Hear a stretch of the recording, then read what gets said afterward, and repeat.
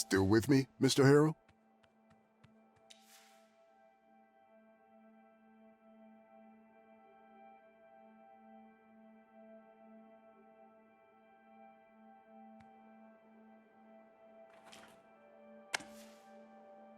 Mr. Harrell, I'm aware that you may be experiencing a slight lack of motivation right now.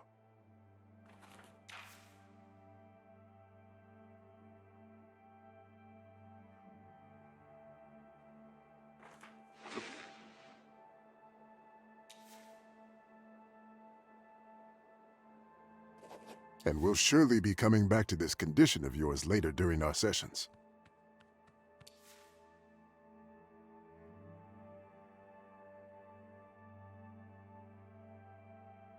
But for now, I just want you to acknowledge its existence and try to stay aware of it at all times, if possible.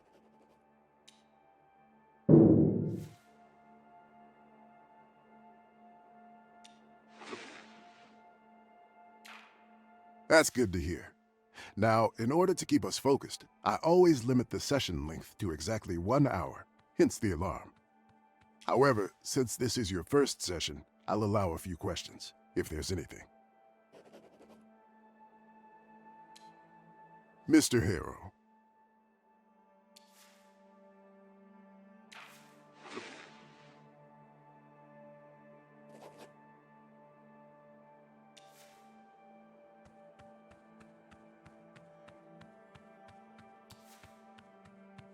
I've never let a client down, and I'm not about to start now. Any other questions? Mr. Harrell, your case is not to be underestimated. We need to assess the situation carefully.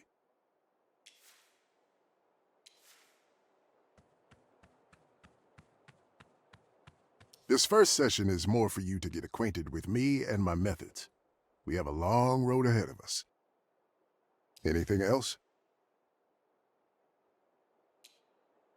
It may be hard to understand the need for isolation at first, but my methods require complete divergence from the client's regular way of life, as well as temporary distancing from their social groups and circles. This place is ideal in that regard. However, it's understandable that you need a period of adaptation to both this idea and to your new surroundings. That's also why I haven't asked you to hand over your phone. Yet. But please don't be alarmed. We'll talk about everything in due time. I'm flattered that you're interested in getting to know more about me.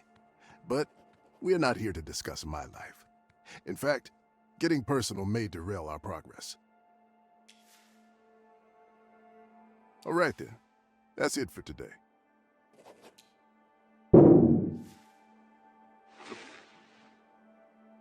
You should go and check in at the office. Your room is probably ready by now.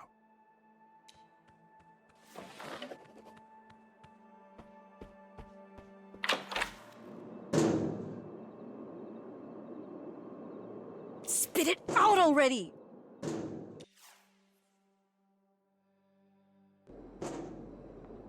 Come on, you thief!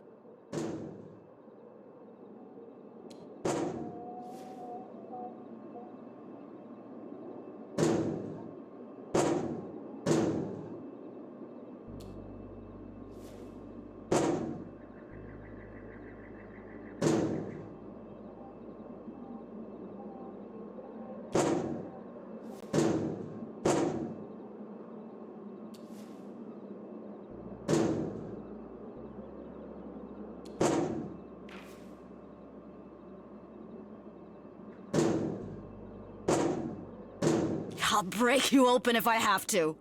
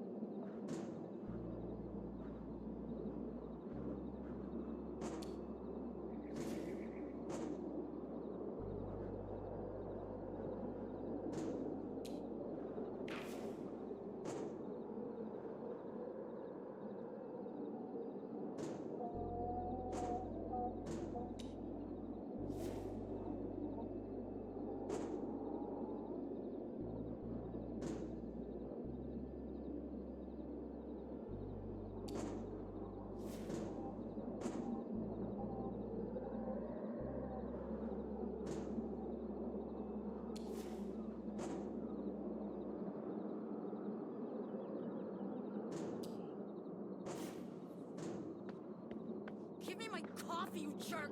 Yes, Rue Valley Motel. Our Coral Destiny internet antenna is down?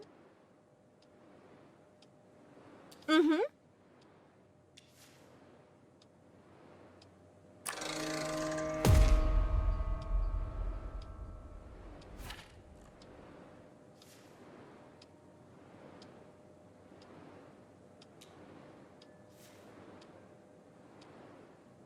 Please sit down, sir. I'll be with you in a moment.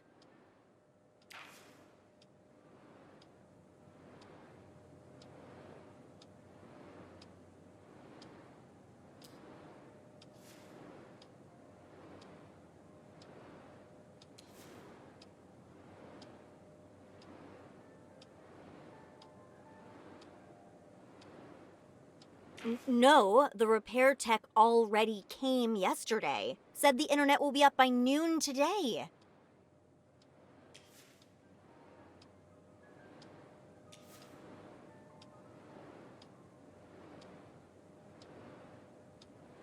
Yes, I have rebooted the modem.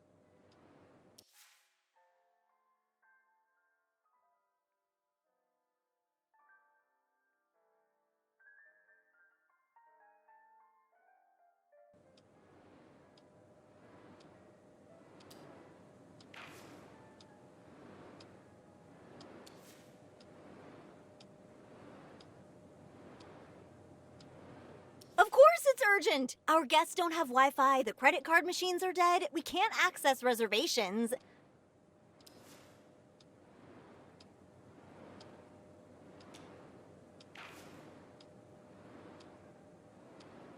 Listen, I know what I'm talking about. Your repair tech said it was fixed. Can you just...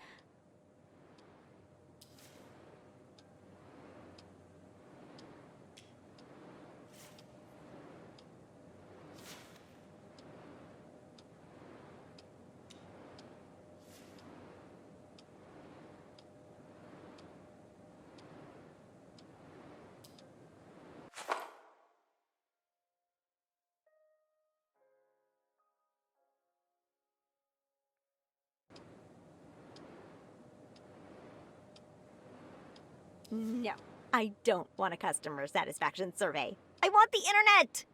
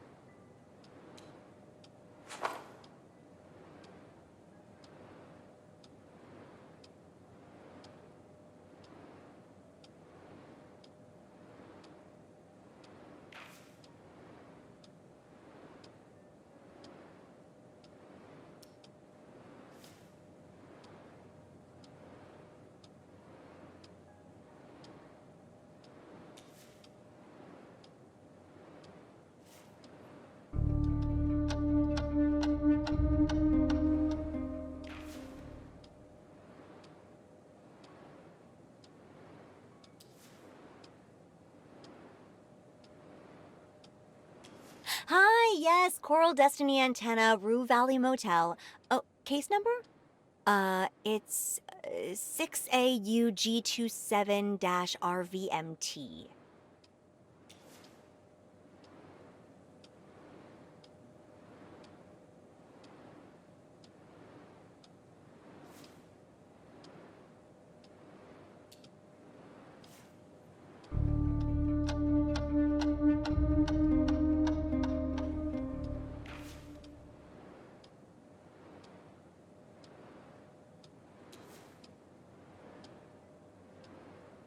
Mm-hmm.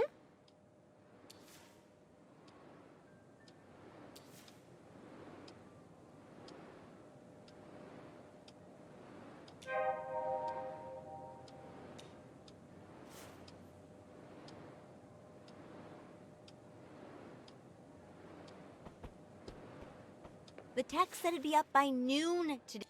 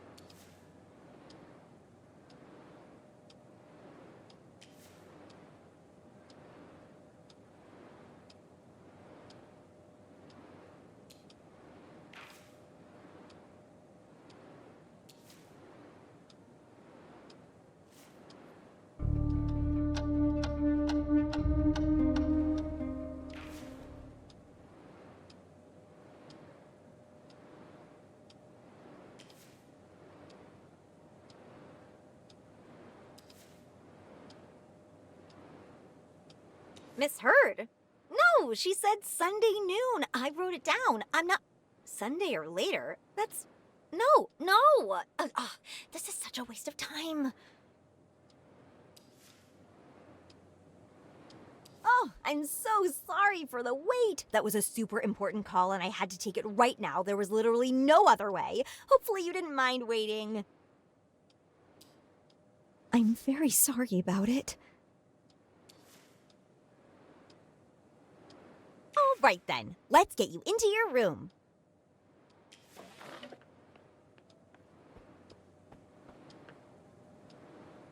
So, number 6. That's the last one on the second floor. Everything's ready for you, and...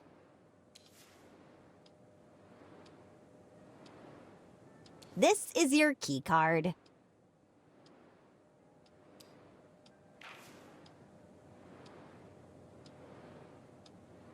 Oh, I see you're confused by this. You were expecting an old-fashioned key, weren't you? Well, we've decided to modernize for a number of reasons.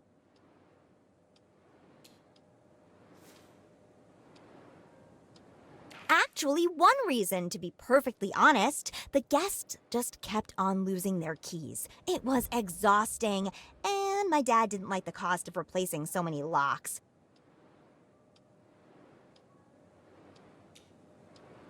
Yeah, he bought it from the previous owner when she realized she'd had enough of Rue Valley, you know.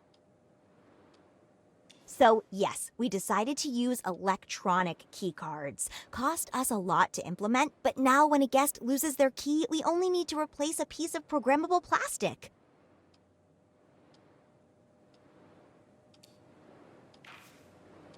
Sure. Sorry. Here. I'll just need your signature.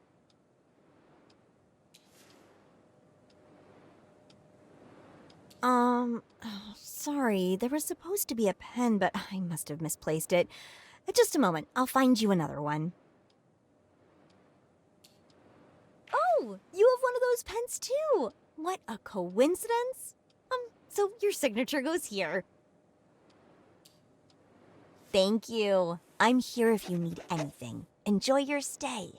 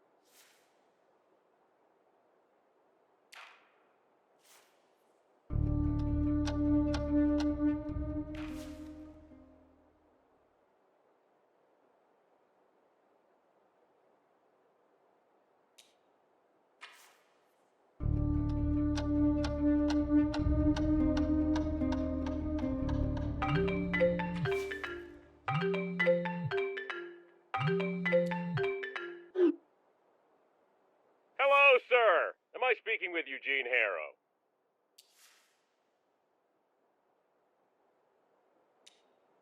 My name is Percy Rugger, and I'm a senior sales executive at Ulterior Paralegal Exploits Consultancy. We'd like to offer our help regarding your case.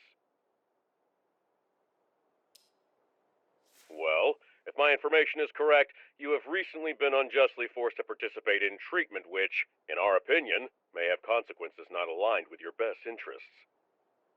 Now, I'm sure you're quite concerned, Mr. Harrow, but don't worry. We're here to help you regain your rights.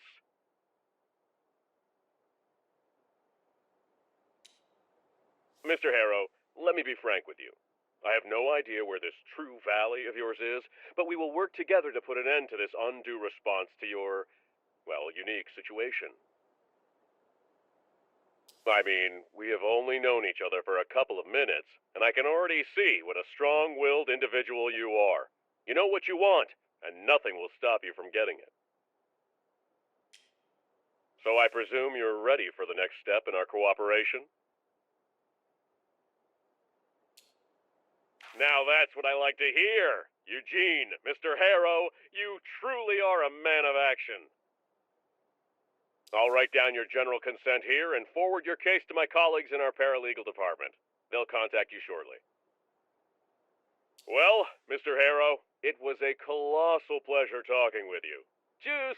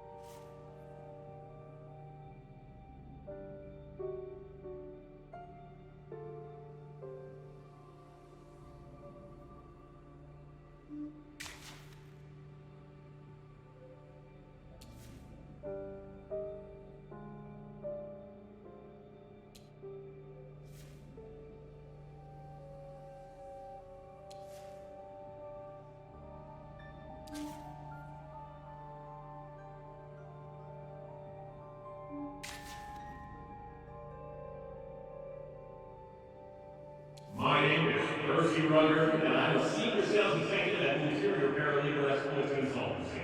We'd like to offer our help regarding your case.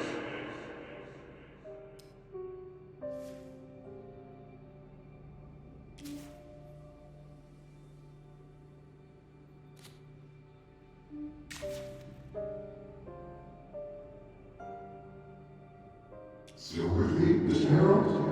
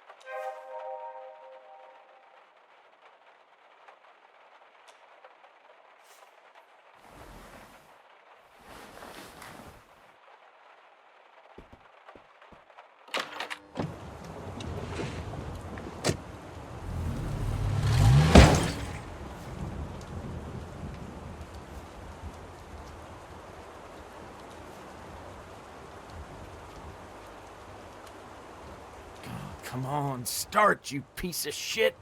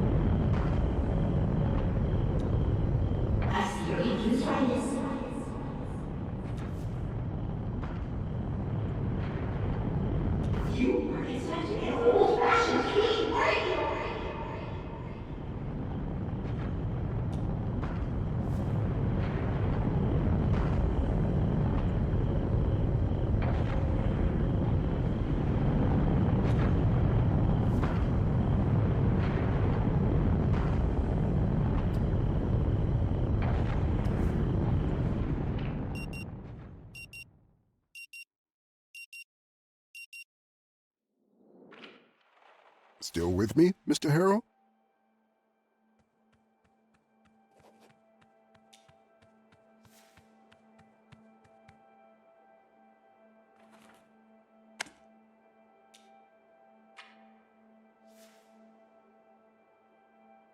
Mr. Harrow, can you hear me? It's all right. I'm aware that you may be experiencing a slight lack of motivation right now, and will surely be coming back to this condition of yours.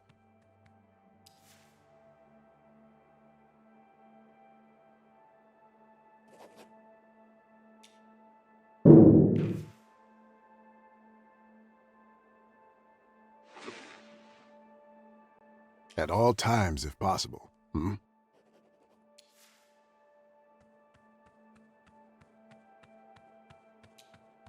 Good. Now, in order to keep us focused, I always limit the session length to exactly 1 hour, hence the alarm. However, since this is your first session... Mr. Harrow, you're shaking. Are you feeling unwell?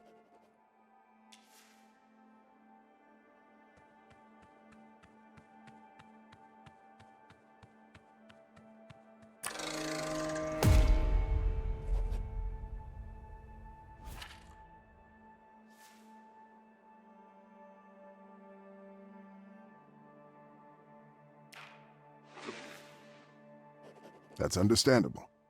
Sometimes, anxiety seems to appear out of nowhere, which can be quite frightening. But even though the experience is not pleasant at all, you should always keep in mind that it is a completely normal emotion, and as such, it will eventually pass. And may I add, your willingness and strength to identify and communicate your inner state is very commendable. Trying to understand our feelings is always a good idea, and very often a necessary step in the process of getting better. May I ask, how is your sleep these days? I guessed so. Well then, if you happen to have trouble falling asleep tonight,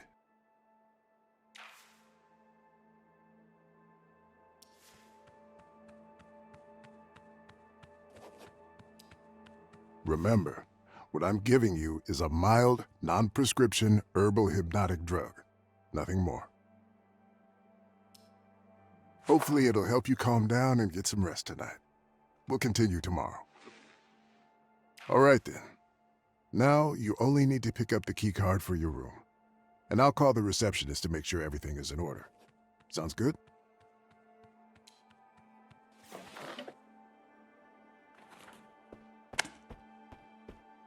The exit is behind you. That's the bathroom. Of course.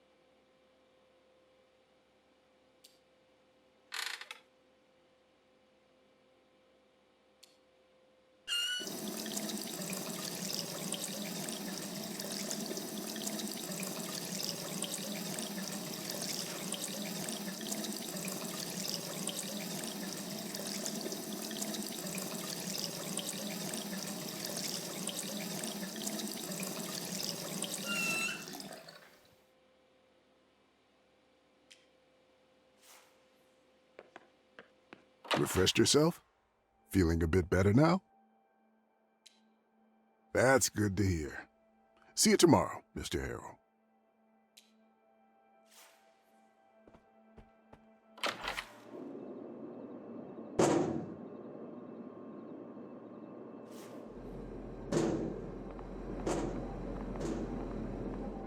Come on, you...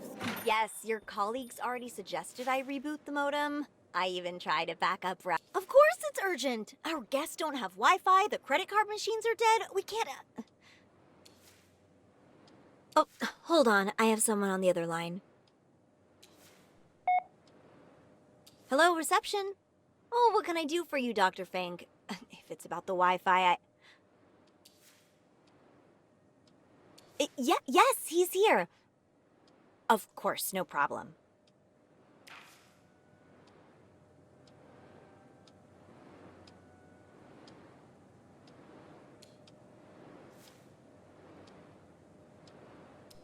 Hello? I'm very sorry. I will have to call you back later. Bye. Hello, Mr. Harrow. How are you? Are you ready to check in? Everything is in perfect order. Don't you worry a bit about anything. All right then. Let's get you into your room. So, number 6. That's the last one on the second floor. Everything's ready for you. And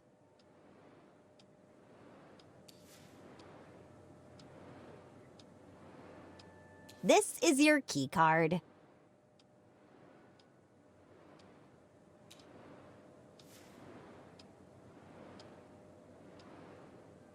Oh, I see you're confused by this. You were expecting an old-fashioned key, weren't you? Well, we've decided to modernize for a number of reasons.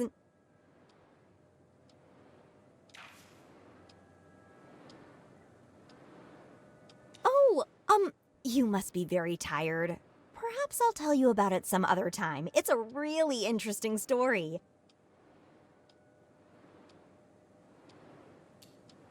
Here.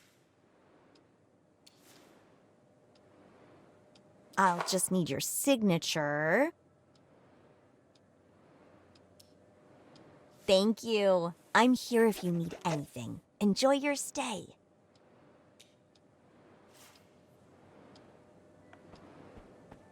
I'll break you open if I have to.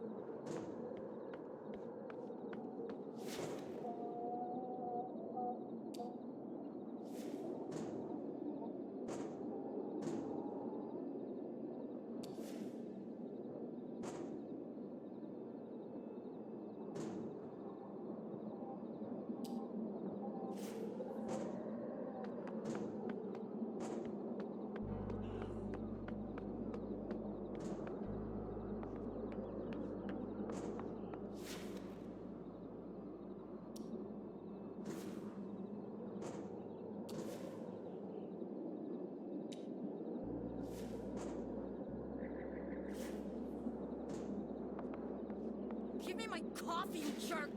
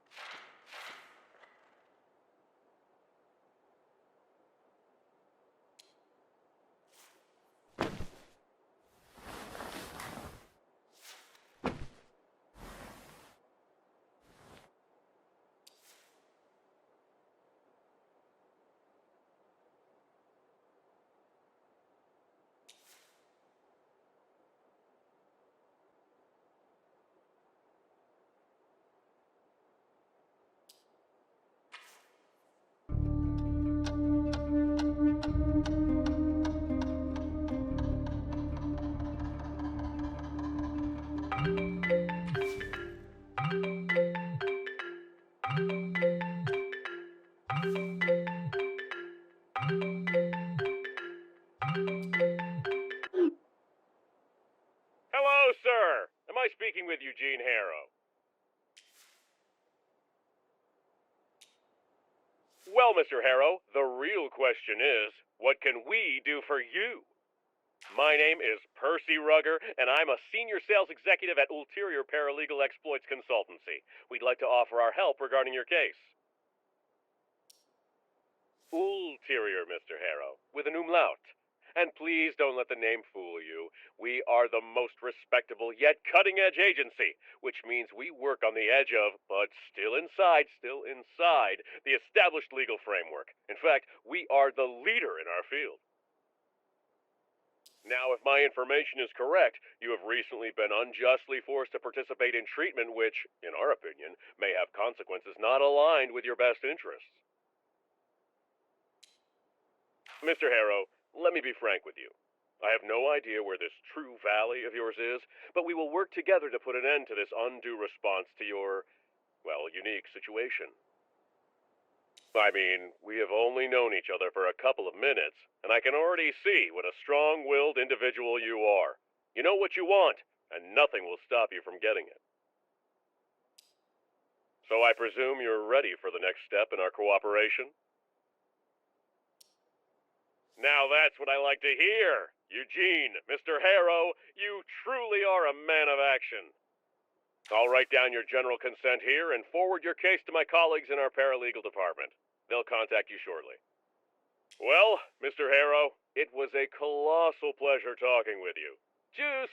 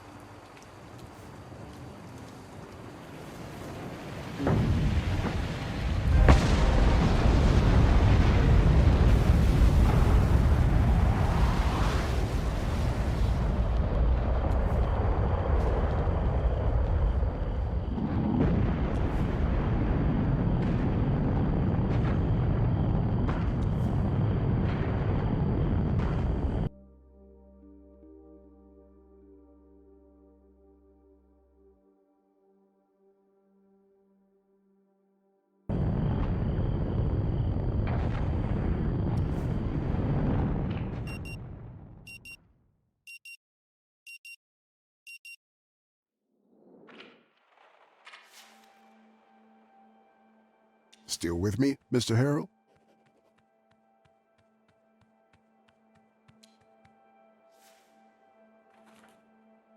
Mr. Harrell, can you hear me?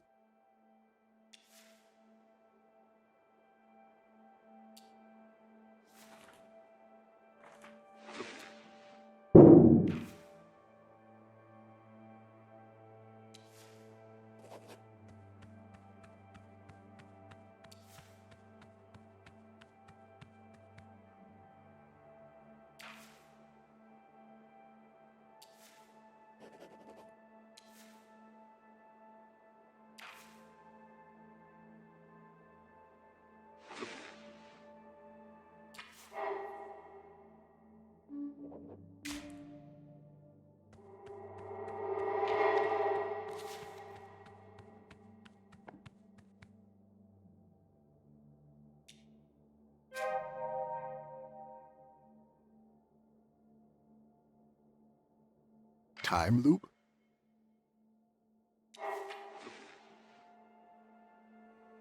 I don't think I follow, Mr. Harrell. Would you care to elaborate?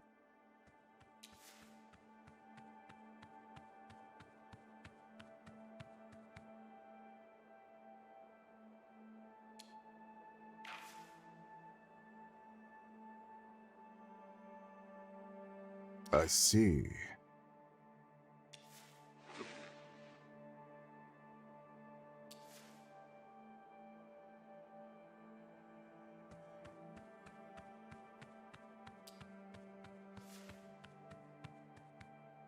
All right. And how does that make you feel?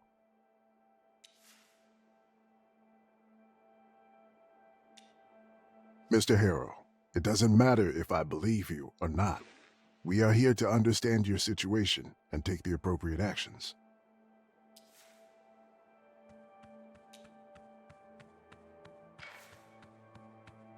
Of course not.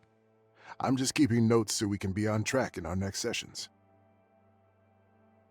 For which I think you could use a good night's rest. You should go and check in at the office. Your room is probably ready by now.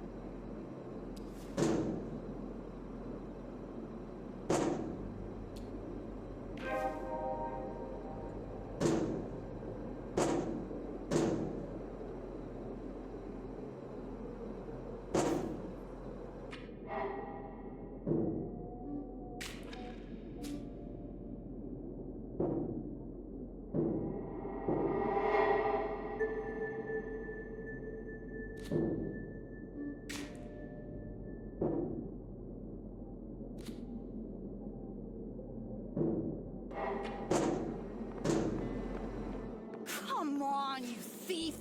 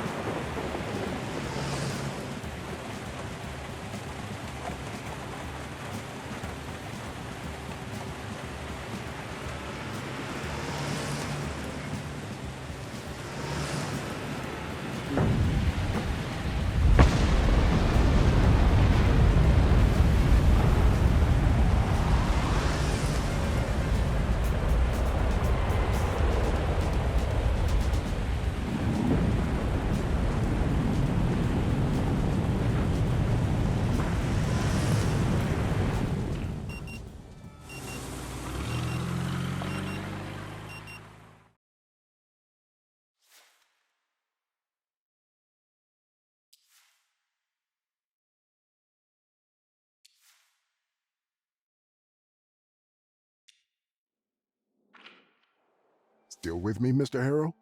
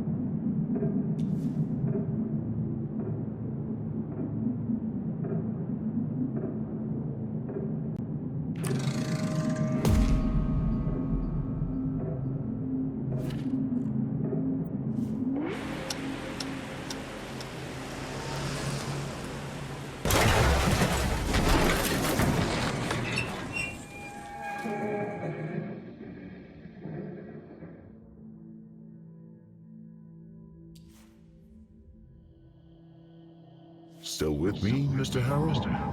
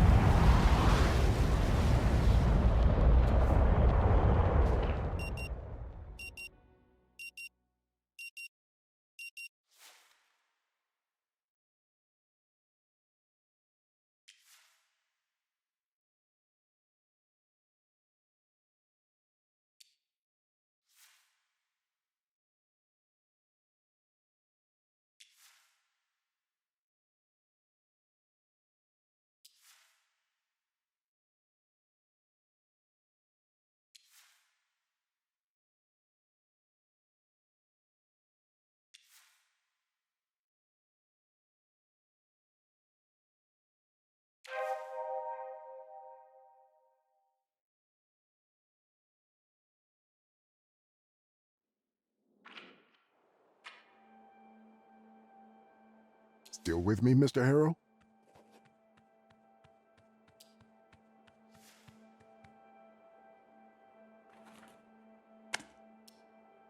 Oh? So what would you say that fiery sky means to you? Understood. Well, there are many phenomena that may make the sky look like it's aflame. For instance, recent solar flares have caused the aurora borealis to move much further south than we thought possible. Now, tell me, how did you feel when the sky was burning?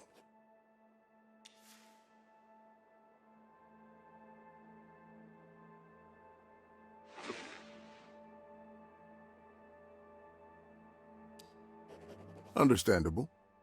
If you're not certain of what's happening, your mind can't quite decide how exactly to respond.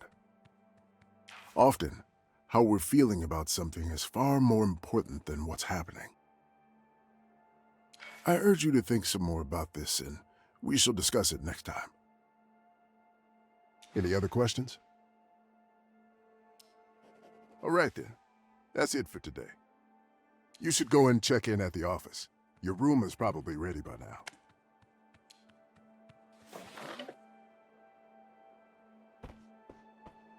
I'll break you open if I have to.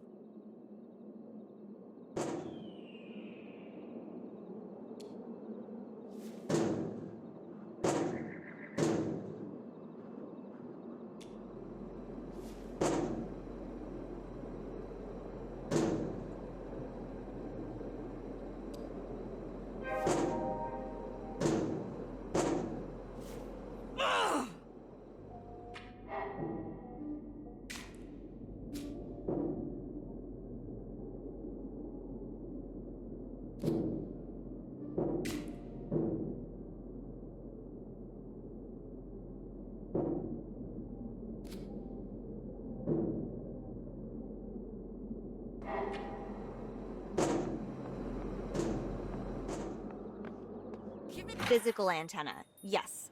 On the roof. Yes, the roof.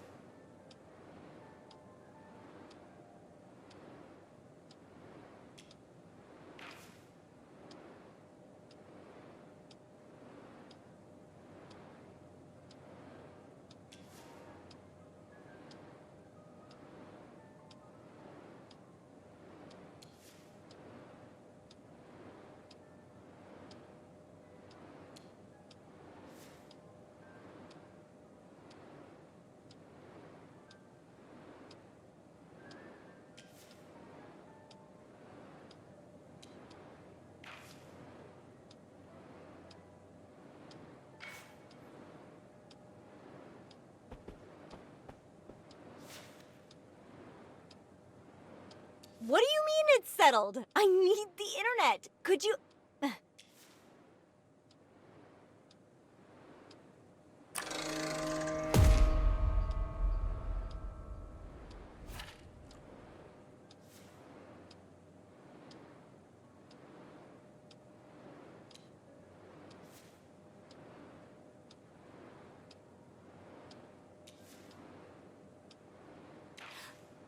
Got it. I'll be with you soon.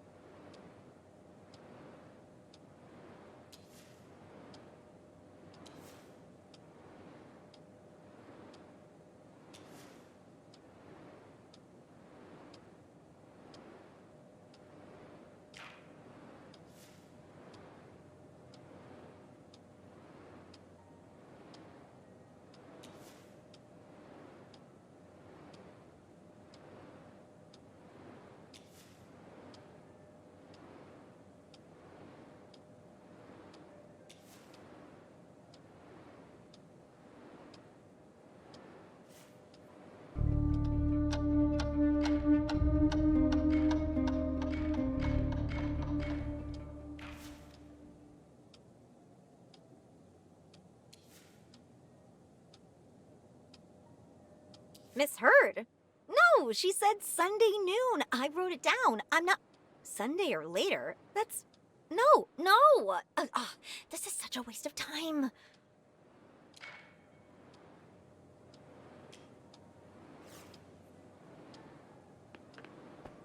Are you ready to check in now, Mr. Harrow? Oh!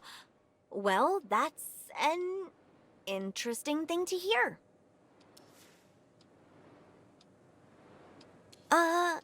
Anyway, let's get you into your room.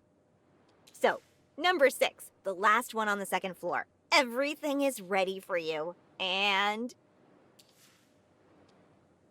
here, your key card.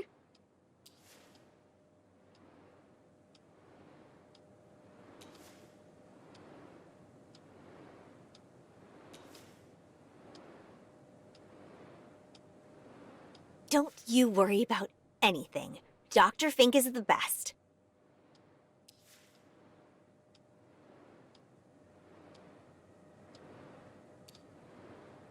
Of course not, Mr. Harrow. Like I said, you just must be very tired. Why don't you go to your room and get some rest?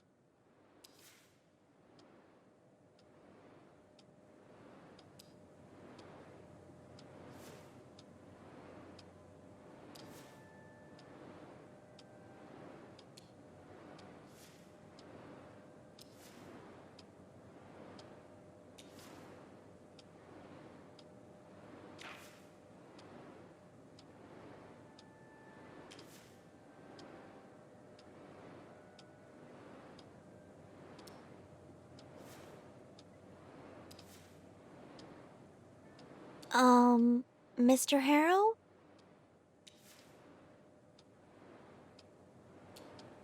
Thank you for your trust, sir. Oh, you can do it some other time. Don't you worry about anything. How can I help you, Mr. Harrow?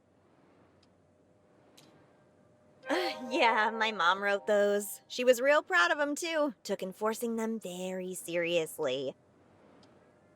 She thought it was crucial. Rules for everything. To keep the place running smoothly, that was her whole thing. Right? Like every single part of life covered, no wiggle room, no fun, just rules, rules, and more rules. Anyway, since my mom left, we don't really enforce them anymore. Not like we used to. To be honest, we barely pay attention to them now. They're just there. Part furniture, part relic of the motel's past. As for my mom, she couldn't care less. There's a whole new set of rules for her new place. A fresh start.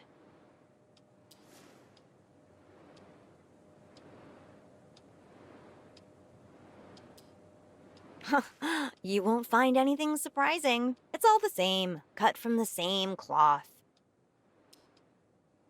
It's all those rules. They're like her shadow, stretching into every corner of our lives. Sometimes I still feel it, even though she doesn't even live here anymore. But don't mind me, that's just family stuff, you know?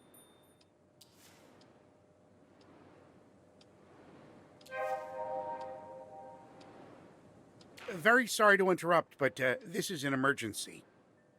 Robin, the Wi-Fi is not working in my room. I'm really sorry. The whole motel's been without internet since Friday. Since Friday? You've had no internet all weekend? I know. The internet antenna just stopped working all of a sudden. All right, no time to lose. Let me take a look at that antenna. Oh, no need for that. A repair technician already came yesterday and fixed it. She said the internet should be back up today around noon. But the day's already over. I know. I just got off a call with customer support. And?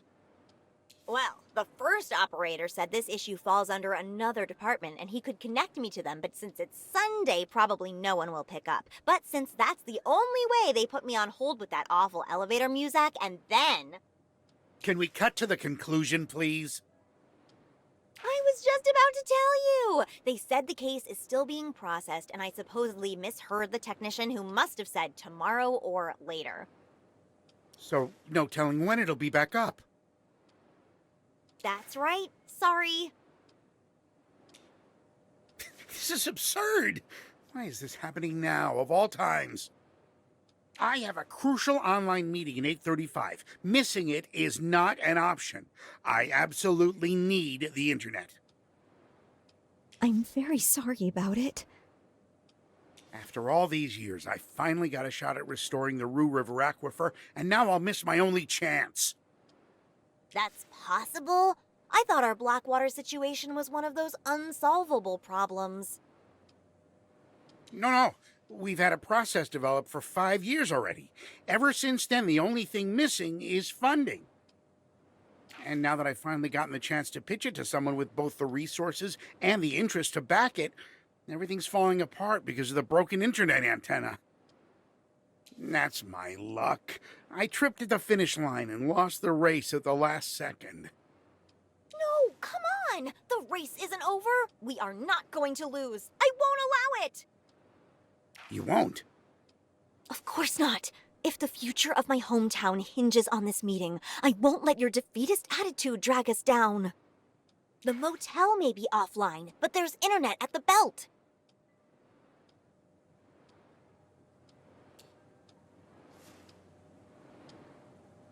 The what? The new bar my mother opened. It's a 5-minute drive to the north. Although right now there's a roadblock on the way. But I don't even have a car. Oh, right. Well, the good news is the roadblock won't be a problem then. And the bad news? You'll have to ride a bicycle there, and it looks like a storm is coming. You'll need a personalized card to use the bike. Here, take my card. Oh, thank you. How do I use it? Just lean the card against the marked surface on the steering wheel and wait for the green light and buzzing sound. Oh, wait, take these noise-canceling headphones too. My mother is not in the best mood today, so it might get loud at the bar and can't have you getting distracted during the meeting. Well, thank you. Let's hope I'll make it there in time. And their internet is working. Don't worry. Drive carefully, and good luck.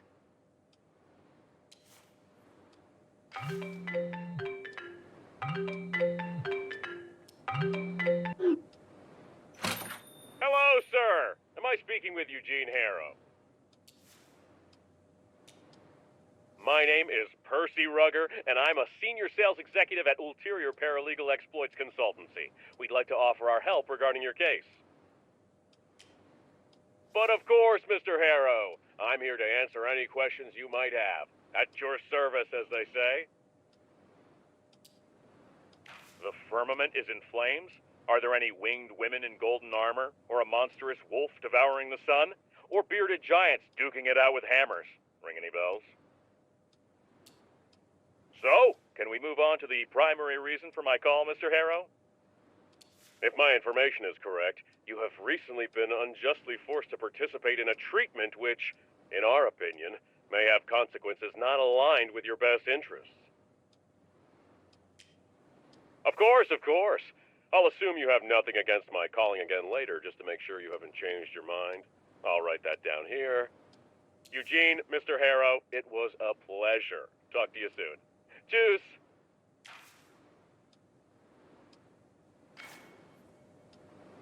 How can I help you, Mr. Harrow?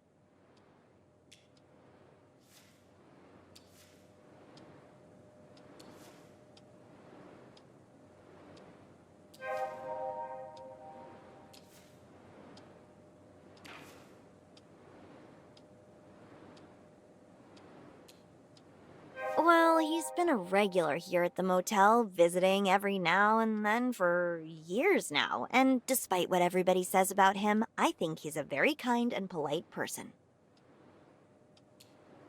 Don't tell me you don't know about it. I mean, yeah, the whole thing is not so important to folks outside Rue Valley, but still. Oh, okay, wow. Let me see if I can explain. So, one day when I was like 3 or 4, people turned on their taps, and instead of clean water, this black, nasty stuff came out.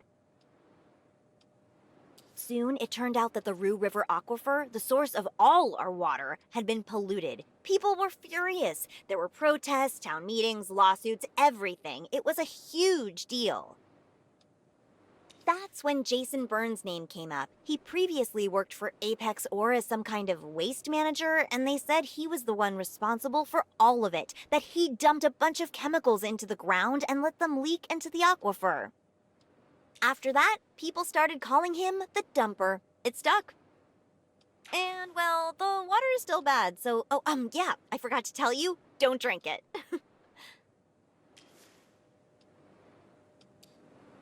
Oh, today, about an hour before you got here. Just a half an hour later, he came back down asking if I could clean, dry, and iron his shirt before 8. He said he'd do it himself, but had to leave the motel immediately because of an unexpected urgent call.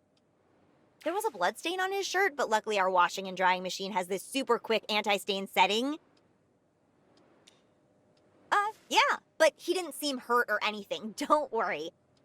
And the machine handled it perfectly. In under 40 minutes, the shirt was spotless and dry. So I managed to iron it and drop it off to his room half an hour before the deadline.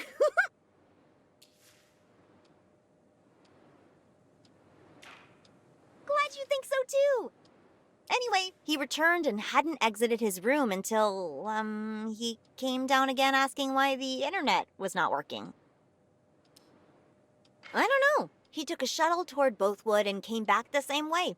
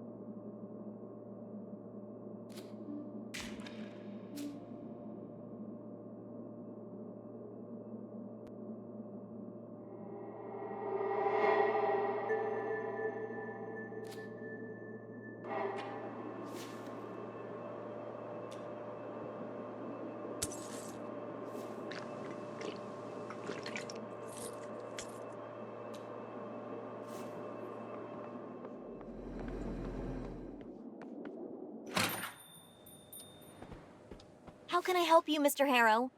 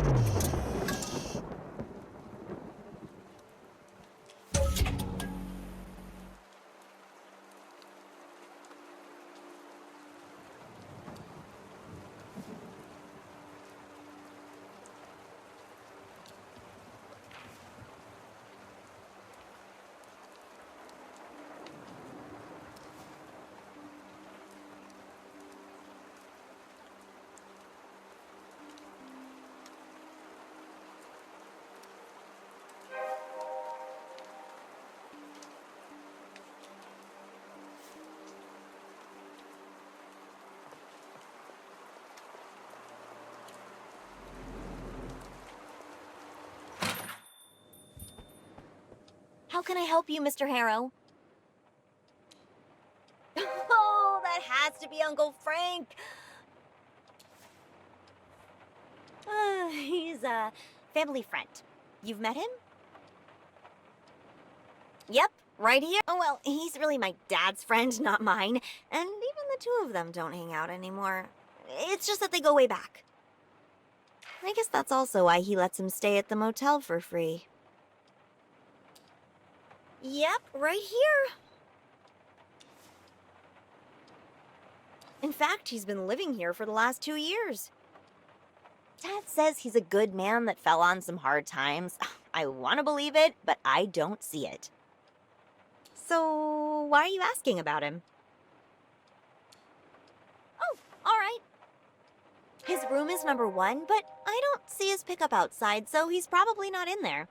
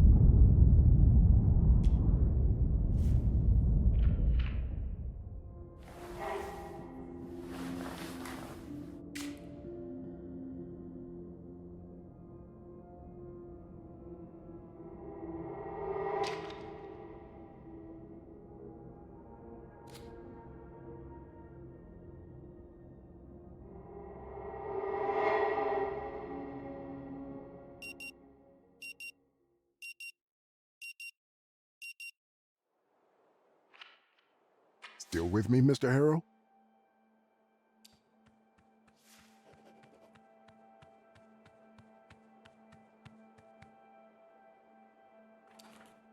All right then.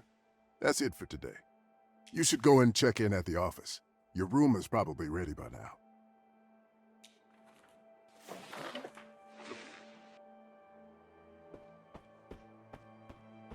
The exit is behind you. That's the bathroom. Of course.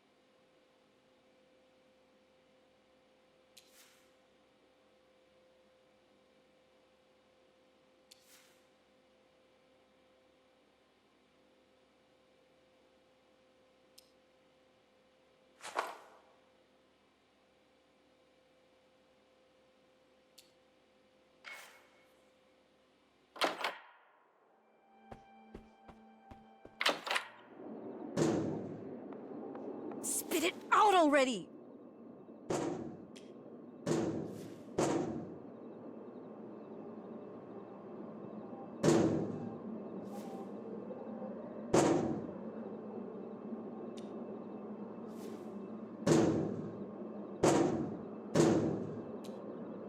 Says the guy who looks like he's had at least 7 cups already. This would be my first today, believe it or not. Excuse me, but I'll try getting my coffee.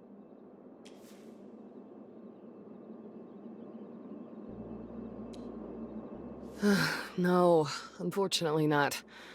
I'm stuck with this broken piece of antiquity.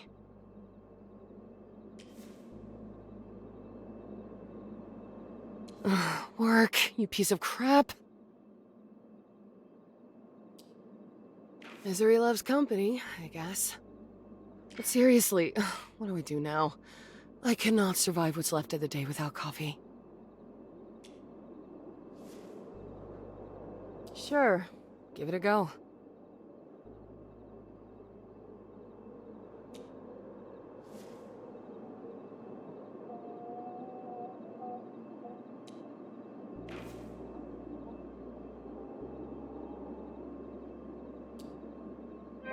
Oh, what?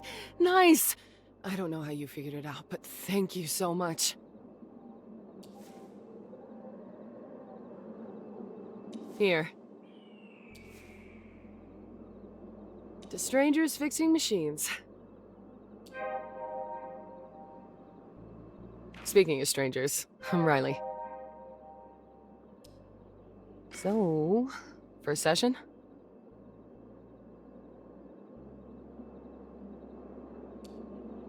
Well, I've never seen you before, so I figured it might be your first. Ah, that. Well, I saw you exit Dr. Fink's room.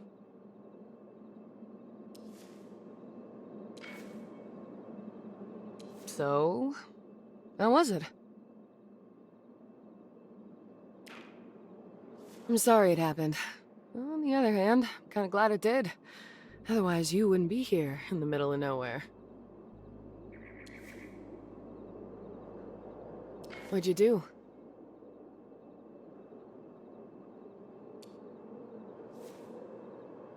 Well, good luck. I hope Dr. Fink helps you figure it out soon.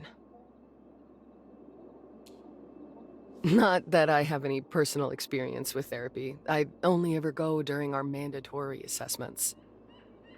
My brother, though, he used to visit Dr. Fink daily for quite some time. And trust me, I saw him getting better and better as the months went by. Until he quit.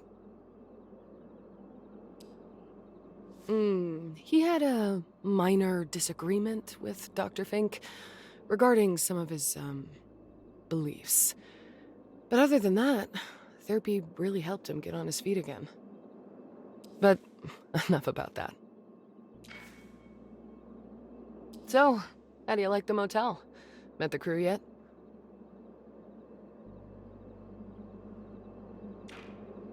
There's also Uncle Ben. He's the owner, and Robin's father. Aunt Anita was around until a year or two ago, but she's not a part of the place anymore. No, it's just that I lived here for a while. A long time ago, to be precise. The Flemings took me and my brother in after we lost everything. They became like family to us. We lost our mom in a house fire, and our dad had passed before that, so... yeah. Anyway, Uncle Ben was like a father to us. Still is in some ways. He's a little quirky, but he's got a good heart. Robin, too. I guess what I want to say is, you're in good hands here. Come on, line up. You mean when there's a rocket launch?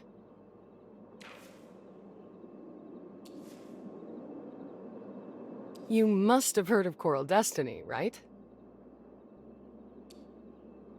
Well, Coral Destiny operates a spaceport not too far from here. And when there's a rocket launch, you can see the whole sky ablaze with this mesmerizing red hue, like a portal to another world. Even from here, it looks amazing. And your timing couldn't be more perfect. There's a launch scheduled for tonight at 8:45. Unless... oh, they may call it off because of the storm, but I doubt it.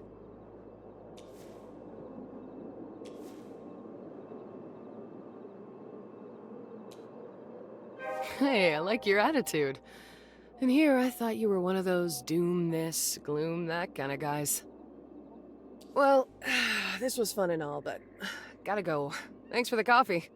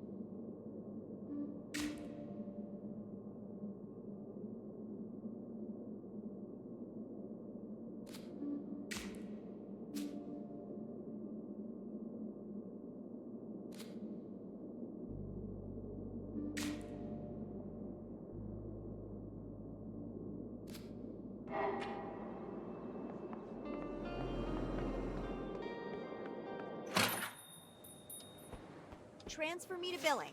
Why would... No, this is... Hi, yes, my problem... Again? Rue Valley Motel, Coral Destiny Antenna. Yes? Okay.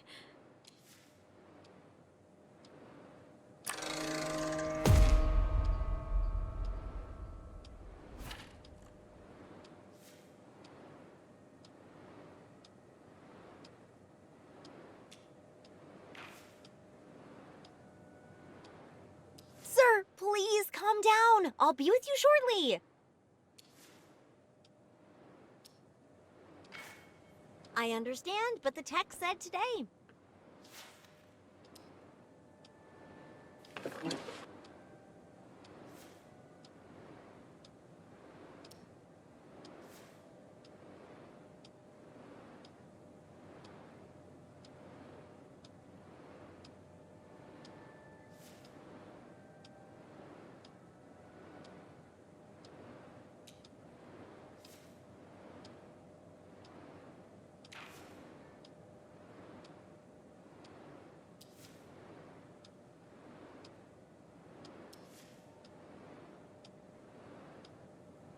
Misheard? No, she said Sunday noon. I wrote it down. I'm not. Sunday or later? That's. No, no! This is such a waste of time.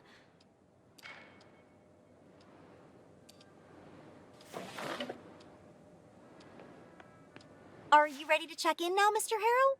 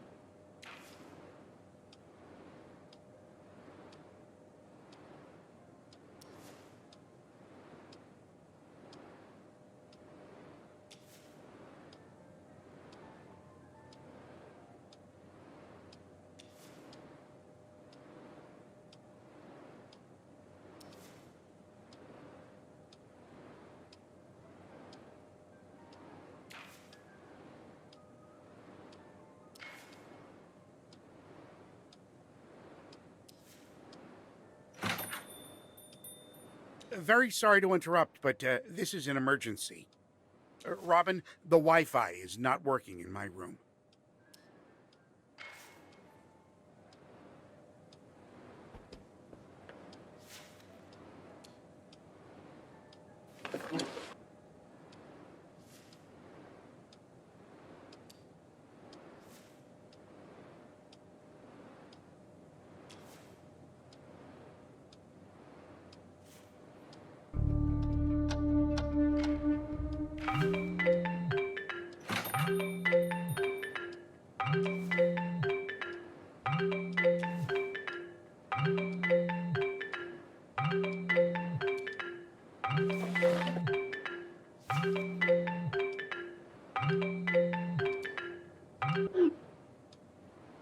Hello, sir. Am I speaking with Eugene Harrow?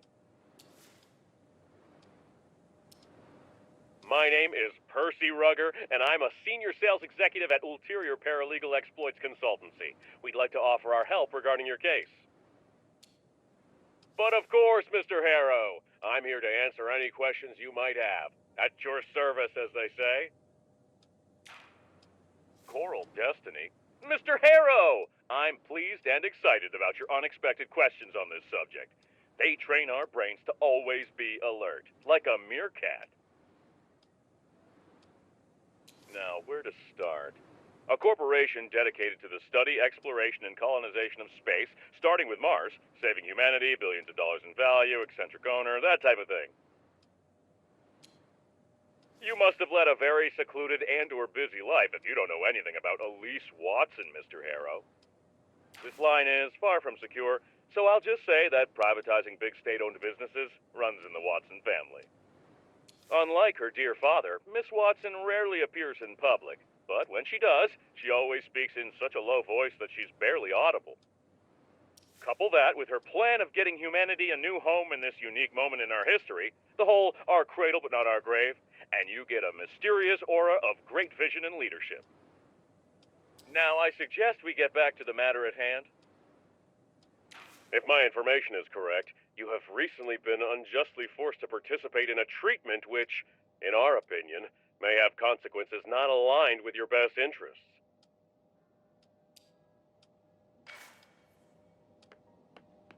Are you ready to check in now, Mr. Harrow?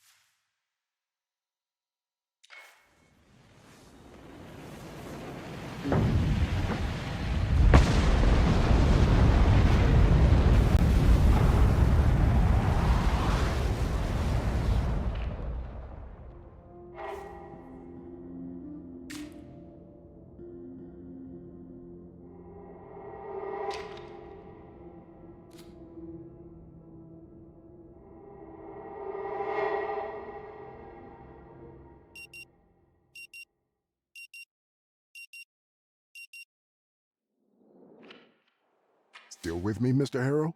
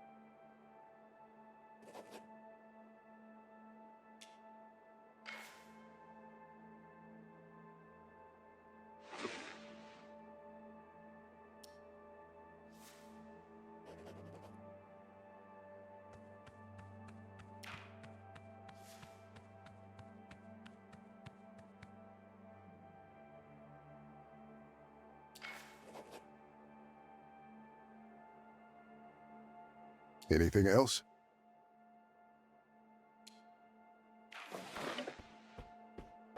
I'll break you open if I have to.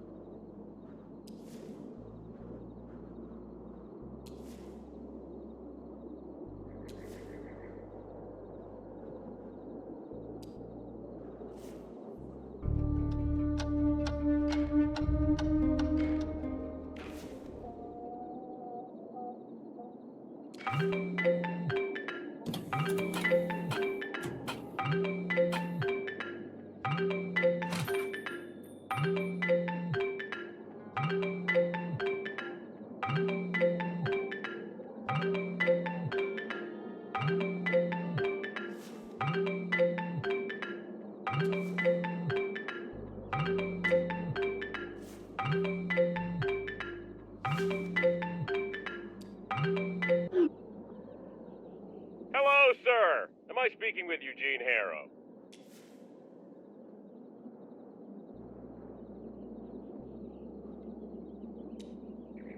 Oh, well, my name is Percy Rugger, and I'm a senior sales executive at Ulterior Paralegal Exploits Consultancy. We'd like to offer our help regarding your case.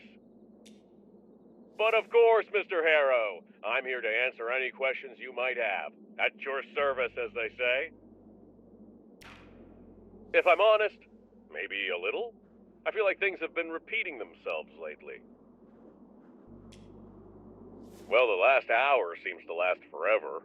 The endless waiting for customers to answer the phone, the exhausting exchanges with each of them about their misfortune and how I can help them. Don't get me wrong, I love talking with you, Mr. Harrow. Your positive attitude towards me and my offer, coupled with your sincerity, really made my day. You're a light in the darkness. Back to your question, Mr. Harrow. Well, yes, I do feel like I'm stuck in a loop.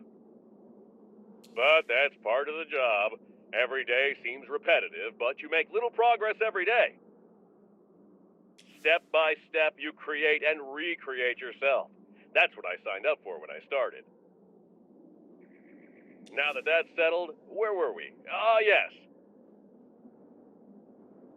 If my information is correct, you have recently been unjustly forced to participate in a treatment which, in our opinion, may have consequences not aligned with your best interests.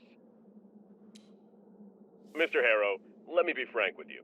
I have no idea where this Rue Valley of yours is, but we will work together to put an end to this undue response to your, well, unique situation. I mean, we have only known each other for a couple of minutes, and I can already see what a strong-willed individual you are. You know what you want, and nothing will stop you from getting it. So I presume you're ready for the next step in our cooperation? Now that's what I like to hear. Eugene, Mr. Harrow, you truly are a man of action. I'll write down your general consent here and forward your case to my colleagues in our paralegal department. They'll contact you shortly. Well, Mr. Harrow, it was a colossal pleasure talking with you. Juice!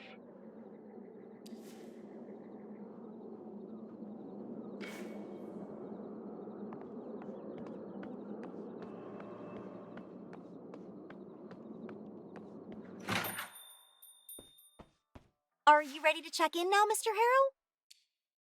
All right then, let's get you into your room. So, number 6, the last one on the second floor. Everything is ready for you. And this is your key card. That's right, a key card. You were expecting an old-fashioned key, weren't you? Well, we've decided to modernize for a number of reasons. I would have never taken you for a locksmithing enthusiast, Mr. Harrow. I'm sure you have some theories, but you'd never guess what our primary reason was. The guests just kept on losing their keys. It was exhausting, and my dad didn't like the cost of replacing so many locks. Yeah, not a super simple process, but still quicker and cheaper than buying and installing a new lock. Regardless, the new system is still totally worth it. Not once. But even if something happens, we got like a literal tome of a manual. I thumbed through it. It seems to cover all the possibilities. And I know what you're thinking. I hope she didn't leave the manual behind an electronic lock. Don't you worry a bit. It's safely tucked away in the storage room with the other manuals and warranties and whatnot.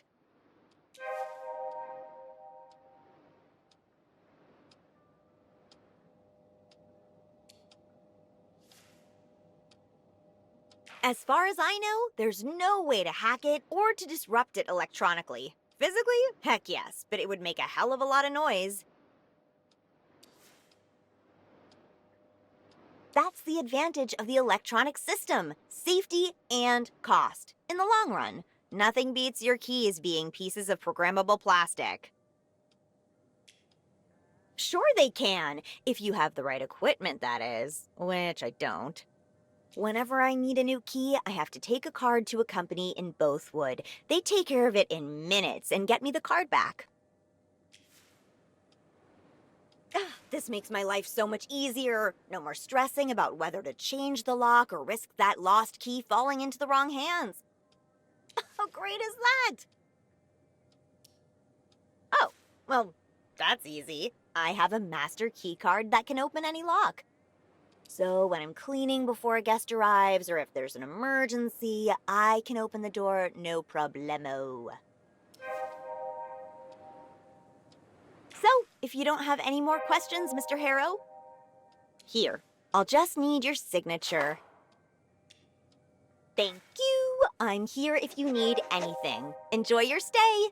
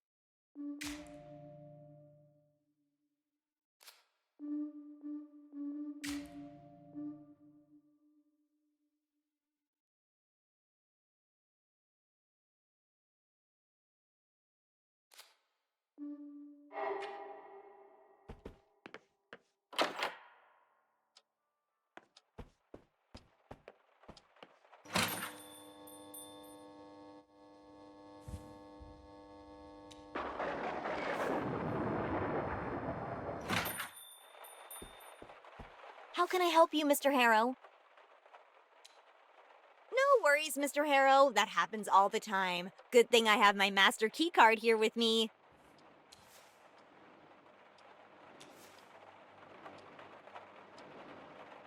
Let me just check something real quick.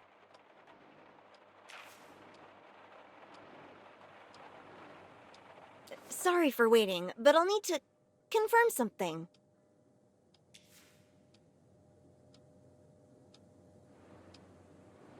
Confirmation should come in a minute.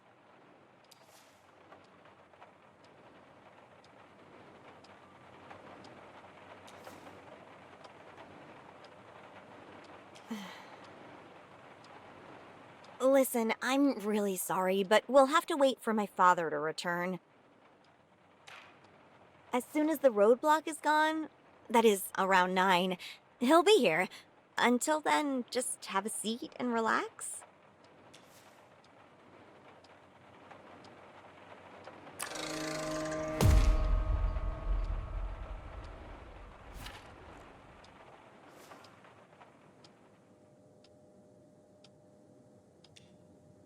Well, we have to wait for him because I'm expecting a super important call and I don't know when it's coming, but it's crucial.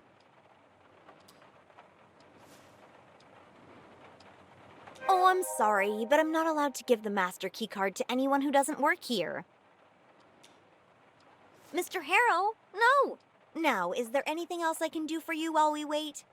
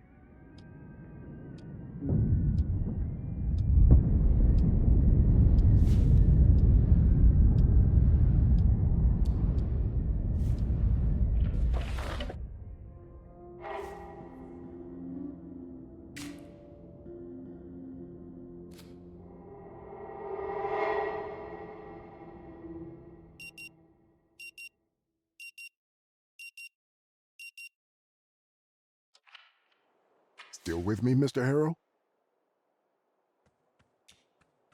Mr. Harrow, please.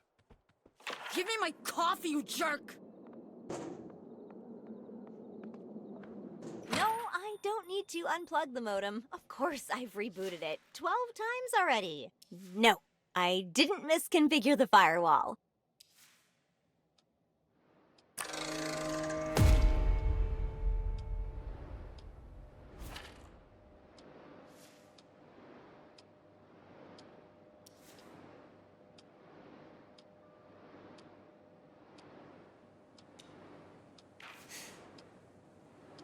listen, I have to go now. So at Hey, listen, I have to go now. So let's yeah, we'll have to manage without it today. I know, sorry. Bye. Oh, hello, Mr. Harrow. How are you? Are you ready to check in? All right then, let's get you into your room. So, number 6, the last one on the second floor. Everything is ready for you. And this is your key card. Really? Oh, so that's why you didn't even flinch when you got a key card instead of an old-fashioned key, huh? As a fellow electro-lock connoisseur, you can probably guess why we ditched the old locks. So, you probably already saw what we have on Dr. Fink's store. What do you think?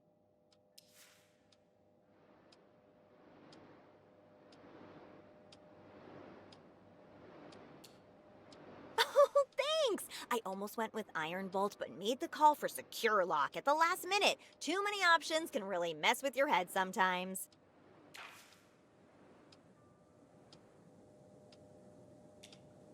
Oh, come on, it's not that bad. But maybe I've just gotten too used to boring paperwork. Working at a motel preps you for all kinds of things.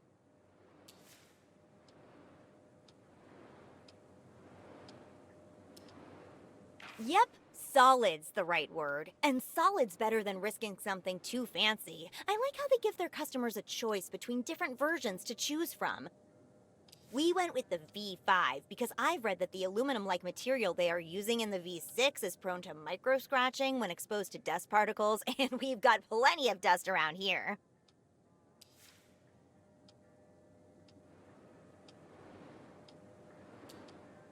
Bold, maybe, but I don't sweat it. I think it's more reliable than people think. I just wish I didn't have to go around cleaning them with alcohol solution so often because a guest pressed their finger on it instead of their card.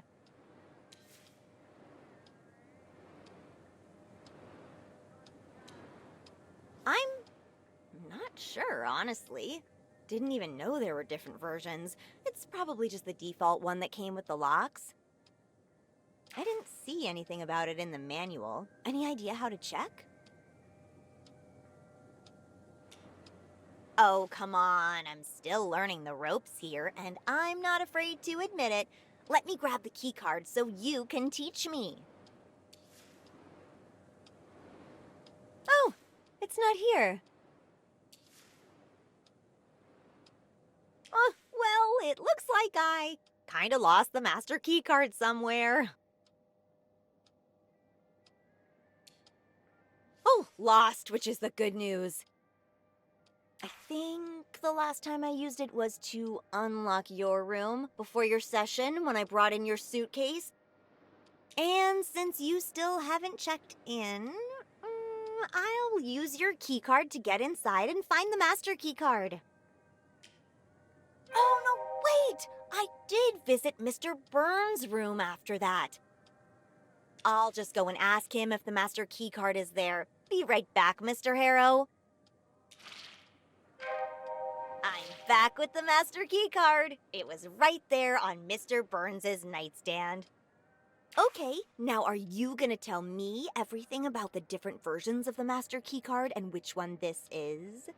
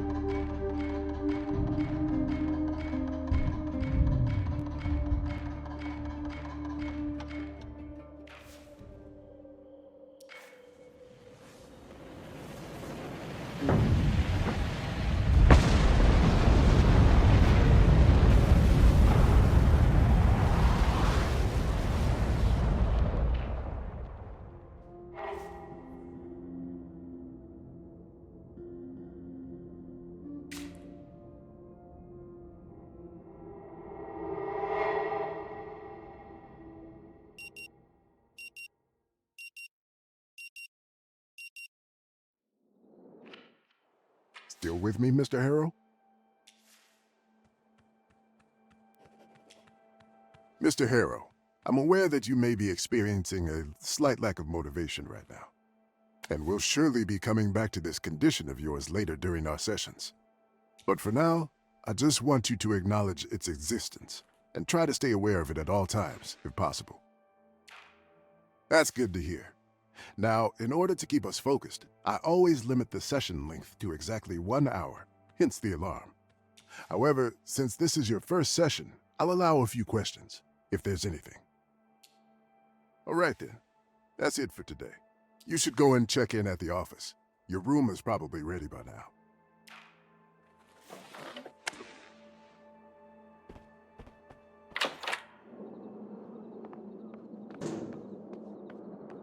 Come on, you thief!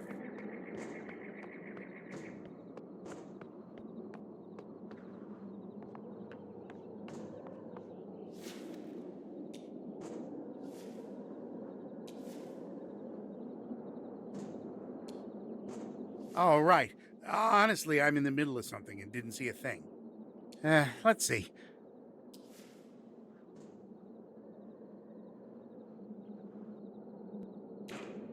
Sure, let me take a look. I don't see anything.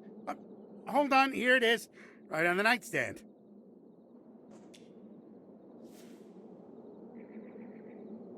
How do I know you'll actually give this back to her?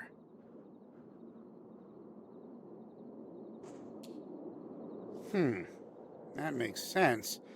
Although you could have overheard her complain about losing it. All right, I've got much more important things to worry about. Here's the key card, but I'll be checking with her later.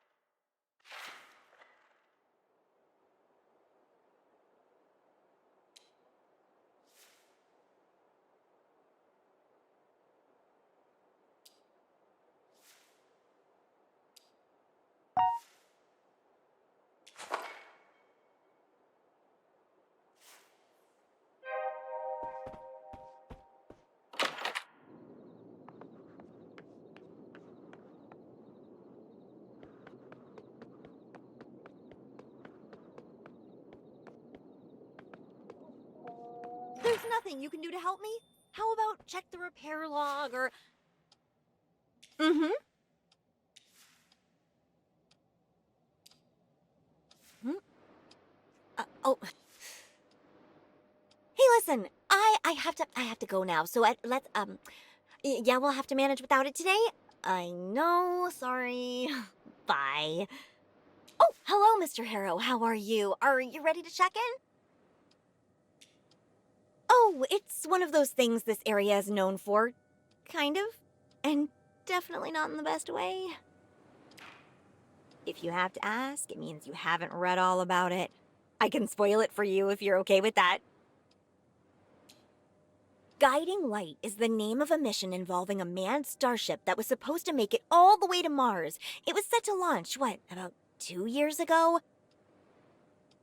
Except it never really left the planet. It blew up in Earth's orbit and the entire crew died. Since it launched from the facilities here, you can see why it's kind of a local thing. It really is. I mean, every time I hear about something like that, I can't help but think about all the people involved, their families and friends. It just affects so many lives, you know? But I suppose that's just how life is sometimes. You take the good with the bad.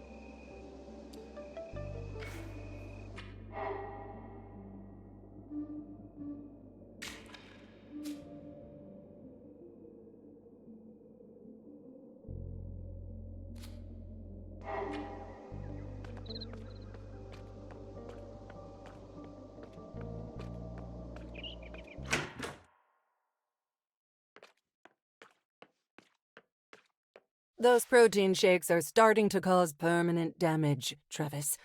You can't seriously suggest that I just let her do whatever.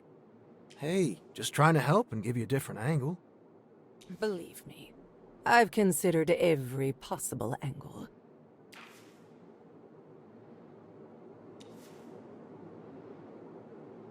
I understand this is a public space, but this is a private talk.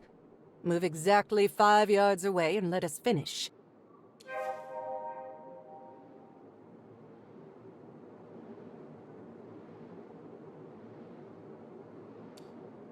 And we thank you for your patronage, and we kindly ask you to wait 3 more minutes.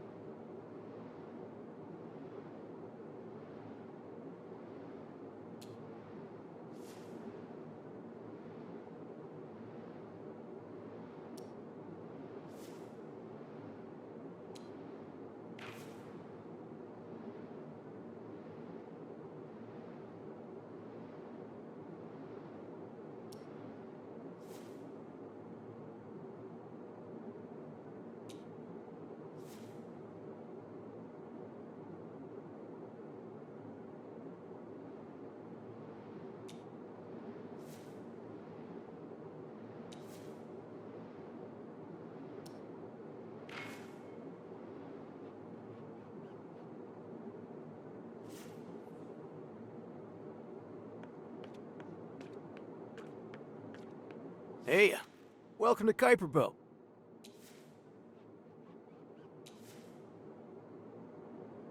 I'm Travis, and you look like you could really use a drink.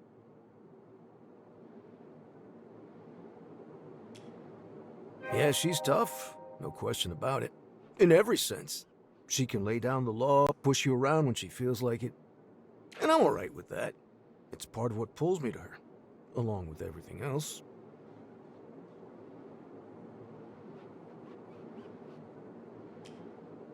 Strength. It's never equal. And it doesn't manifest in the same way in 2 people. Anita, she's my counterpart in that sense. We fit together like jagged pieces of a puzzle. But today she's been cruel, cutting me down in ways that don't align with that balance.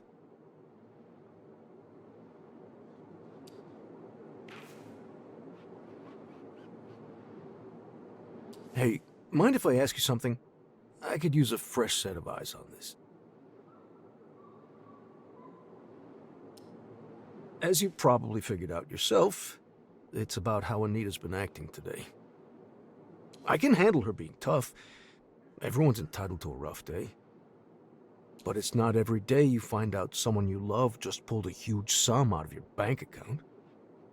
And even that I could tolerate, but when I asked for an explanation, all she gave me was a trust me.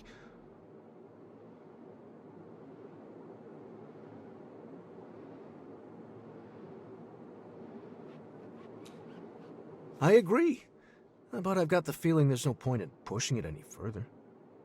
So what do you think of this whole mess? Any ideas? That's great to hear, because I'm confused and could really use the help. What do you think is happening with Anita? And don't hold back. I could take a punch.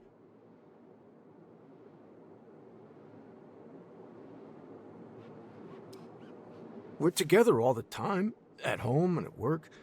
Hard to see when she'd even have the chance to pull something like that.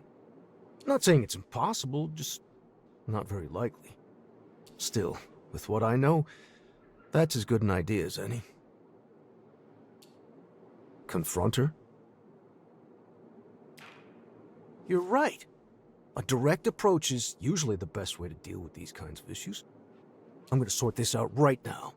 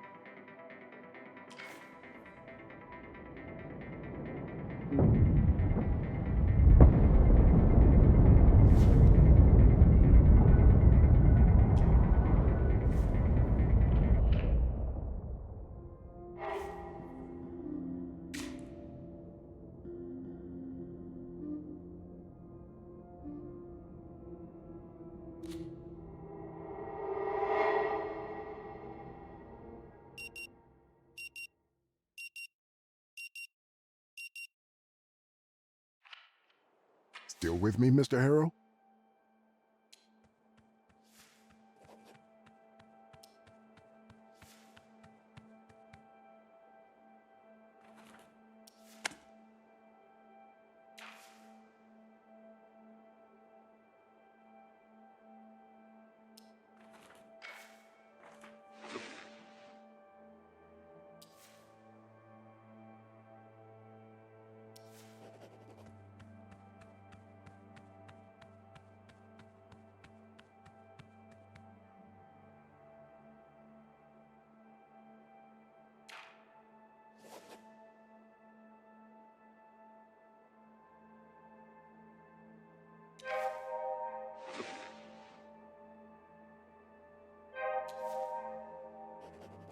All right then. That's it for today. You should go and check in at the office. Your room is probably ready by now.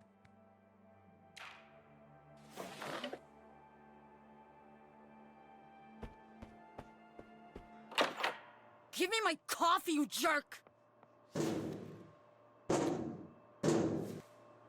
Sure. Give it a go.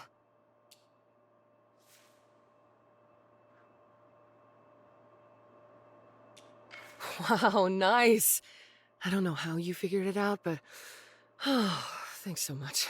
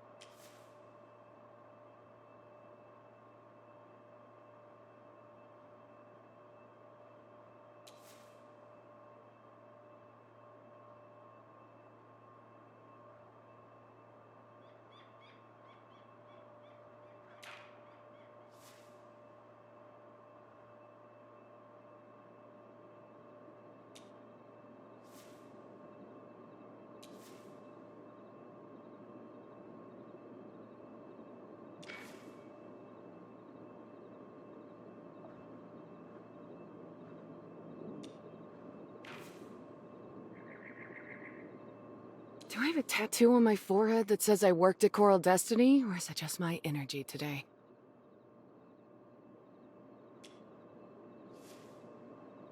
What are you even talking about? We just met.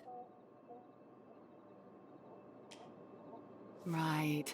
A random person just happened to mention my name in my old workplace. Totally legit. Even though I no longer work there, don't think you're getting any insider info. I signed some seriously long NDAs. I see. Well, I suppose I can tell you what I know. Just don't expect much.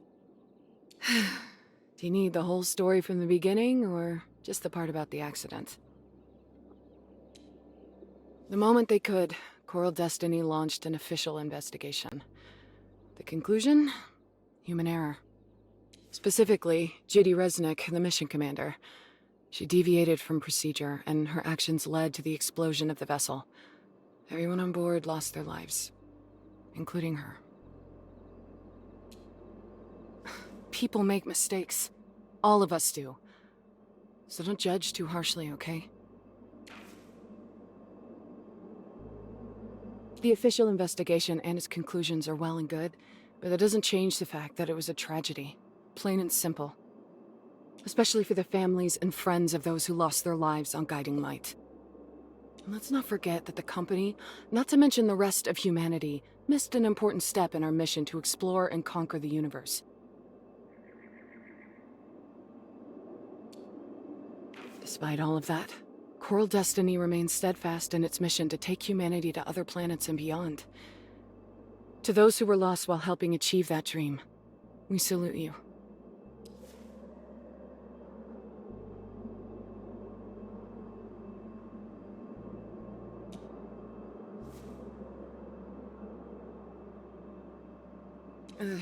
You know what?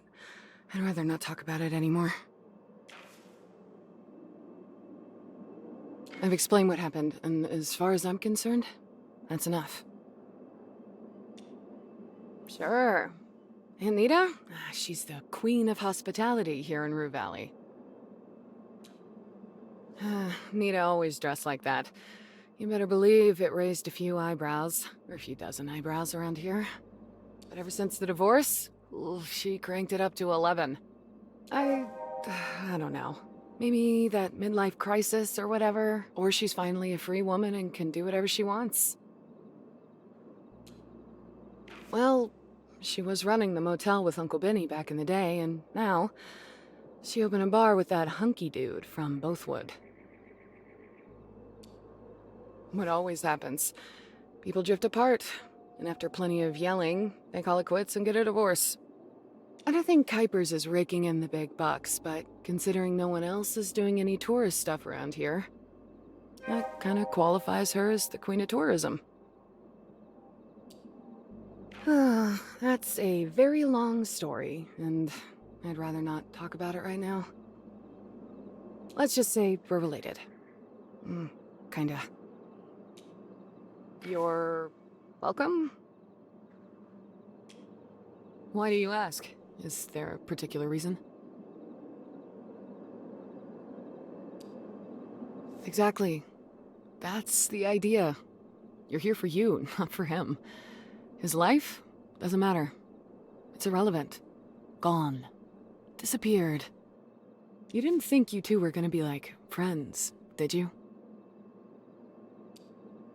Right. Good for you. It's important to keep expectations in the right place. Well, if you need help feeling better after I just crushed your dreams, go ahead. Ask away. Maybe my answers will help. Maybe not. Who knows?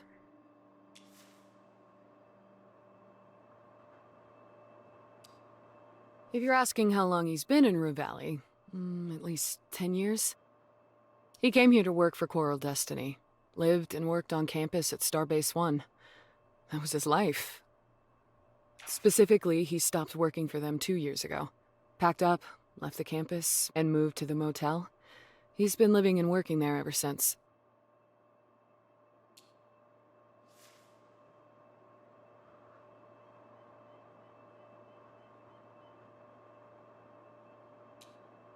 No clue. Probably more of the same, helping people or, whatever you want to call it. His methods are unique, in a way. But that doesn't mean they don't work. They work for my brother. That's all I need to know. And for that, I'm grateful. Yeah, well, you'll have to ask him for the details. All I know is he quit and ended up here. I mean, back then, all I ever heard were praises from the people who worked with him. Not me, though, for better or for worse. I didn't. We had an interview back when he was at Coral Destiny. He said I showed high resilience in stressful situations. Strong adaptability. Should have put sarcasm and gallows humor on the list. But hey, he told me I could talk to him if I ever felt the need, and that was that. So I guess me handling stress well is the answer. Sorry, no cheat code for skipping therapy. No, he isn't. But space exploration, colonization, it takes more than just engineers and scientists. Space travel grinds you down. Days, weeks, months inside a pressure-sealed can. Nothing but metal walls and the cold black outside. It does something to the mind. Ask any submariner. Ask any prisoner. And then you land and you realize, this is it. The rest of your life. A foreign sky overhead, a different gravity under your feet. A planet that does not love you, does not want you there. And home? You'll never see it again. Dr. Fink's experience in selecting the right people and teaching them to endure the pressure, clear their heads, make the right call when everything is wrong, tolerate the unknown. It was invaluable. Without the best people with the right set of skills, you won't last long out there. That's what they all say. Right up until the engines roar and the thrust kicks in, crushing you against your seat. The planet, your planet, shrinking in the viewport. And then it hits you. Good timing. I'm fresh out of answers.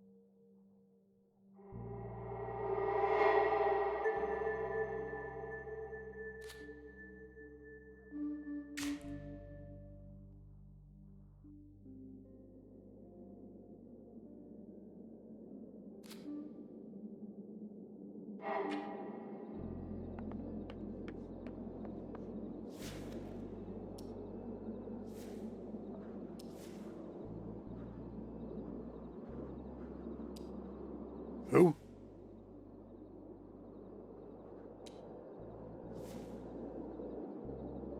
Well, if you mean the older guy with glasses and a beard, yeah, I've seen him around. I didn't know he was a therapist, or that he lived here. Go figure. Nope, I'm not the type who thinks talking about feelings solves anything. Right? Nope. Like I said, I've seen him passing by, but that's about it. Why asking about him anyway? Wait, didn't you just agree that therapy is bullshit? Right, got it. Hope you get through that ordeal as fast as possible and start doing something real. Problems don't get solved by talking, they get solved by action.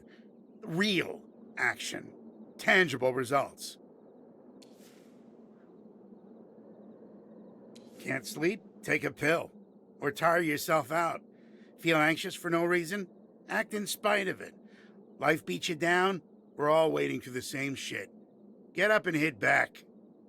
Enough talk about the bad. Move. Even a misstep is still a step. String enough of them together and suddenly you're not stuck anymore. The rut's behind you, fading like a bad dream. That's how I see things anyway.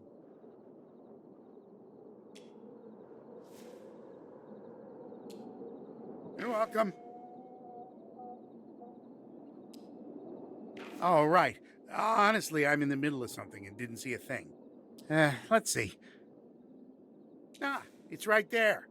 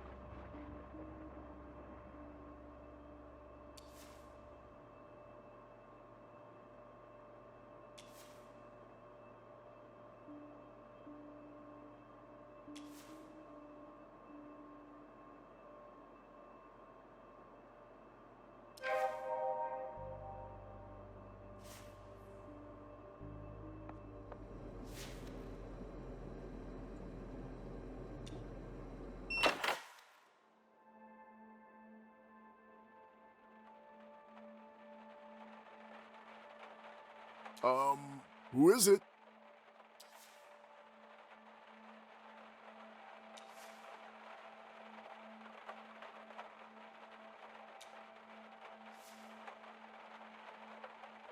Robin? Is that you?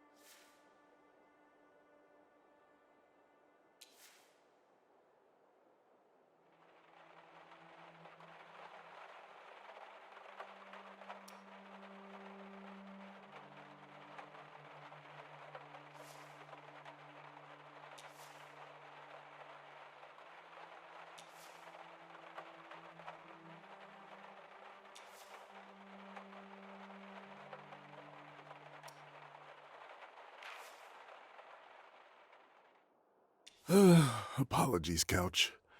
You had to bear the weight of both me and Mr. Harrow today. And I imagine he wasn't light.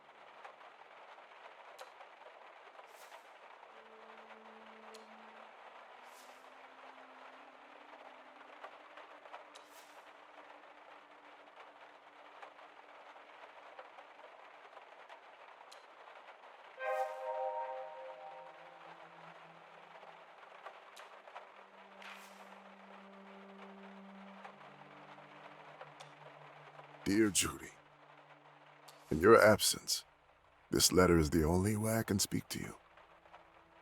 I've recommended this method of communication to many of my clients as a way to cope with their loss. The irony of now finding myself writing one of these letters isn't lost upon me. A reminder of how life circles back in ways we never expect.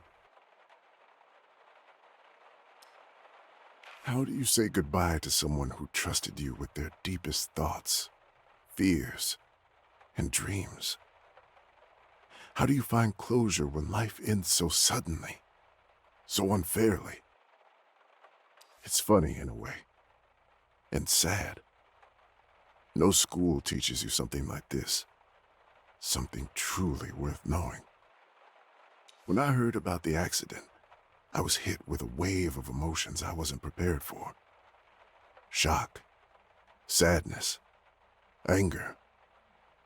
All your courage, resilience, and determination to face life's challenges, gone in an instant. But above all, there was a sense of loss.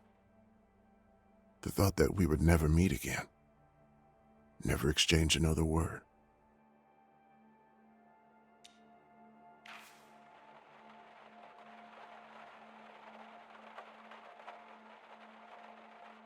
I can't stop thinking about the last time we spoke. The look on your face when I approved you for the mission, it was radiant. You had worked so hard for that dream, and I felt proud to be part of it, even if all I did was sign a piece of paper. That signature, though, has since become a source of doubt for me. Let me be clear. Not for 1 second did I think you were responsible for what happened. No, this is just me dealing with the guilt. Wondering if there was more I could have done or said. Would it change anything? Save the expedition? Save you? Of course, I don't have the answers, and I never will. But the questions linger.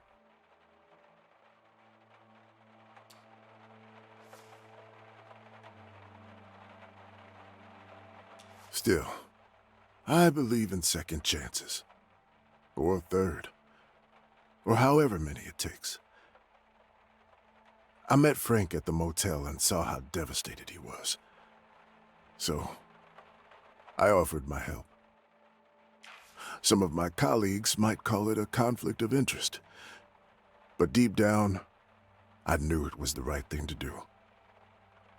We honor the dead by fighting for the living. I wanted to honor your memory by helping Frank find his footing again. If you're wondering how his therapy is going, it's been rocky.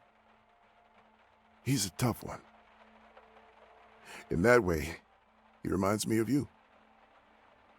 Progress is slow, but it's there. He loves you. Utterly. Fiercely. But you must have known that.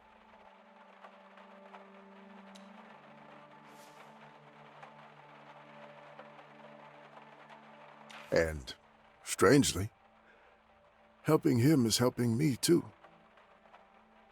I plan to go back to therapy, this time to help the ones who need it the most. And write a book, too. We're both putting one foot in front of the other. Baby steps, as they say.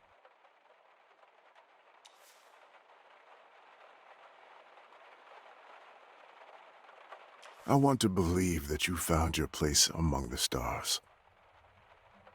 You always said that even though we're not built for space exploration, we belong there. Someone has to fill all that vacuum, Dr. Fink, you said. Well, now you're there, where you belong. I'll look up at the sky tonight and raise a glass to you, to whatever comes next. Yours, Gideon Fink.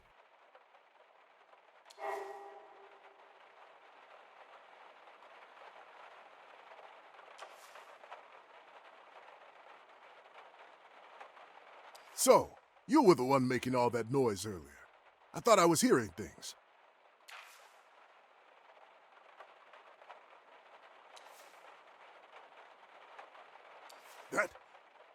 That letter, it's private. You have no right to be holding it. Put it down now and get out of here.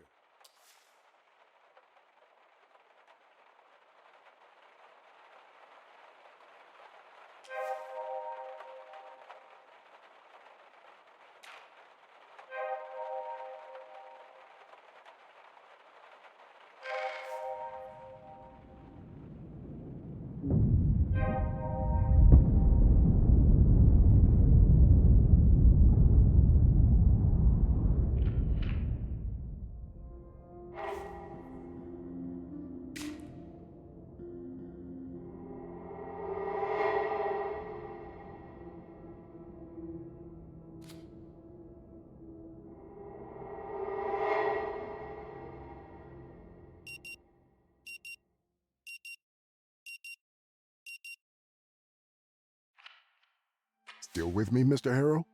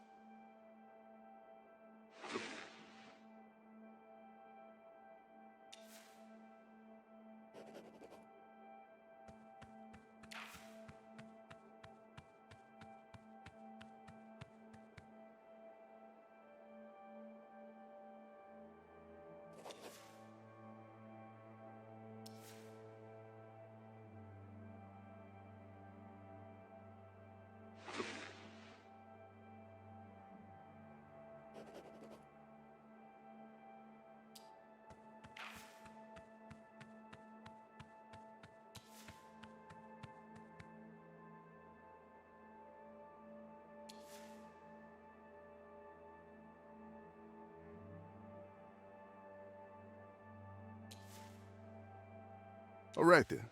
That's it for today. You should go and check in at the office. Your room is probably ready by now.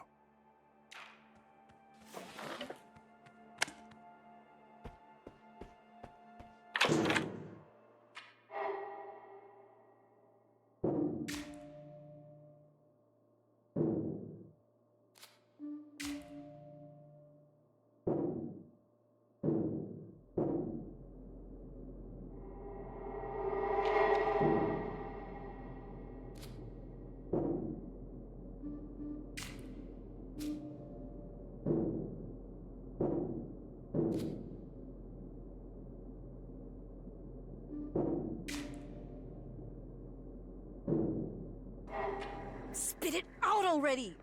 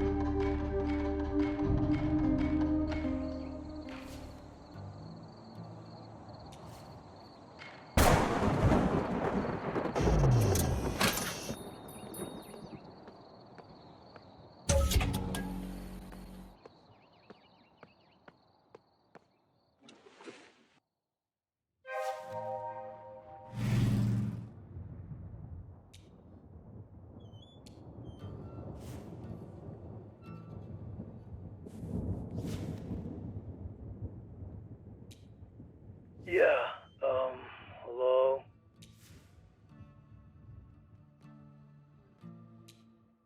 Yeah, well, I got more than a couple of answers, none of them good.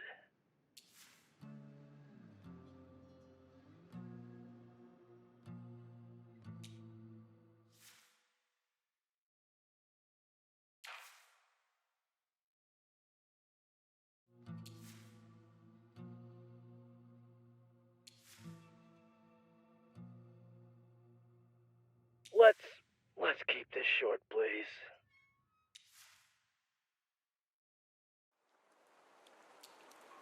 I think about that often. And the guessing answer is, I think I told her no one time too many. She never liked no's, you know.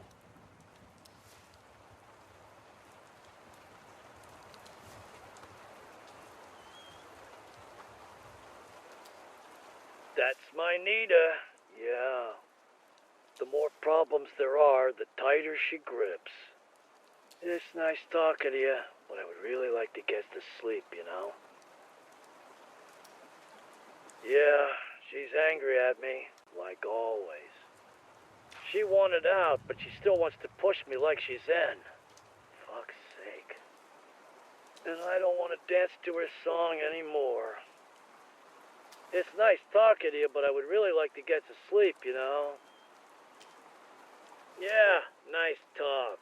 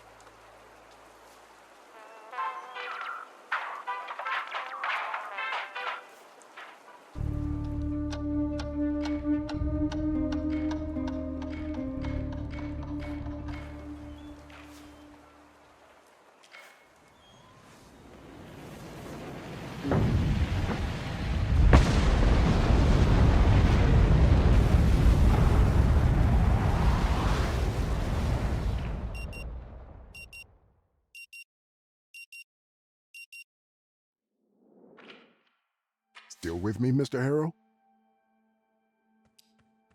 Mr. Harrow, I'm aware that you may be experiencing a slight lack of motivation right now, and will surely be coming back to this condition of yours later during our sessions. But for now, I just want you to acknowledge its existence, and try to stay aware of it at all times, if possible. That's good to hear. Now, in order to keep us focused, I always limit the session length to exactly 1 hour, hence the alarm. However, since this is your first session, I'll allow a few questions, if there's anything.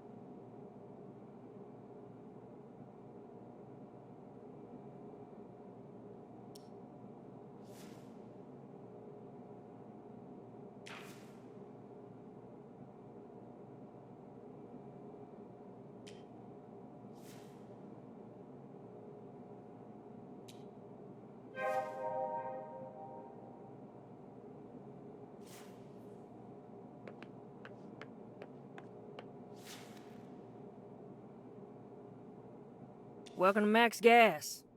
You need some help getting gas in that city car of yours, or you want something else? We got no booze, mind you. The station's secured with cameras.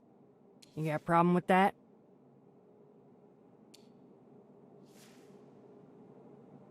Apologies. You're right, we've gotten off on a bad foot here. Maxine K.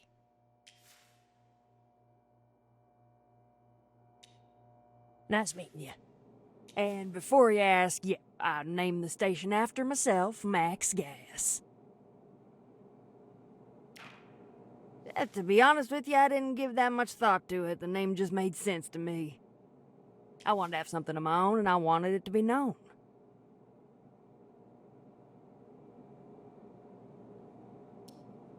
This little piece of former Apexor shit shack?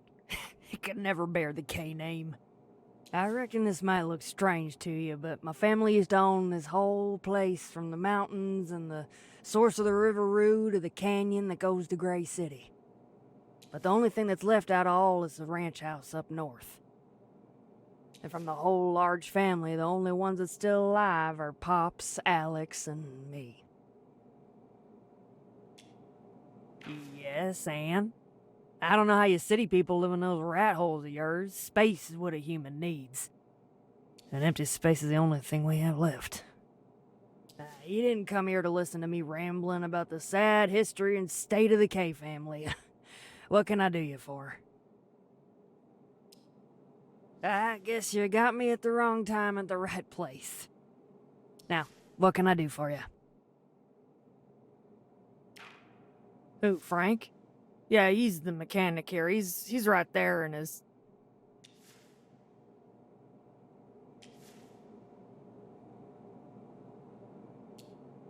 That's impossible. And there's only one road out of here. He couldn't have driven off without me seeing him. No, I was here the whole time. I'm not crazy, I'm telling you. Hold on, I'll call him.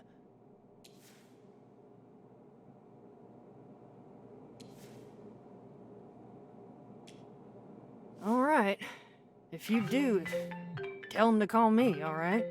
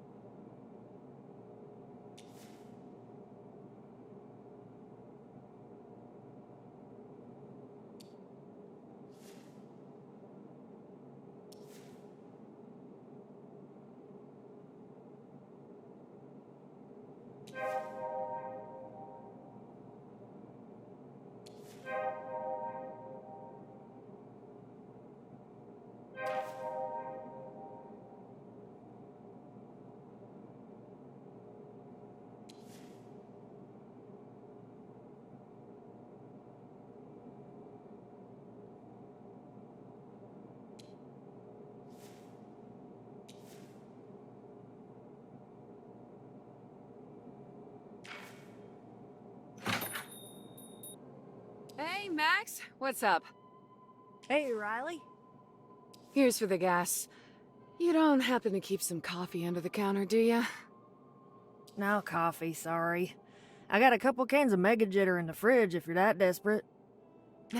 Those make me twitch like Uncle Ben on a clean day. I'll pass, thanks. See my brother around, by any chance? Yeah, he's right here in his...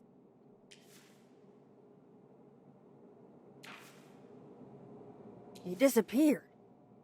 Left without saying anything, huh? Typical Frank. Nah, there's only one road out of here. He couldn't have driven off without me seeing him. Hold on, I'm calling him. I already tried calling him, Max. No use. Mm-hmm. Off network. Damn. Yeah. Pity. I was hoping to catch him at the motel before I head out. Oh, where are you headed, by the way? Vacation? Nothing like that. I quit at Coral Destiny. Wow. Really? Yeah, I just need a change. Ooh, thought you'd never leave. I didn't think I would either, but here we are. Anyway, I'd rather not talk about it. I just wanted to say goodbye to Frank before I leave. You know, we've been at odds lately, but I hoped...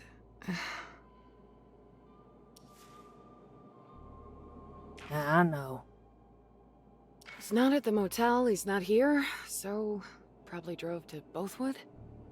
Yeah, that sound like him, but still, I swear I've been standing right here looking at the only road the whole time. And I didn't see or hear him leave. No sound, no dust, no nothing. I went outside about an hour ago, maybe half an hour, talked to him. He was fixing Anita's car and his blue pickup was still parked there. Well, couldn't he have driven it the other way? Into the mine pit? I would have heard that for sure. Besides, the fence is intact.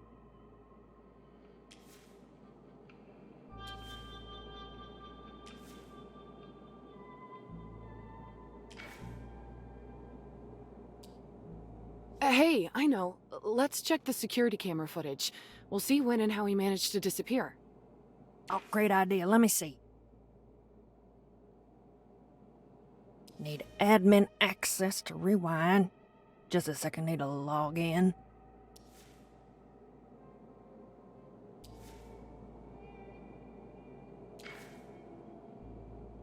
Oh, shit. Rain. And I'm on a bike. Ah, sucks. You in a hurry? Not really, but I wanted to stop by the cemetery before I continue on. Ah, tough luck. Till the rain stops, it'll probably be night by then. Yeah, not the best time to visit the cemetery. Oh, just my luck. Anyways, I'm logged in now. Want to come behind the counter? Oh, wait, I'll just angle the screen so you can see it. Alright, let's rewind. There he is. Stop. It says 7:55 p.m. That's only half an hour ago. Let's fast forward a bit. Alright, let's see.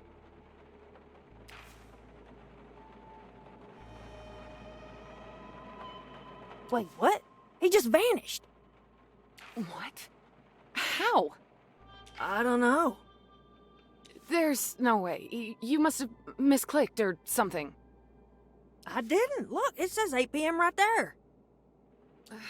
Go back a little. Maybe we missed something. Okay, let's go back.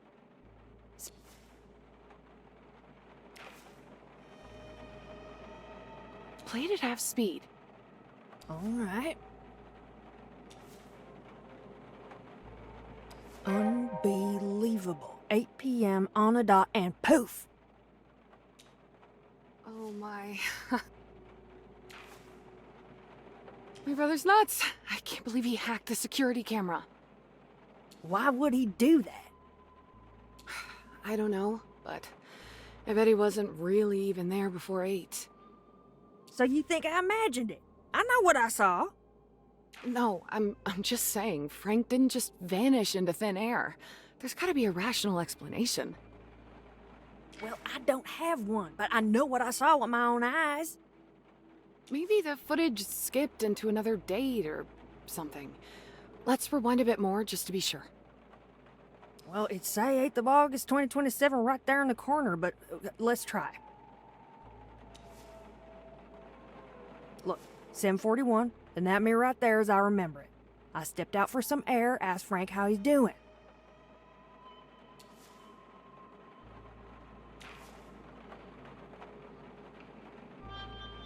Wait, who's that? Just a rando customer dropped by to ask something. No idea who he is. Oh, all right. You look kind of familiar, but I must have mistaken him for someone. Well, anyway, I don't get it. Frank couldn't have just sunk into the ground. I'm telling you, something strange is going on here. You know, my dad has been disappearing from our house lately. What, Walter too? Well, not like this. He just somehow escapes the house while I'm at work. That's insane. Doesn't it freak you out? Well, he usually comes back on his own, but he never tells me where he's been. And I'm bloody worried something might happen. He's 86 after all. Oh, well, of course you're worried. That's crazy. Yep, he's done it again today. I asked Alex to look for him, but he's too busy with his project to leave the house. So as soon as that roadblock is down, I'm gonna close here and go look for him. But how does he exit the house on his own? I don't know. We got a fancy new door, we boarded up the windows, but it doesn't help. Pops has a secret way of just disappearing. Alex has some theories. Don't get me started on Alex and his theories. Yeah, I know. But Frank disappearing like this? Even Alex would be dumbfounded. Come on, it's not some paranormal thing. Frank's messing with us. I'm sure he's swapped the footage or something.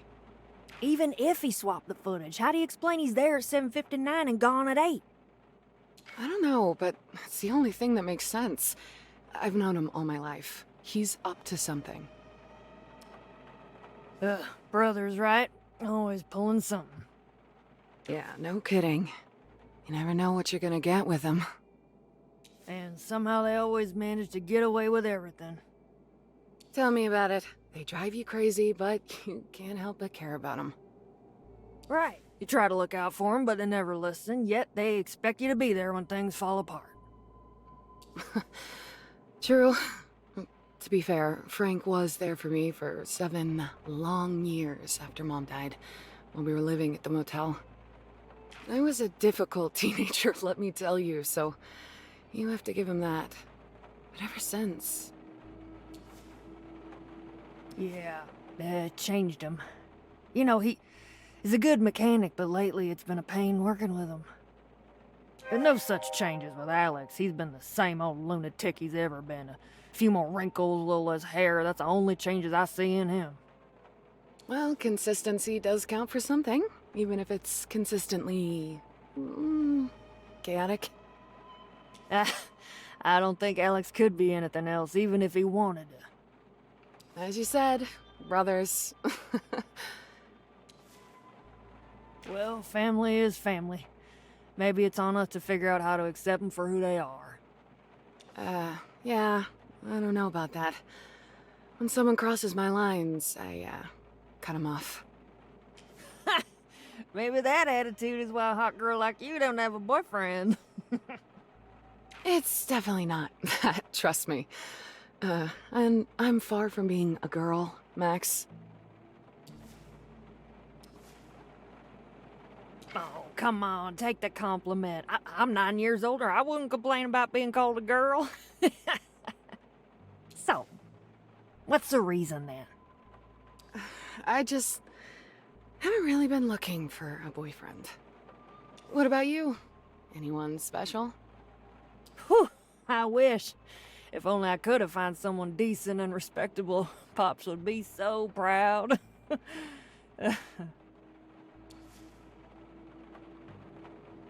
Hey, do you ever look back on something you did and wonder if you were wrong?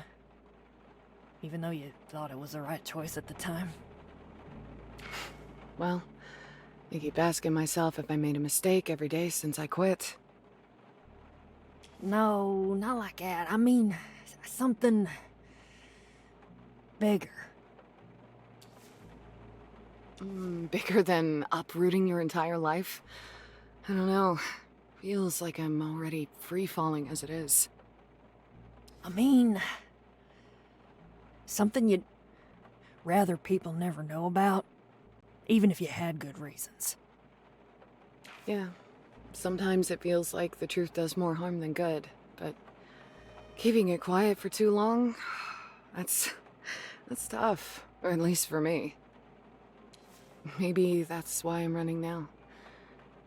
Feels like freedom, leaving it all behind, but sometimes I wonder if I'm just avoiding facing some things head on.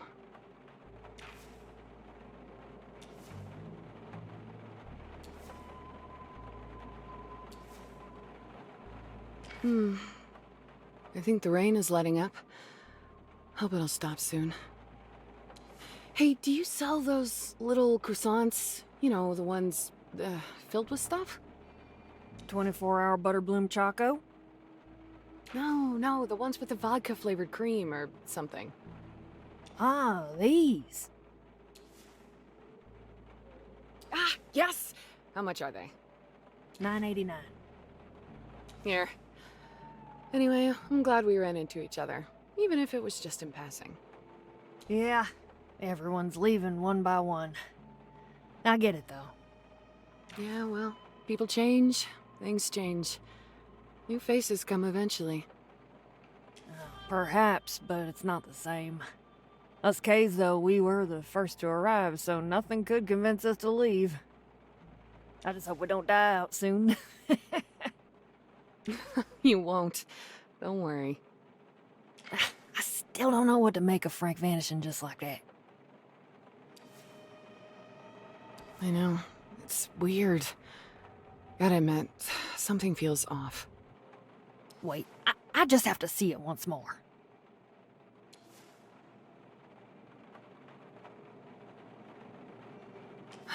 It's no use. Won't find anything new. You're probably right. Oh, the rain seems to be stopping. I won't keep you any longer. Have a safe trip. Thanks. Goodbye.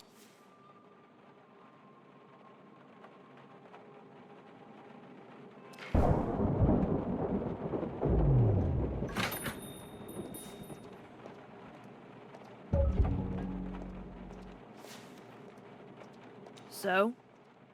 You buying something? Oh, you came to get her car? I expected that pal Travis, but, if that's the case, you came for nothing. She usually sends them. Like she doesn't want to have anything to do with us, like she divorced the whole valley instead of Ben. No. They've been together for a while. Years, I don't know.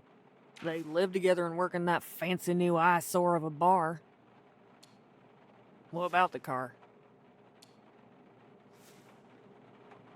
Yeah. Frank towed it this morning. It's sitting in the garage, and I reckon it's gonna stay there for a long time. Anita drove to Bothwood, probably to do some errand for a fancy place up there. But her car broke down, and she had to call Frank. He is the only mechanic around here. And lo and behold, her car is here to stay for a while. Or forever. Because Frank, pal. If I was bleeding on the floor right here, right now, I wouldn't count on him to help me. That car is not fixed, and who knows when it will be. Will it be fixed? So, yeah, Travis can come, you can come, Anita herself can come herself. Doesn't matter, waste of time.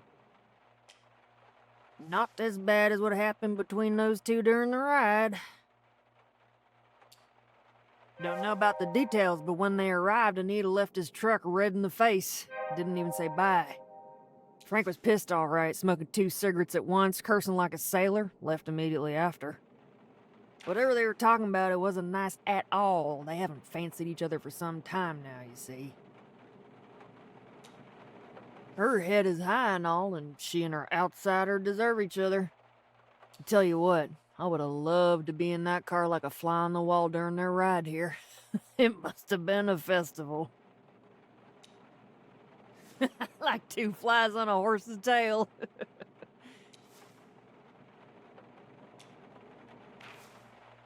You're welcome. Are you gonna buy something or what? Well, it'd be nice. You ain't just here to gawk, are you? Don't you go get all riled up. I got the password here somewhere. It's T3ST exclamation point X5V3R1TA5.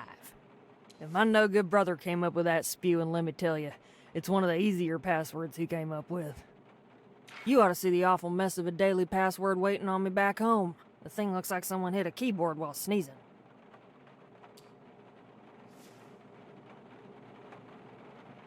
Look, I ain't got no time for crazy. You either gonna buy something or move on. I got enough of this shit at home.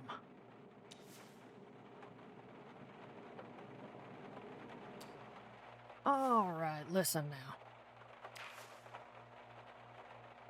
Just follow this road north and you'll reach the motel. Ask there for Doc Fink and you'll be all settled. Now either buy something or move on.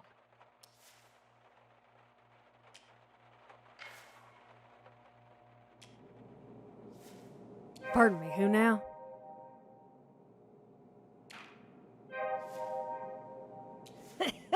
You know how many folks wander around here in a day?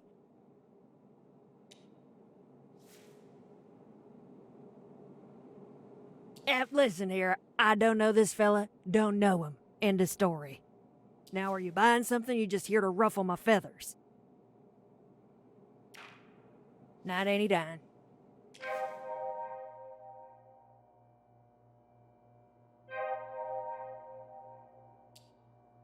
Oh, the therapist that works from the motel, right?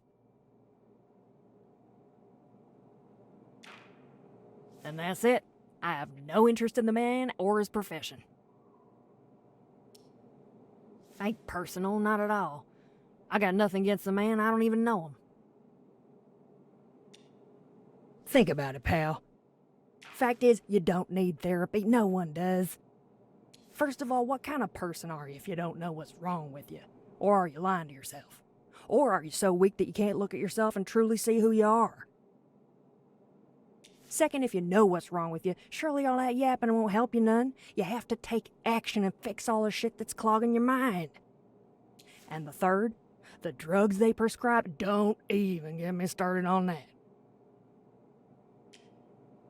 Well, you might not look the part, but you're a reasonable man. And come to think of it, take that Fink of yours. If he was really worth something, wouldn't you think he'd still be working for Coral Destiny getting 6-figure regular paychecks?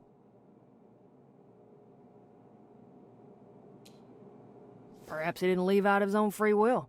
Alex told me Fink was hella nervous before he left the company.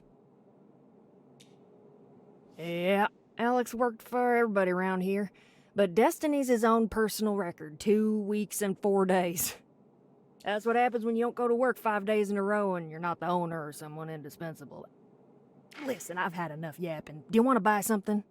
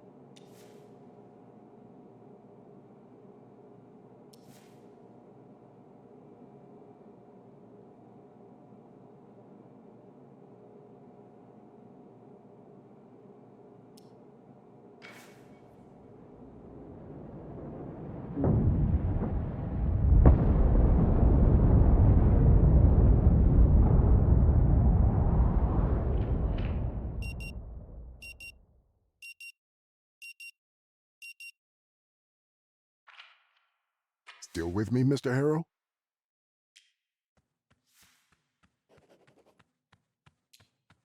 Pardon me? Could you repeat that?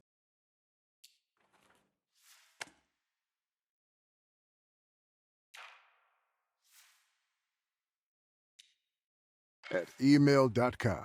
Got it. No, I'm afraid that doesn't sound familiar at all. Why exactly are you asking me this? What does it have to do with our therapy? Well, since I don't recognize it, we can assume it has nothing to do with anything relevant. Let's get back to your therapy, all right? All right then. That's it for today. You should go and check in at the office. Your room is probably ready by now.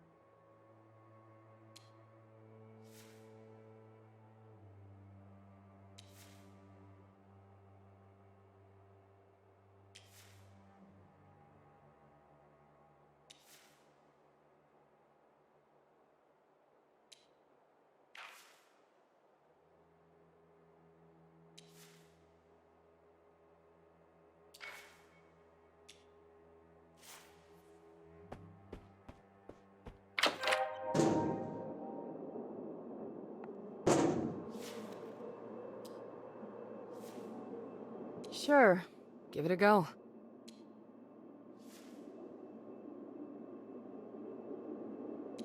Wow, nice. I don't know how you figured it out, but Oh, thanks so much.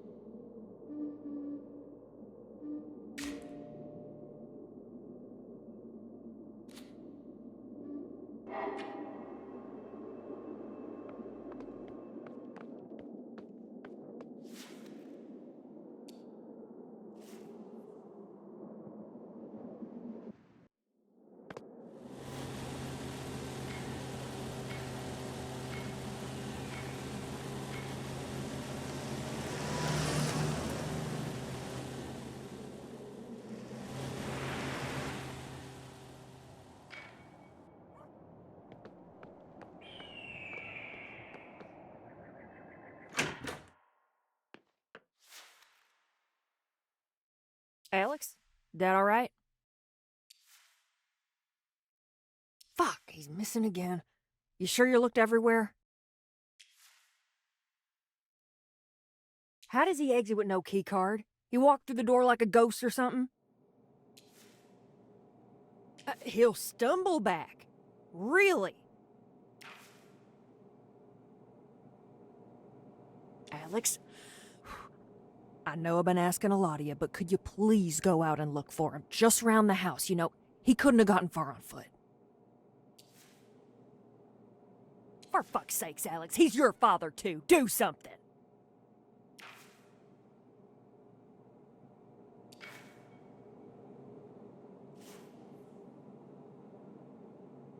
Welcome to Max Gas.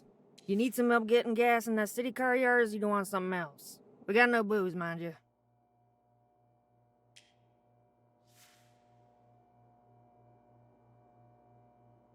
You look almost normal.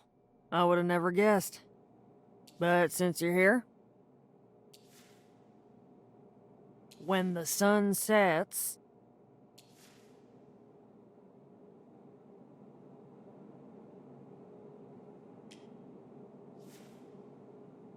is that true? No, does not seem to be. You know what? I don't really give a shit. That email's one of my brother's pseudonyms. It was, at least. I'm sure he's using some other equally stupid name.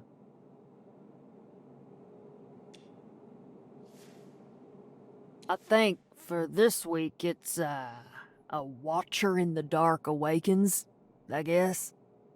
Since you're looking for him, Alex is back at our house. Like he is ever anywhere else. Getting there is easy. You go north from here on I-14, turn left after the belt and follow the shit road till you see our ranch house. Now, was there anything else?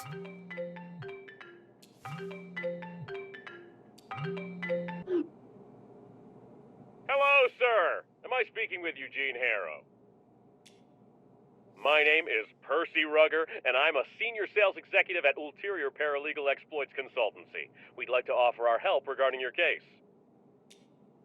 But of course, Mr. Harrow, I'm here to answer any questions you might have. At your service, as they say.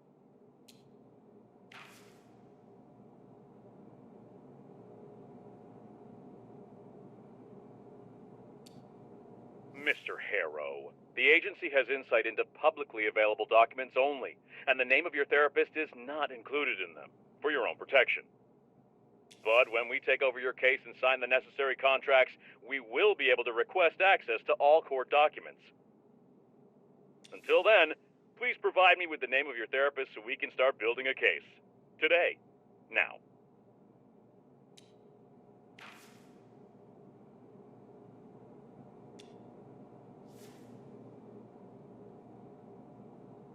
He is not in our database, meaning none of our clients have been assigned to this Dr. Fink.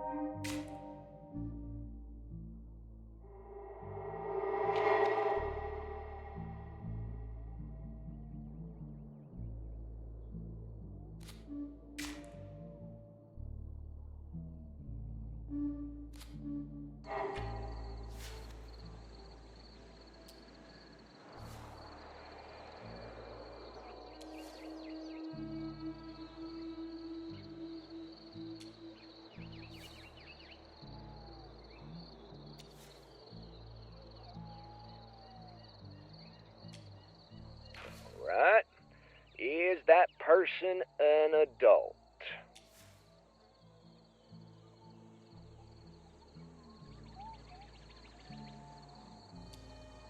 So, I write here, adult. Has it been more than 24 hours? Sir, please. Procedures are there for a reason. Just answer the question. Roger that, sir. So, right here.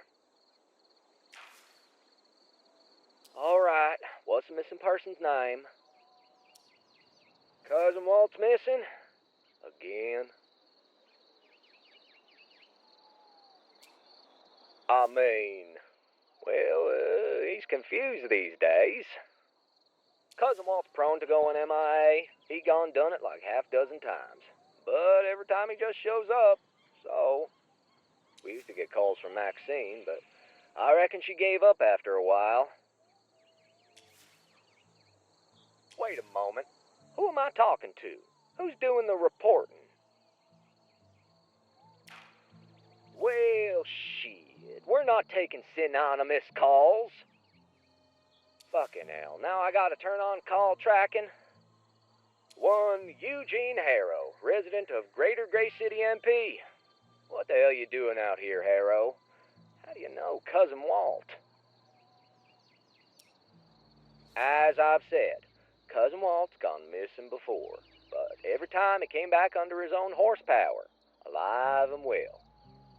But I'll do you a solid and file this missing person report.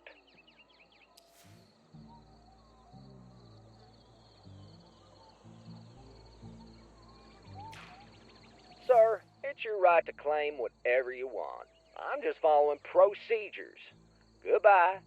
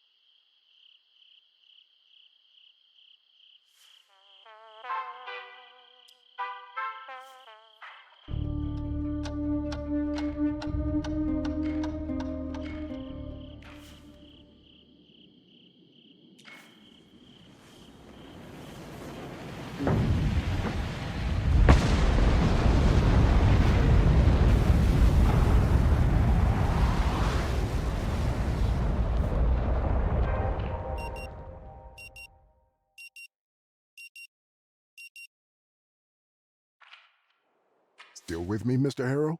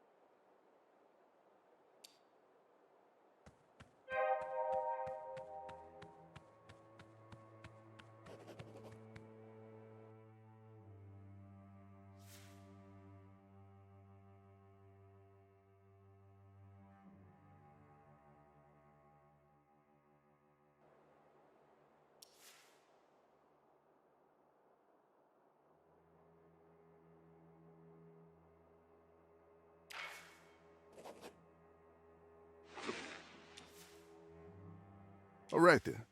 That's it for today. You should go and check in at the office. Your room is probably ready by now.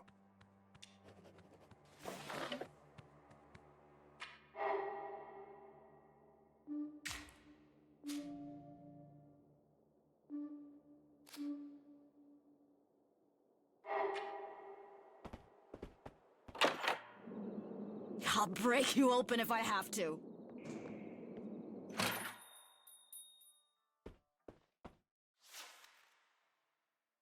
Yes, Rue Valley Motel. Our Coral Destiny internet antenna is down?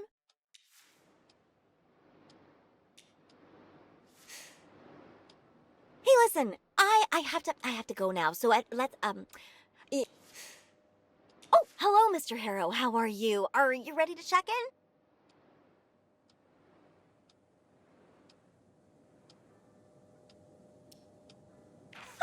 The place has literally never been more alive. You should have seen it like 10 years ago. A total ghost town. I mean, I could walk all the way down the main street of Bothwood in the middle of the day and see maybe 2 people, tops.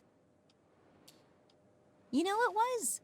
There was a certain magic in seeing all those abandoned houses and no one around. I used to sneak into them, go through the things that were left behind, or imagine what it would be like to live there. But even that I did alone. And the loneliness kind of gnaws at you. Slowly. Slowly.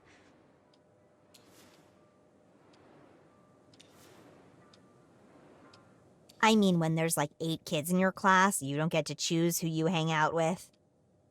And it makes cheating on exams impossible, let me tell you. Yeah, wasn't easy growing up in the valley. All that changed when Coral Destiny came here. It was like our ghost town was being raised from the dead by the magic of space money. Anyhow, Bothwood is still a small town, with a small town mentality. Most young people still leave as soon as they can. Yeah. But listen to me ramble on and on and on. Can I actually help you with something? Sure I do. I mean, as much as anyone can say they know their parents. But I get why you didn't make a connection. We don't look alike, like, at all. Just the other day, I looked through some of the stuff she forgot here, and there was this camera. I saw Anita young, real young, and we look nothing alike.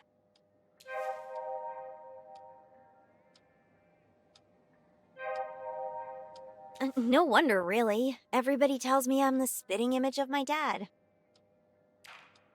No. At least, not anymore. She's running that Kuiper Belt bar up the road with her new boyfriend Travis. But before, yeah, this was a family-run operation. Though it would be better to say she was running things and Dad just followed her orders. Oh man, Anita would never allow me to install the key cards.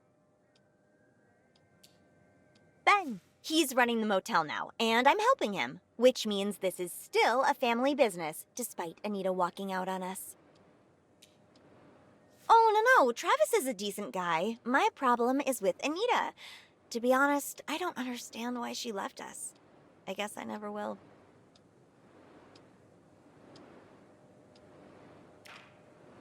Yeah, Dad tells me it's edgy. Look, I know it's stupid, but somehow I feel this need to hurt her a bit, and maybe calling her by her first name does that. Don't get me wrong, Mr. Harrow. She's my mom, and I'll always love her, but she decided to walk out on us. On me. Mom still calls me every day, still pushes me to do the things she thinks are best for me, and I know she's pushing Dad the same way. She doesn't have the right to meddle in our lives so much, because everything changed. Is there anything I can do for you, Mr. Harrow? If not, I have some things to take care of. We could, but I don't know if it's proper. You're his client, Mr. Harrow, and Dr. Fink is our guest.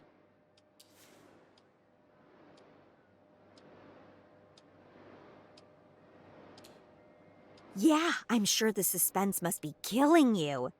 Please, Mr. Harrow, this has to stay between us. I don't want people to think I'm a tattletale. So, what do you want to know? I have no idea, really. It's not like I spy on the man. But I often see him from here, dragging a chair out, just watching the sunset or reading a book. Oh, sometimes late in the evening he does laundry here, and he's very particular about it, like which type of fabric softener he uses. Oh, yeah, forever, really. I think he's been here since, I want to say, 2025?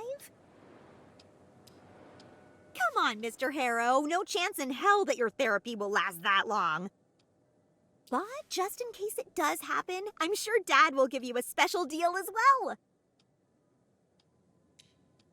Not really. It's not like we're ever hanging out, so he casually talks about his life before. One thing I do know, he worked for Coral Destiny before they parted ways, and he came to live here.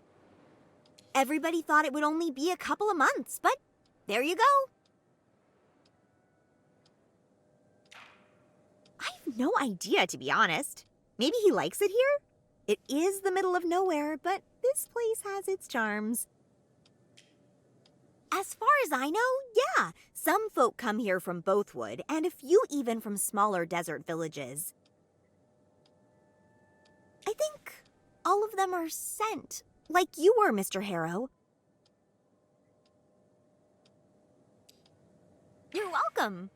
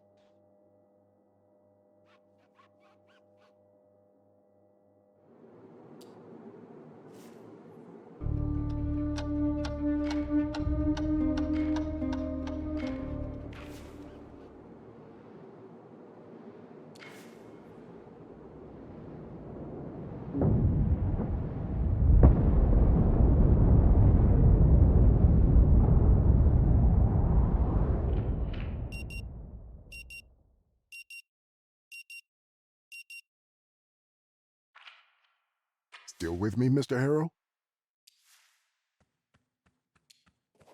Mr. Harrow, please.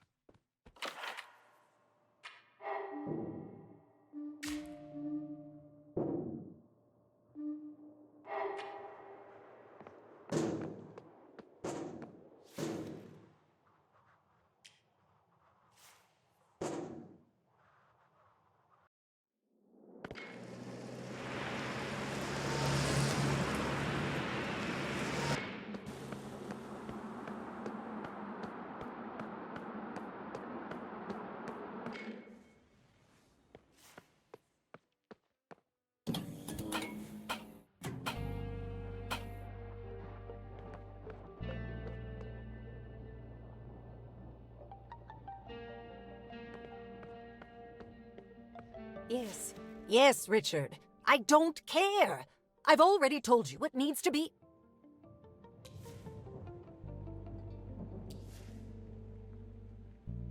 Give me just a moment. Do you always eavesdrop on the conversations of strangers so flagrantly? Or am I a special case? If you've come for the bar, the entrance is right there. Just remember to wipe the sand from your shoes. Wipe at least 3 times.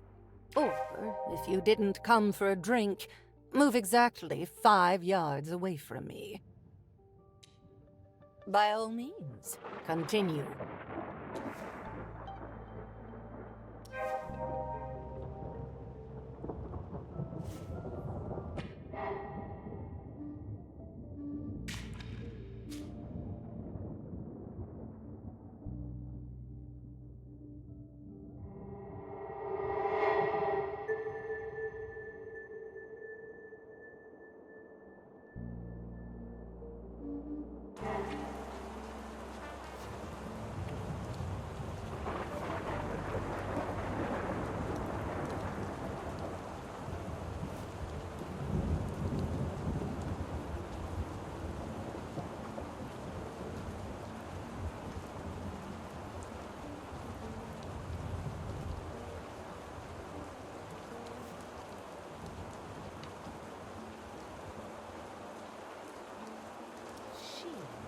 What?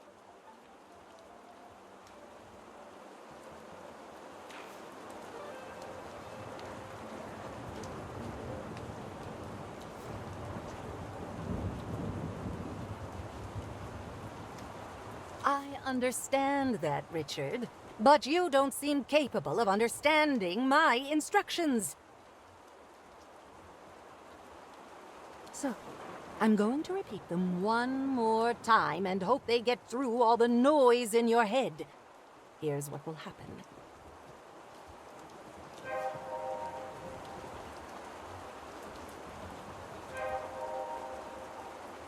What is it now?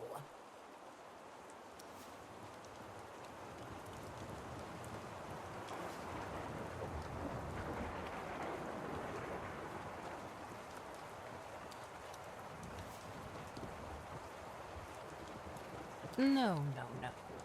If you stick to my plan, all will be well. If you stick to my plan.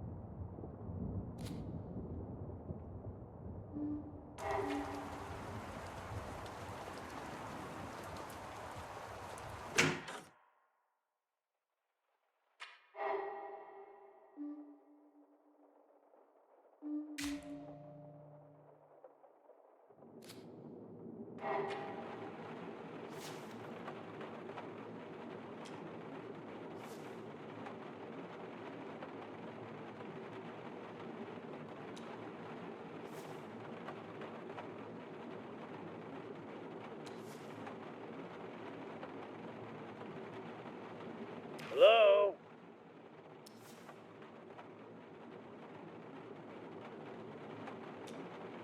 What? Who? Wait, are you a new lawyer, or did we already meet? I kind of forgot. Sorry, I think my ears are on a delay. You said you're from Scribbly Scribs and Sons?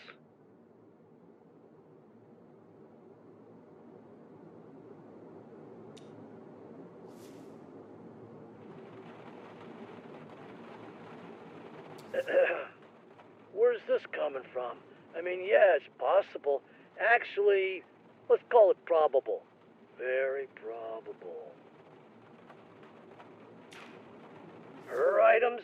You mean this stuff in the box is what she left behind? It's in the lost and found room. Should be a yellow box with blue markings. Hold on a second. Did you say final wish? What happened to her?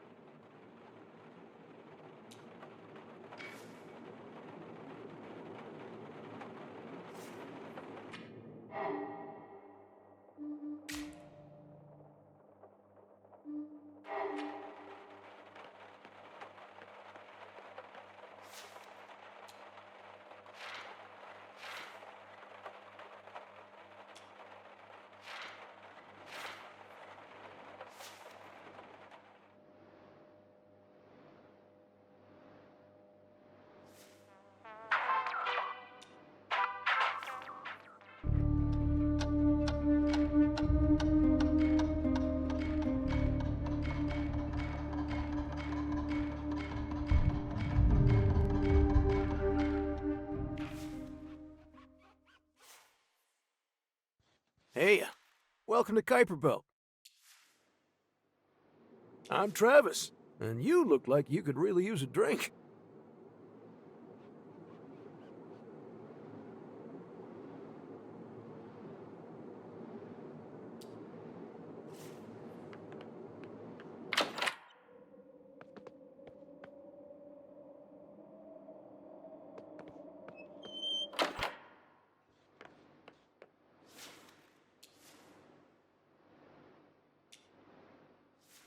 My accent gave me away, right?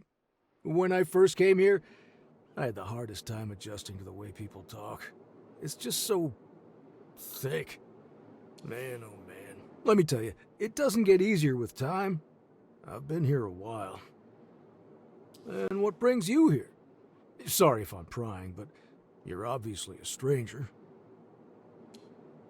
Oh man. Good luck with that. Listen, next drink's on me. I think you need it. Okay then, I'll leave you to it. I got stuff to do.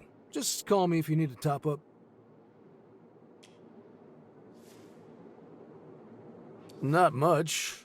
Anita was, probably still is, angry at Ben for giving him a better price for a long-term stay. That's the extent of it, really. Well, there's a bit more. Some of Fink's regulars come to the bar every now and again, after their sessions. They've got nothing but praise for the man and his methods. So I thought about starting counseling with him. Don't get me wrong, my current therapist is amazing, but I prefer to have sessions in person.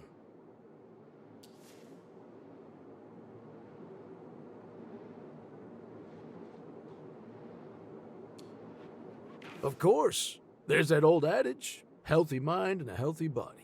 You can't have one without the other. Don't want to sound arrogant or boast, just giving you an example from my personal life.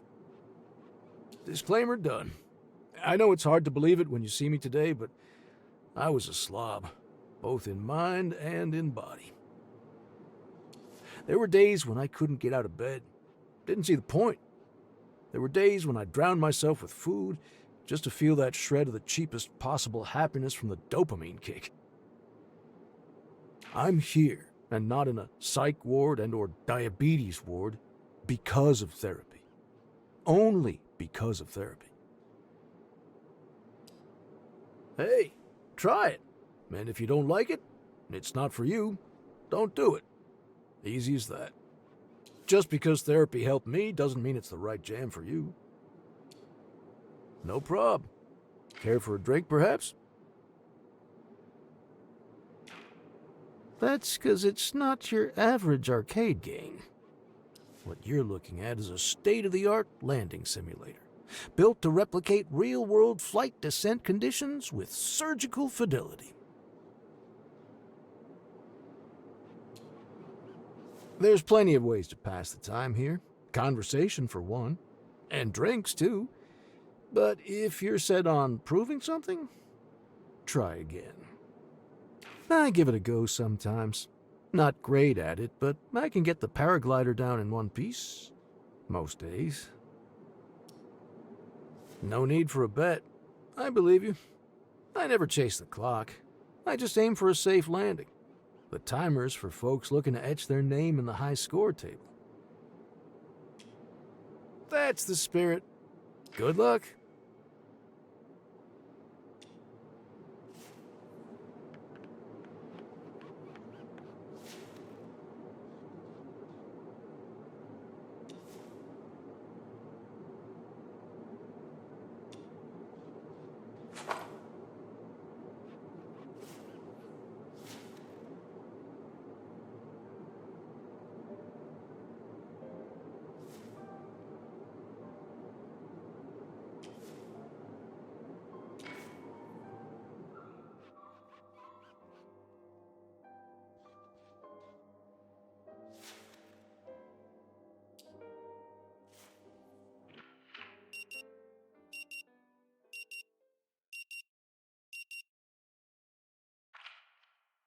Still with me, Mr. Harrow?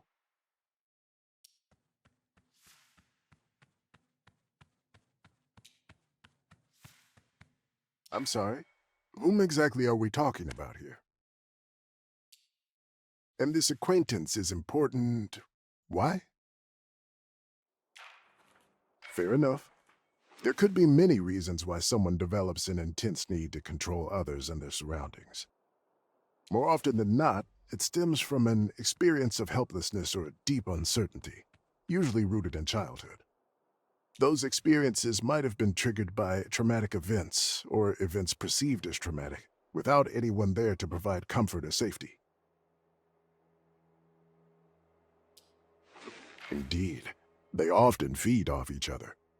Uncertainty can lead to helplessness, and helplessness breeds more uncertainty. Those experiences can lead a person to develop an intense need to control their environment, trying to ensure that they never have to feel helpless or uncertain again. As a child, they cling to routines, to what's familiar and predictable. Later in life, that need can grow into micromanaging, or worse, outright intrusion into the lives of those around them. With time, and often through therapy, such a person can learn to strike a balance between their need for control and the unpredictable nature of the world around them. I hope that satisfied your curiosity. Now be so kind as to satisfy mine. Why did you ask me that? I understand that. If needed, we'll revisit this topic next time then. Of course. All right then. That's it for today. You should go and check in at the office. Your room is probably ready by now.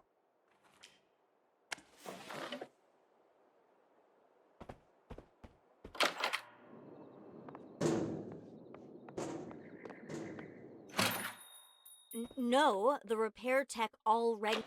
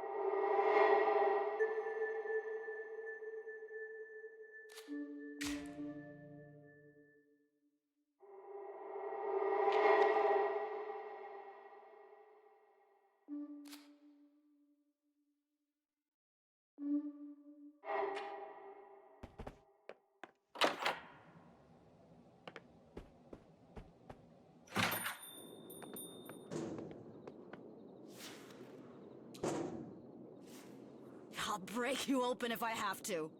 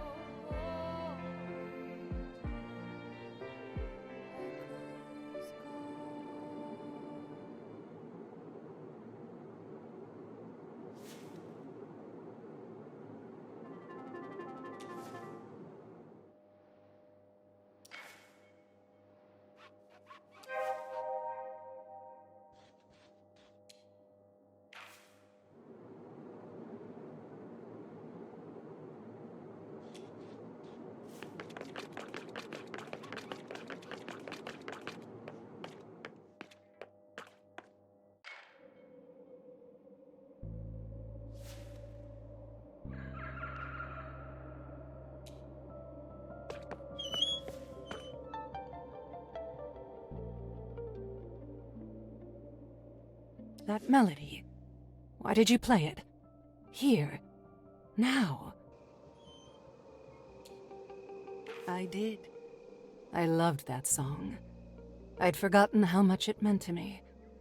Especially during one moment in my life, a long time ago. The support group made a thing out of it. They wanted me to feel like it was an achievement, to let me know how important a step it was.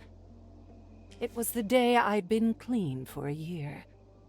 It's funny that this song popped up today, alongside another achievement.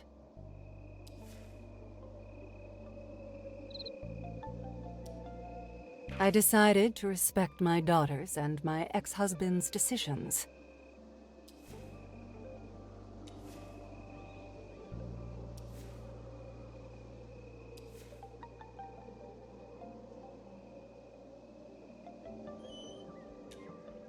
This might seem like an easy thing to do, but trust me, in my case, it's far from it.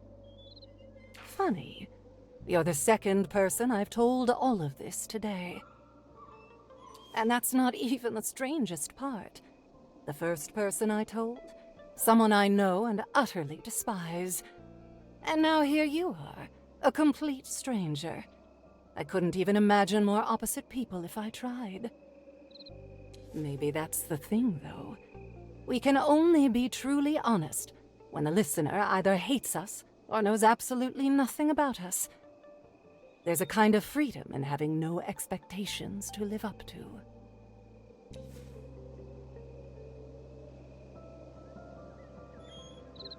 Thank you for the song and your ear. I think I'll stay here for a while.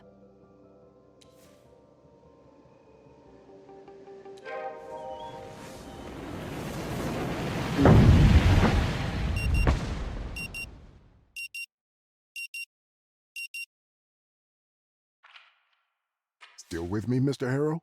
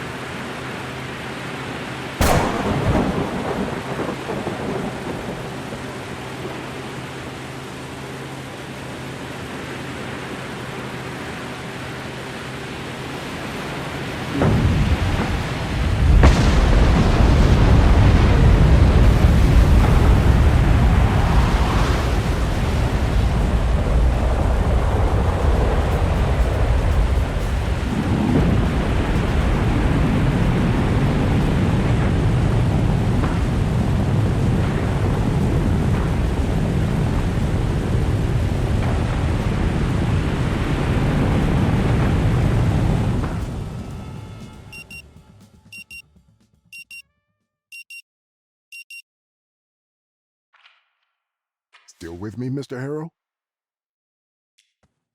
Mr. Harrow, please. Give me my coffee, you jerk!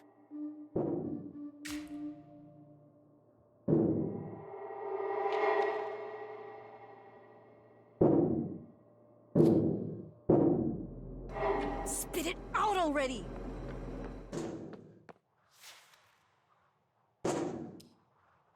Come on, you thief!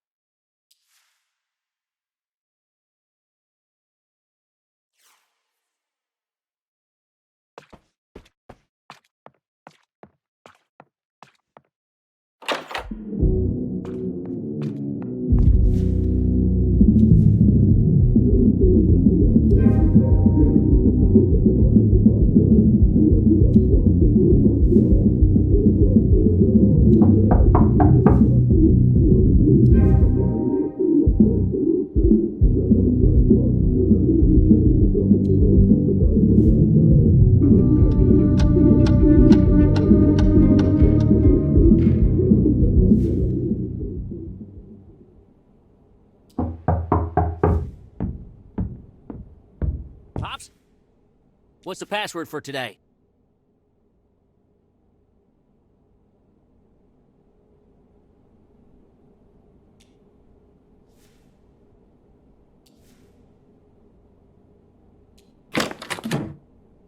Hands up!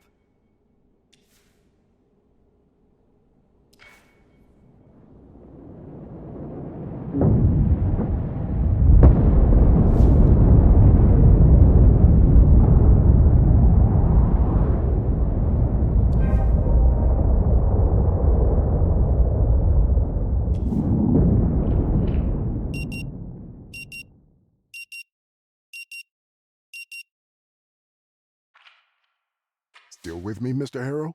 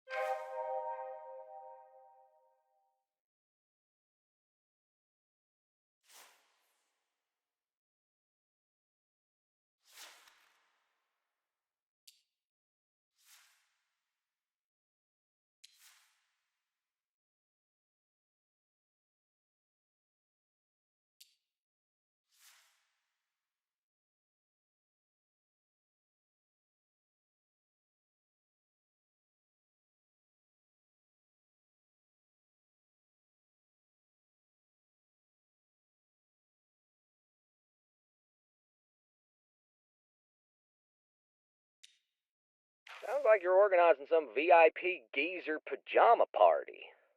So, what's this all about?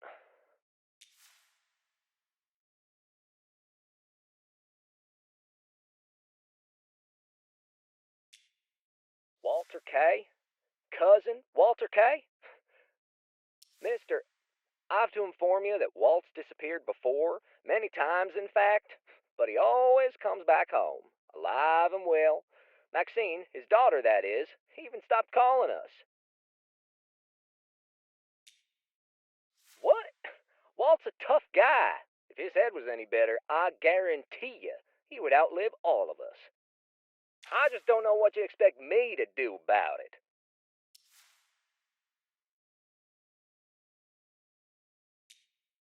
Police records? That would be very illegal. But that's for Uncle Walt, so give me a few to boot up the app.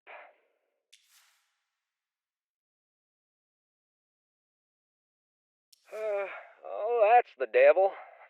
You're lucky the sheriff insisted on records digitalization, or this one here would be a blank slate. All right now, what exactly are you looking for? Sure, a whole bunch of them.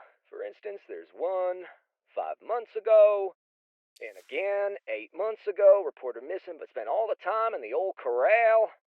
One more, exactly 1 year ago, reporter missing again. Yep, to the day. The file says Maxine reported him missing, vanished out of thin air, she said. But Walt returned like nothing happened 36 hours later. See? No one knows, and the old man ain't talking about it. You ask me? He went to Gray City for some geezer-loving action, I'm telling you. Well, there's an old corral for cows and such, next to the K house. We found our pal there, shouting and trying to train ghost horses. Case closed. Let me see. Oh, that's nothing, mister. Old man supposedly disappeared. Maxine panicked and reported it, but Walt returned home in under 24 hours. Yeah, sure. Let me scroll down a little. Had to go all the way back to 91. Phew. Cousin was a model citizen, seems like. And even that report from 91 is only for public intoxication. Another from 89 when Apex Orr accused him of inciting violence at a rally. There's also a report from 88 who brought him in for questioning. Yeah, let me look. No, this one's from 82. Unrelated.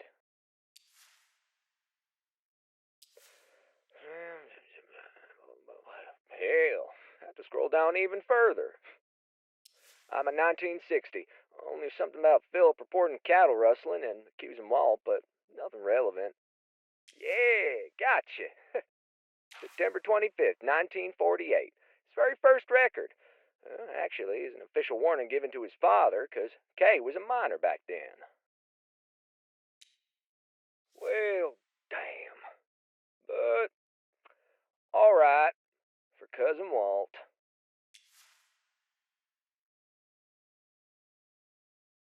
This notice serves as an official warning regarding repeated incidents involving your son, Walter K., being found on the new railway bridge, unattended and involved in mischievous activities.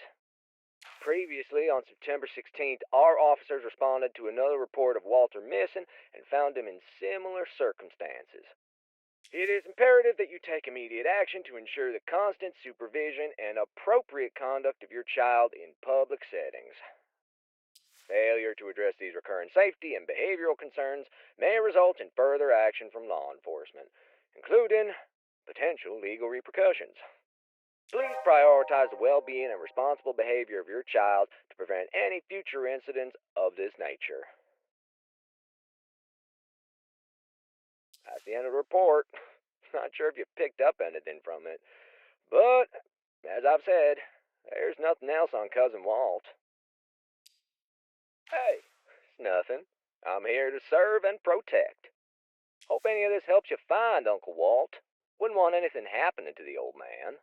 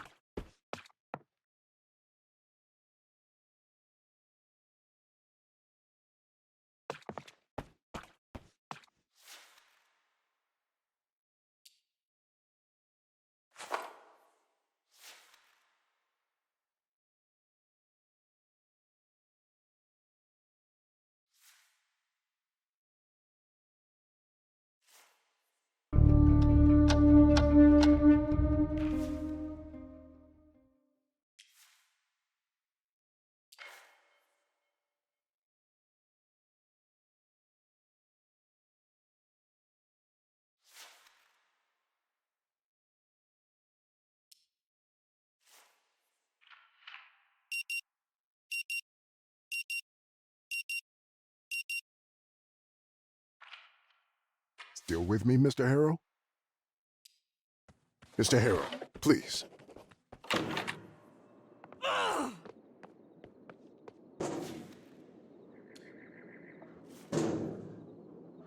Give me my coffee, you jerk!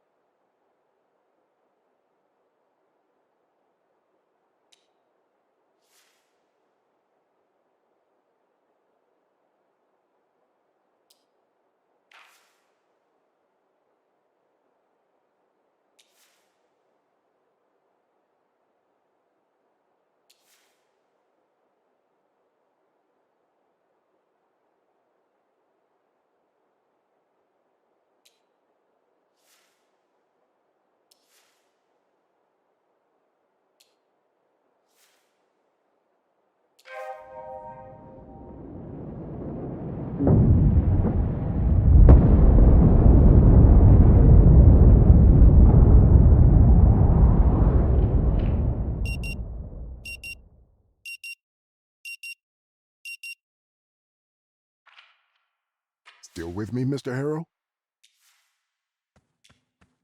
Mr. Harrow, please. Spit it out already!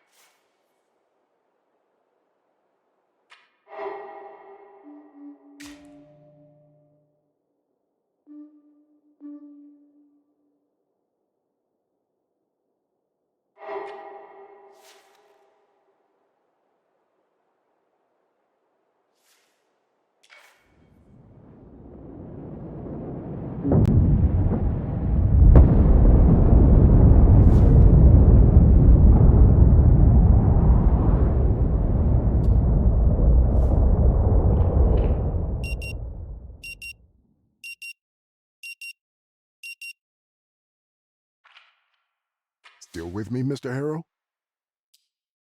Mr. Harrow, please. Come on, you thief!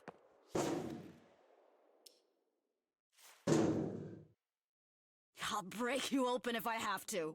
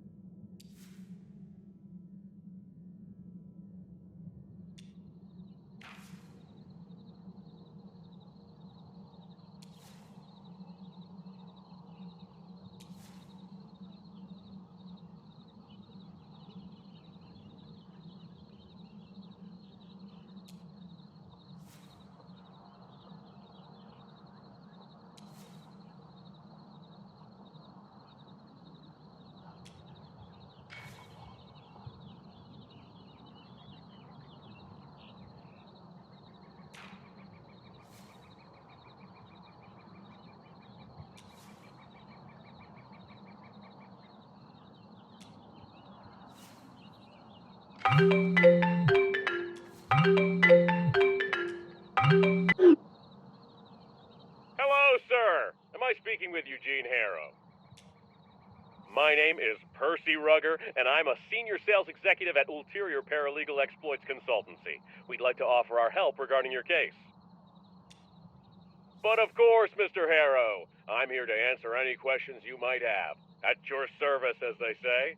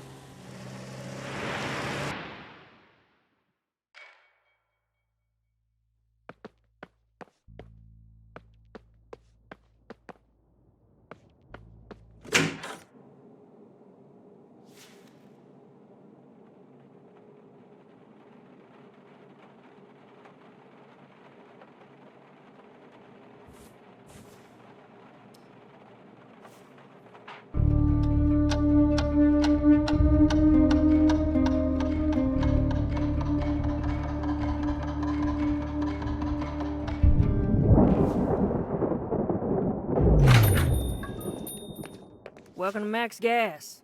You need some help getting gas in that city car of yours, you don't want something else? We got no booze, mind you. Sure, I know it.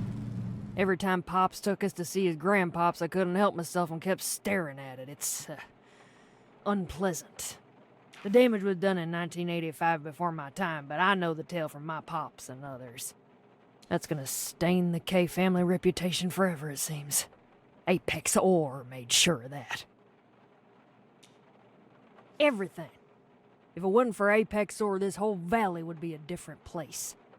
They made millions digging out our gold. In return, we got toxic tailings and water that's blacker than night and deadlier than poison.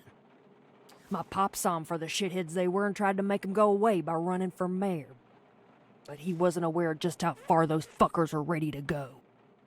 And the damage to his grandpop statue is a result of that. I don't know how it was done, but I do know Apex Ore did it. It's simple. Pops was running for mayor in 1985 against Bill Thatcher, who was then mayor, but everybody knew he was just an Apex Ore bootlicker. Pops wanted to ensure people of Rue Valley get by what is by right theirs, a percentage of the profit of the gold mined from here. Of course, that would make a dent in Apex Ore's revenue. A week before elections, Pop organized a mass rally. Apex Ore sent their thugs to make a mess of it, and boy, they sure did. The rally turned into a brawl, and the brawl into a 2-day riot. At one point, Apex Ore took a chance and damaged Grandpop's statue. Shitheads.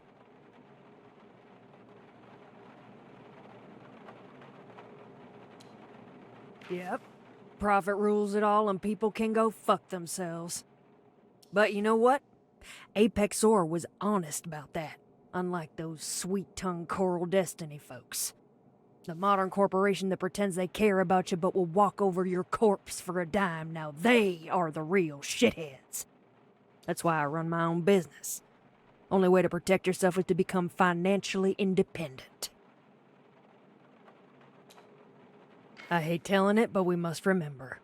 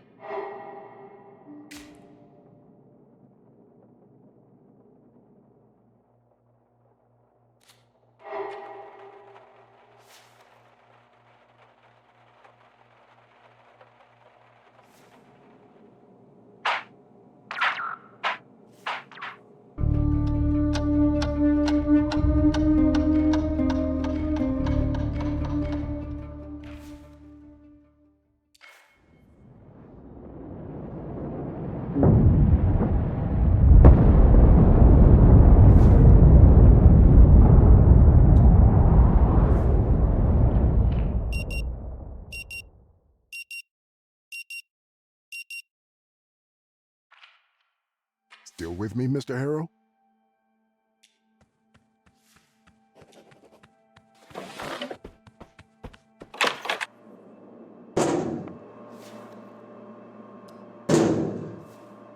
Sure. Give it a go.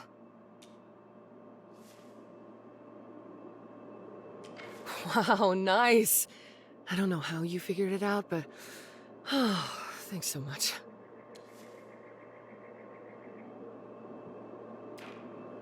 Really? What kind of damage are we talking about? Ouch. That sounds brutal. But, no.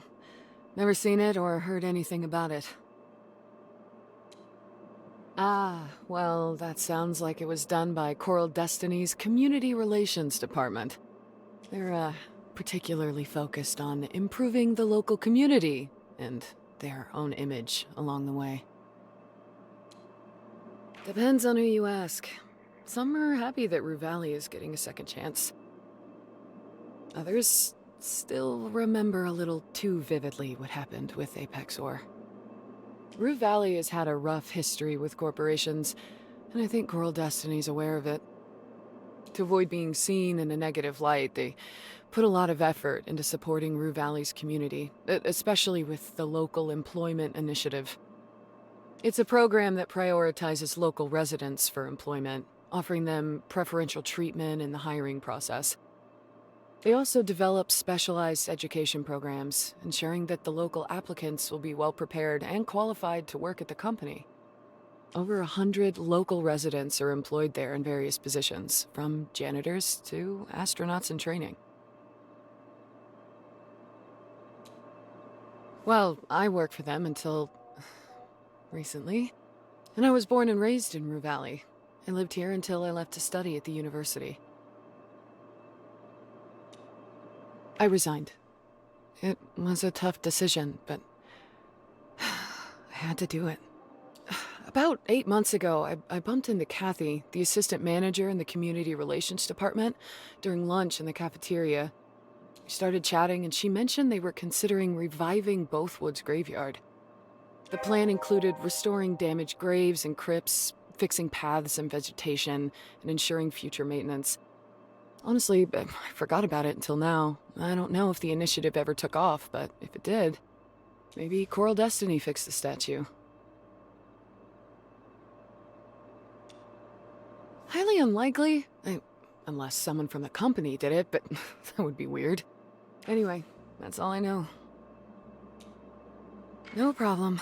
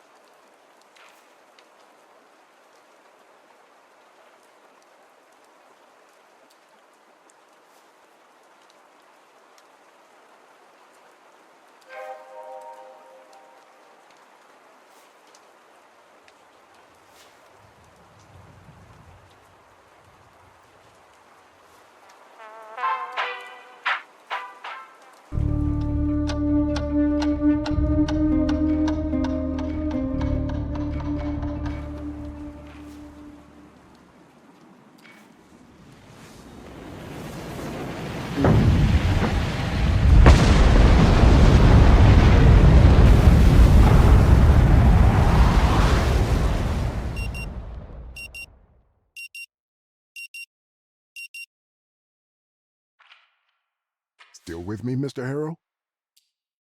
Mr. Harrow, please.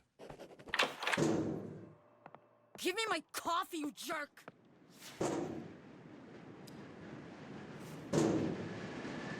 Spit it out already!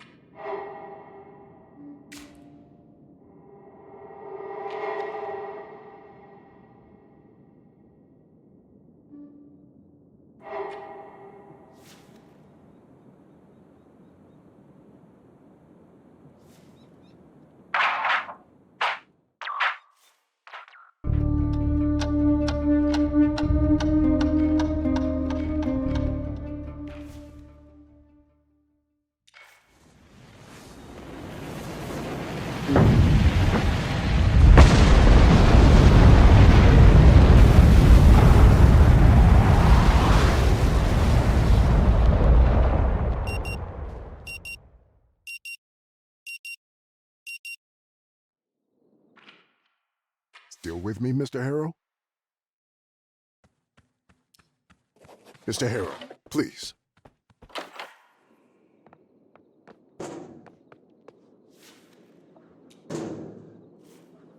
I'll break you open if I have to.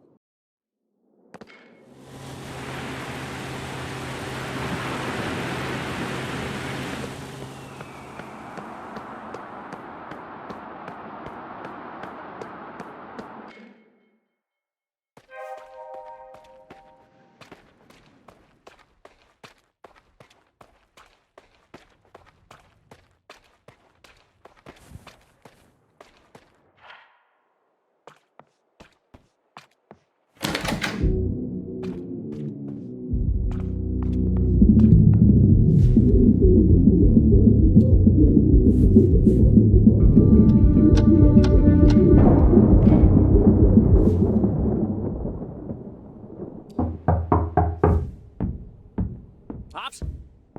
What's the password for today?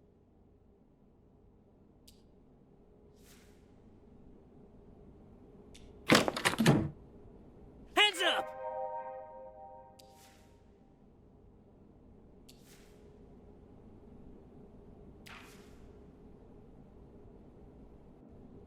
Who the fuck are you? What are you doing in my house? Who sent you?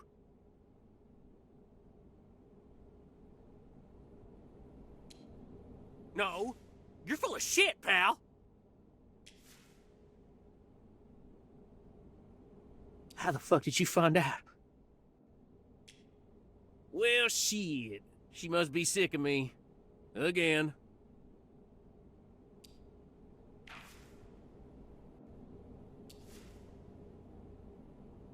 You think I'll tell you anything? Get the fuck out of my house!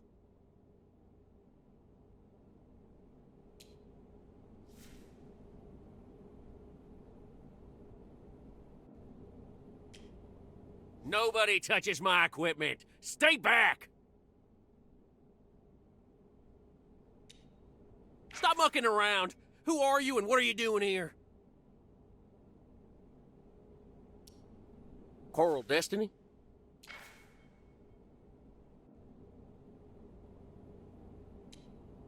So if you're researching them, why don't you buy your own equipment? Why, you sick or something? Fucking liar.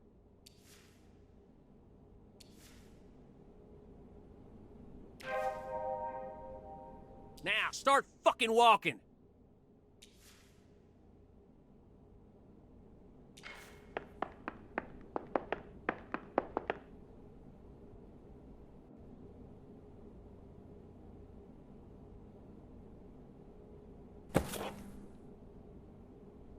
Hey, cuz. Cuz. Yeah, it's Alex. Yeah. Listen. Listen! We had a little home invasion. Again. No, not like last time. No. No, I'm not holding a gang of children in Corn Festival masks again. No! There's a motherfucker here, and I've got him under citizen's arrest. Yeah, I'll tell you when you come here. 20 minutes? All right. Yeah, of course, I have coffee. Shut the fuck up, pal! No, I'm not talking to you, cuz. The intruder's getting feisty. Okay. Bye-bye.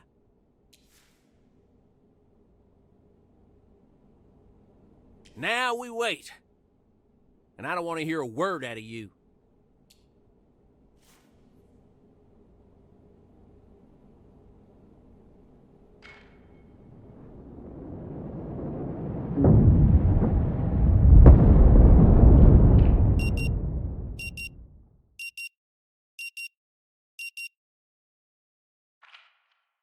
Still with me, Mr. Harrow?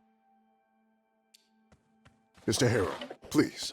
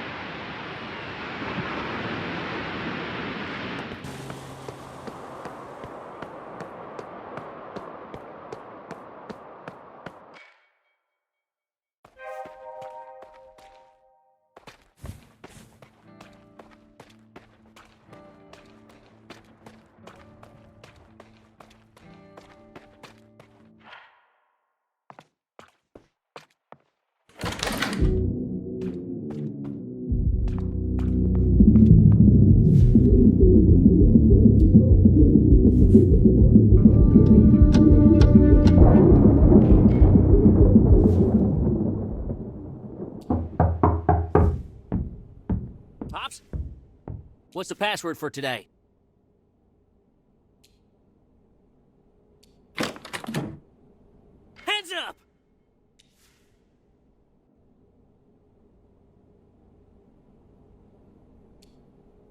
Hands fucking up, I said.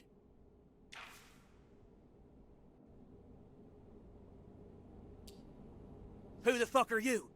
What are you doing in my house? Who sent you?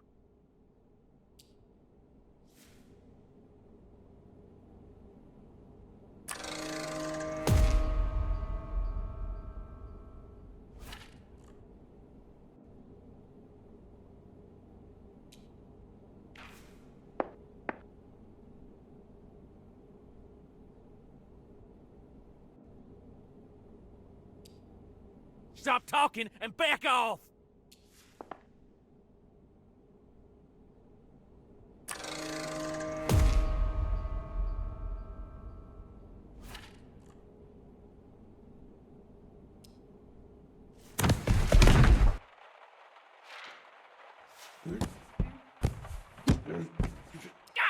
Let go!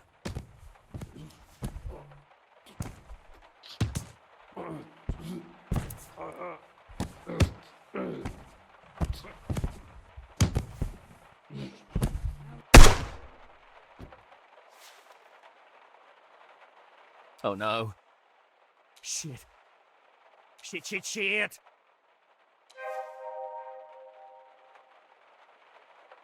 I didn't mean to. I'm so sorry. It was an accident.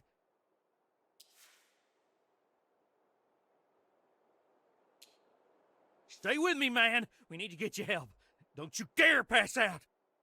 I'll try to stop the bleeding somehow.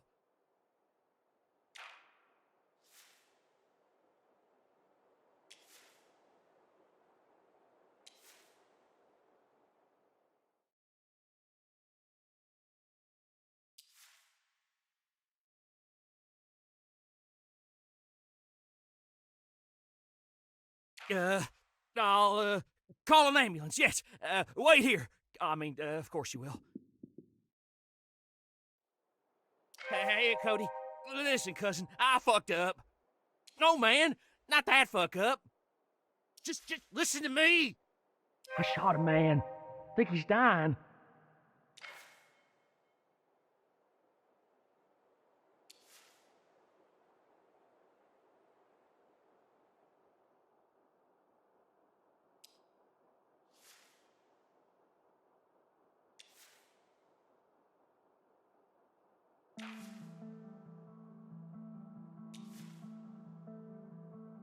Dunno. I don't know. No, please, cuz.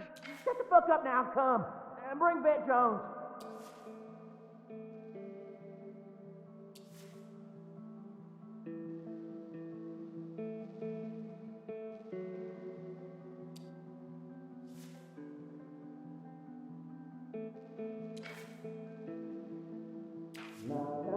He's still alive, I think.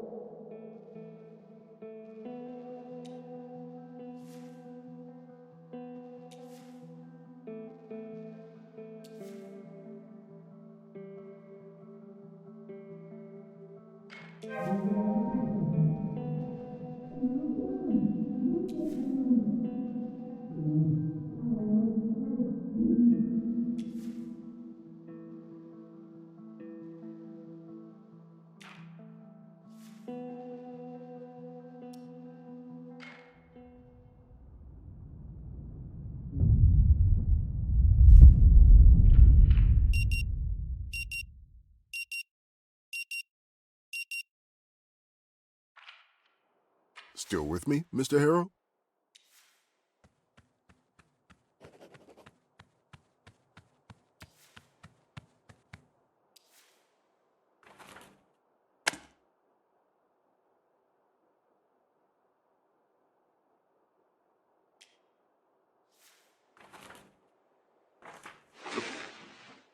Mr. Harrow, can you hear me?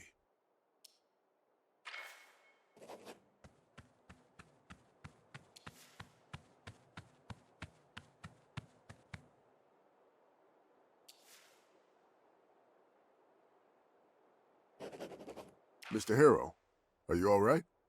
What happened? You sort of phased out.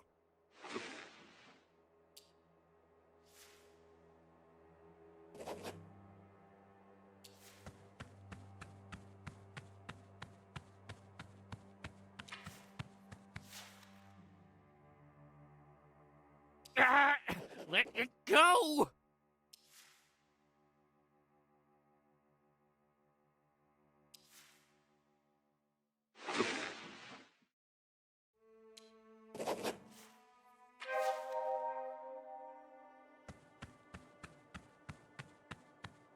Mr. Harrow, what's happening?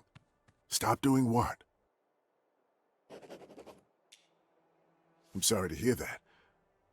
Sometimes talking about the past stirs up things you thought forgotten, even repressed.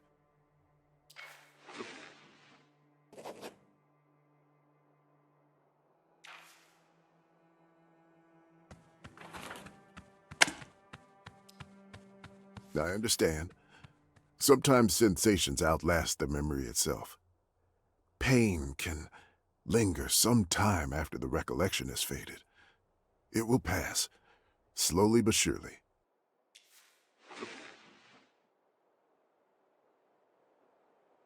With that in mind, I feel obligated to show you some techniques that should help if this happens again. First things first, always ground yourself.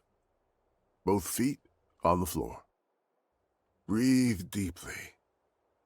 Then, focus on what you can see, hear, smell, touch, even taste. Strong memories can overwhelm us, drag us back into the past. The way out is to anchor yourself in the here and now, to shift focus at the present. Let's try it. Focus on your surroundings. What do you see? How does it smell? What can you feel under your fingers? Any particular sounds? Excellent. That's where we begin, with breath. The rest follows. Focus on touch now. Put your hands on your knees and tap them alternately. Left, right, left, right. Slow and even.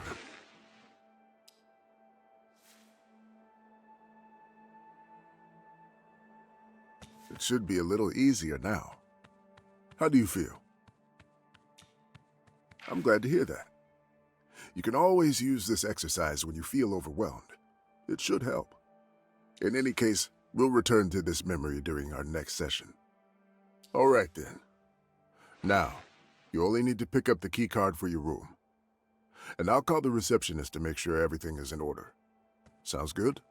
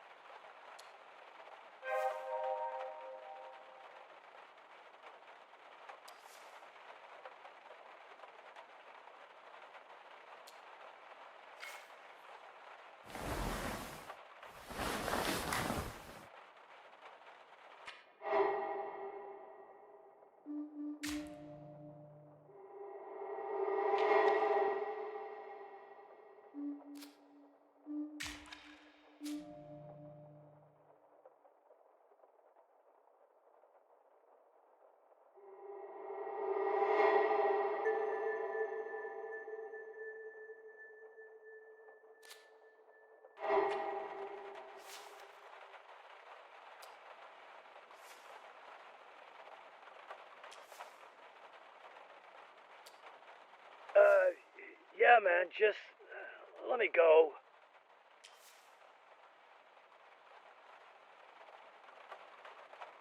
I can't think about it. My brain hurts when I think about thinking about it.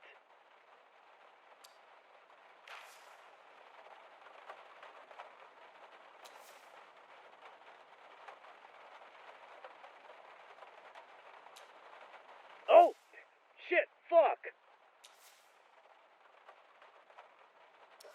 So sorry, Mr. Police Officer. I got a bit lost.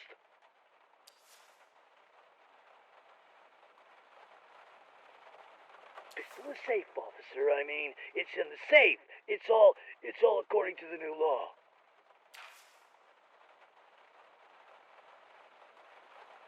The new regulations, they did everything. I did everything. No one touched the gun but me. It hasn't even been passed. The law is not active. But I assure you, it's all according to the new regulations. No worries. Specifically, everything is up to the letter of the law, the new law.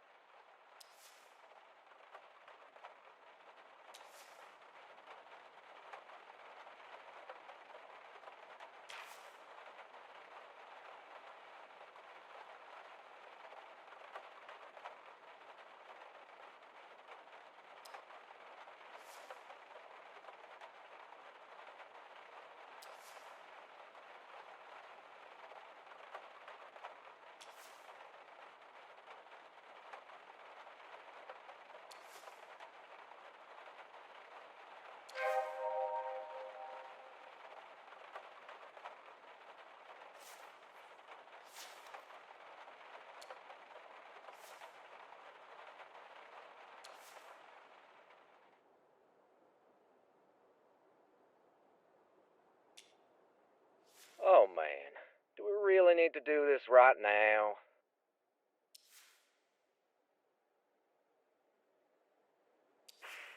But sure, I got time to kill. That's one tough question, let me tell you, to know if you're thinking about old or new regulations. Well, they aren't valid yet, at least for 2 more weeks. But in contrast with the regs from the 80s, they're a right kick in the balls. That might be for the better. The old regs weren't even followed by the police. So, it's always clear why old Bill Thatcher, the then mayor, pushed so hard for that law. There was enough military-grade caliber weapons around here to arm a whole battalion, together with supporting artillery, mind you. The law from 85 made all of that illegal. Old Thatcher had no other way to disarm the Walter Group. I mean, you have to be dead dumb not to understand why old Bill wanted those guns gone. Well, that's local folklore. No wonder you don't know about them. They were a militia organization from the start of the 80s, led by none other than my grandpa, Milton Canis, and gathered around the ideas of Walter Kay to nationalize the gold discovered by Apex Ore and distribute it to its rightful owners, us, the people. Of course, people liked that idea, liked it very much, but Apex Ore didn't. There were a bunch of tensions, so the Walter Group, well, armed themselves. That's why I'm sure the law from 85 was meant only and exclusively to disarm the Walter Group. Even then, legislature worked for the rich, for corporate vultures. So, Cousin Walt and Grandpops faced a decision. Surrender the arsenal, or be declared a terrorist organization.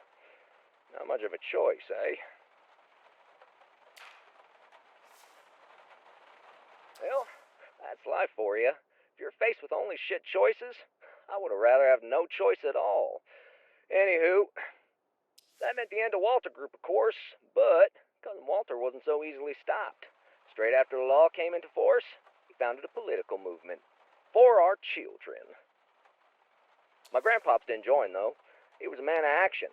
Not much for speeches, vote gathering and the like. And imagine, literally a day after Grandpops left the group, Thatcher offered him a job as a chief's assistant with the Bothwood Police. You know about that, Grandpops was no turncoat, but a natural-born lawman. Anybody would want him by his side, and old Thatcher was no fool.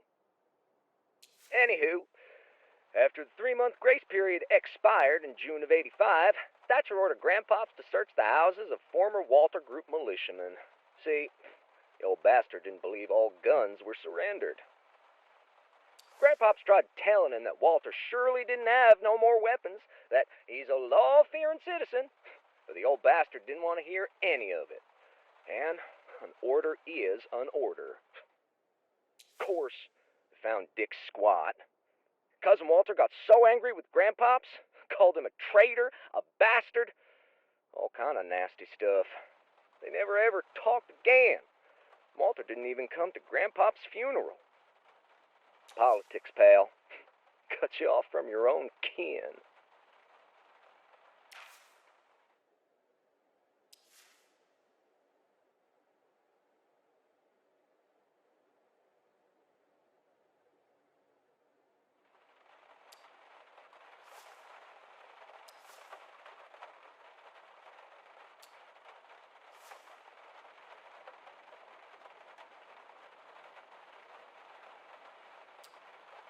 Did you listen to a thing I said, pal? New regulations are based on the law of 85. If it weren't for the old, there wouldn't be the new. As for proper storage, well, the old regs weren't adhered to at all. And the new, listen, if you want to follow them to the letter, it's like this. You need to have a special 14-gauge steel safe that's been approved by the ministry. Ammunition could be in the same safe, but it must be in a separate 10-gauge steel box in its original packaging. And the safe itself must be sealed by the sheriff and only unlocked by a fingerprint of the weapon's owner. Call us, the lawmen, of course.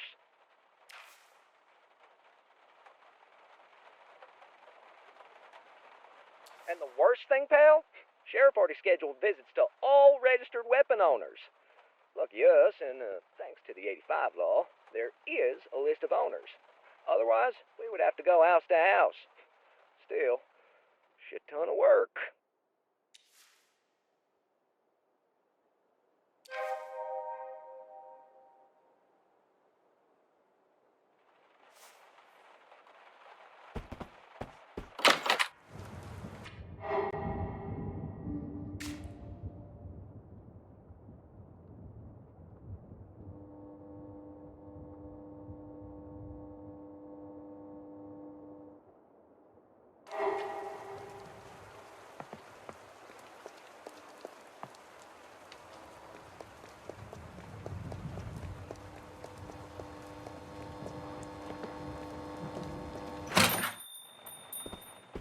How can I help you, Mr. Harrow?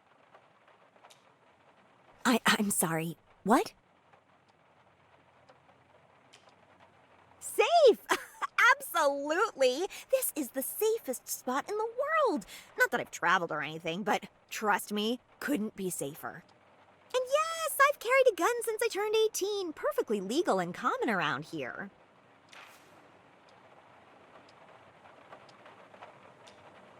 All it takes is one bad day and everything changes. It hasn't arrived yet, but I'd rather be prepared than regretful.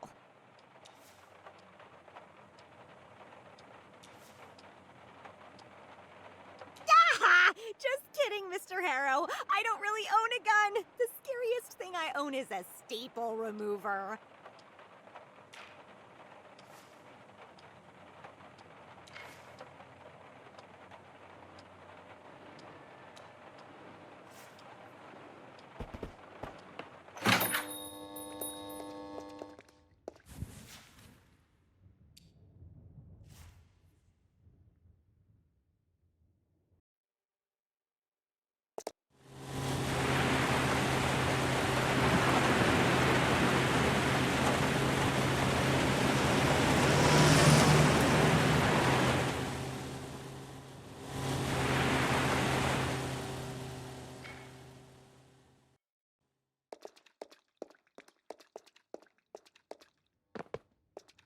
Here. Anyway, I'm glad we ran into each other. Even if it...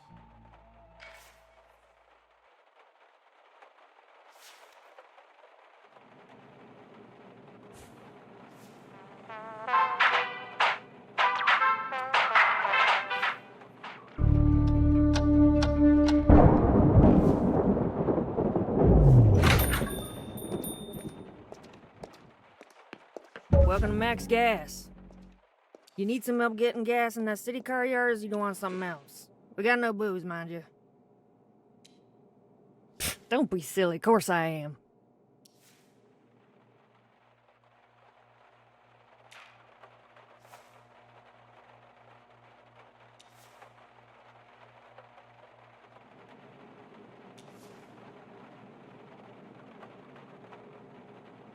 This here beauty's a Thunderbolt 44. Lethal at 100 yards if you're proficient, 50 if you're novice, and if you're green, 0.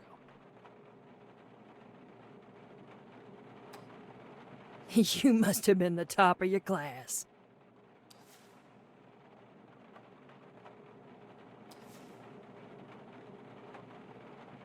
Why did you want to see if I'm armed?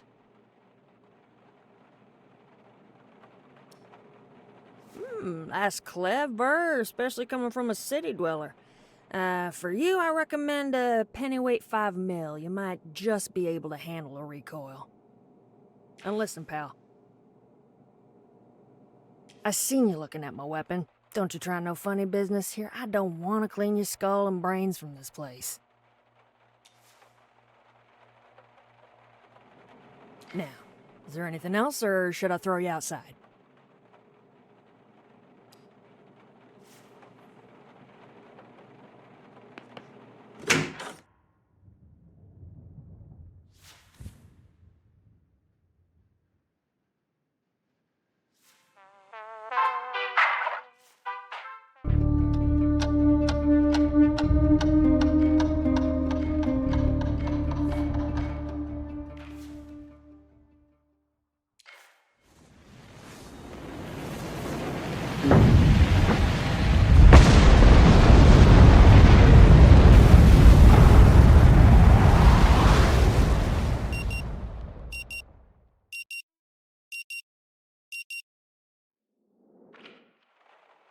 with me, Mr. Harrow?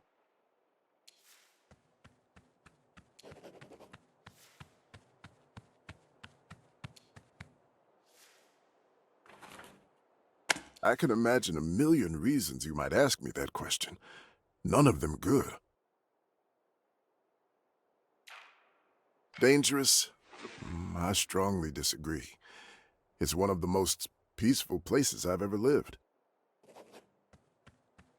I'm still not clear on your intent. Are you planning something problematic?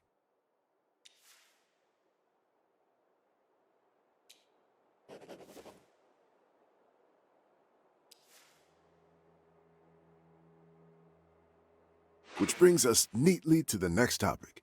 The incident that brought you here in the first place. The sooner we start talking about it, the better.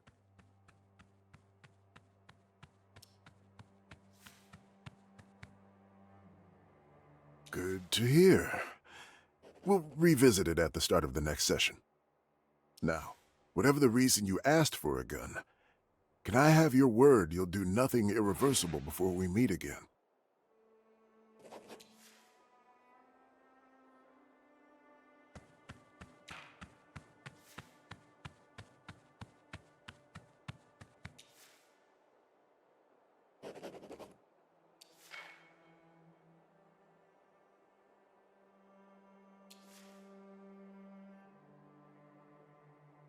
All right, then. That's it for today. You should go and check in at the office. Your room is probably ready by now.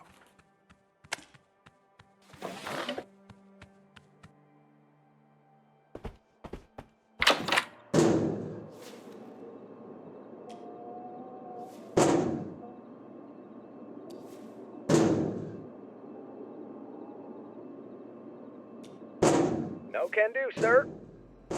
Just a month or two ago, the government passed a new set of regulations on gun ownership. We're drowning here in bureaucracy. Hold on just a moment. Who the hell are you?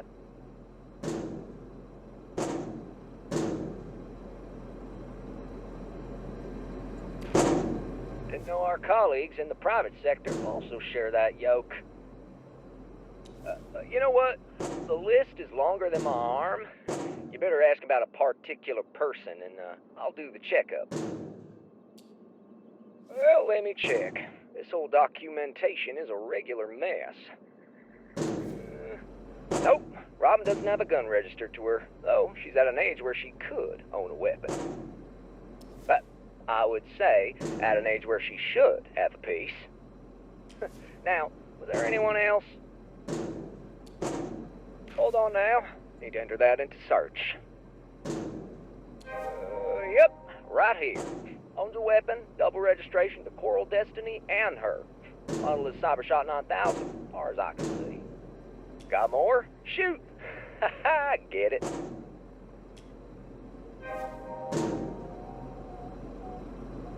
The way we're going, you're gonna ask me about the whole valley.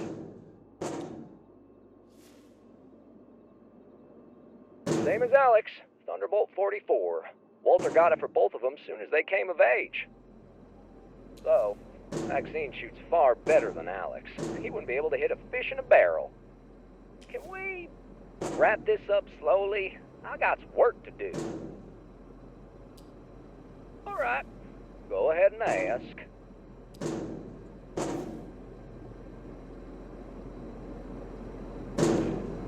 Judged purely by the weapon's age, sure. But to get registered again, the gun must be operational. Knowing Cousin Walt, he keeps it in tip-top shape. Lawson, sounds to me like you're fucked. Too many suspects, seems like. But I'll help you if I can. If I was dealing with lunatics every day, I sure would get at least a shotgun or two. But from what I see here, nah, he's not in the register. Oh, hell, there's even more, right? This, I don't even have to look at the bloody list. Ben's armed, of course. Men in his position should be. Otherwise, he would be a sitting duck.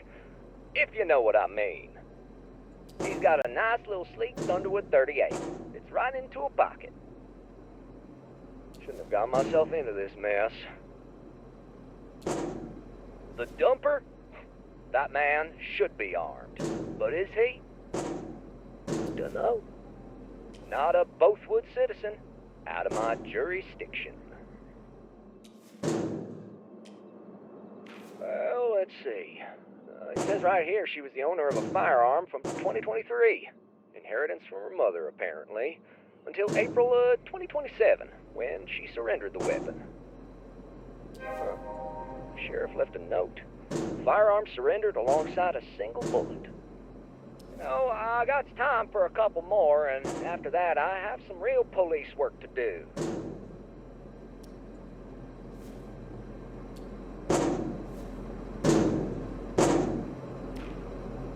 You're welcome, I guess.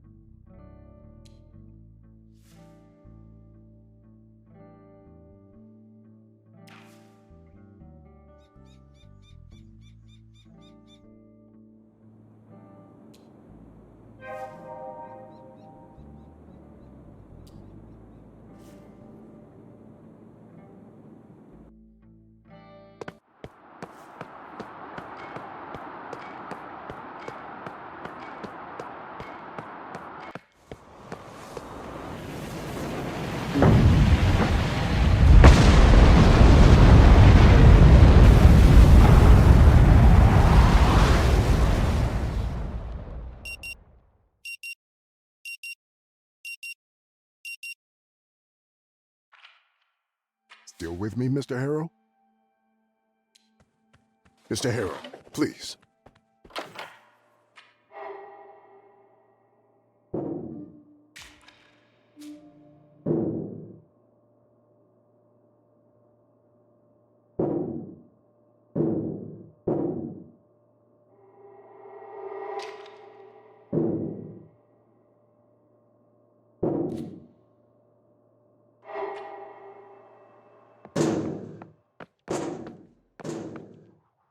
Give me my coffee, you jerk!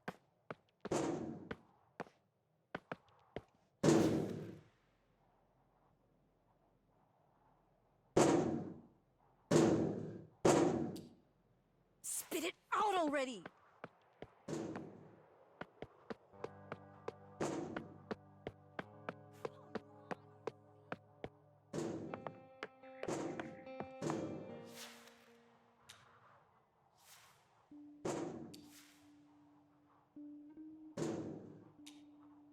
Oh, right.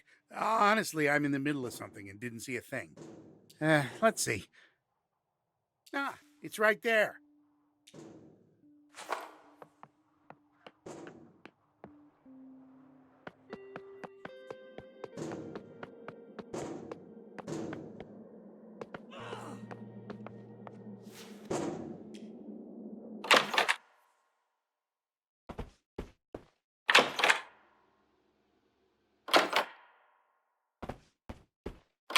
Give me my coffee, you jerk!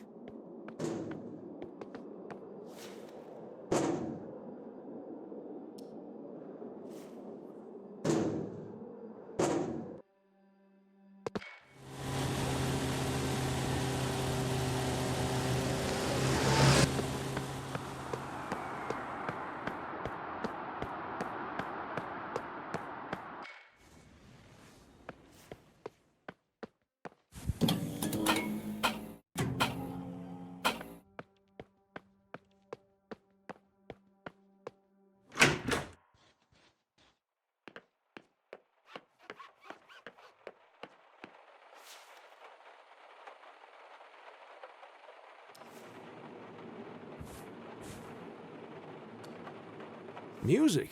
Nice. Just don't let Anita catch you messing with the jukebox.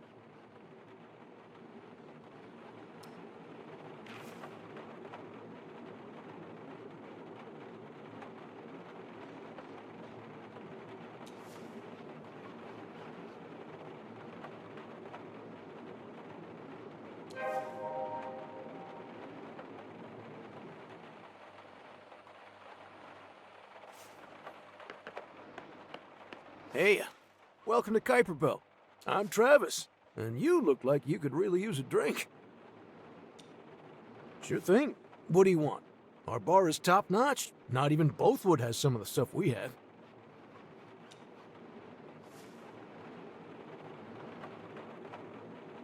Here. First one's on the house.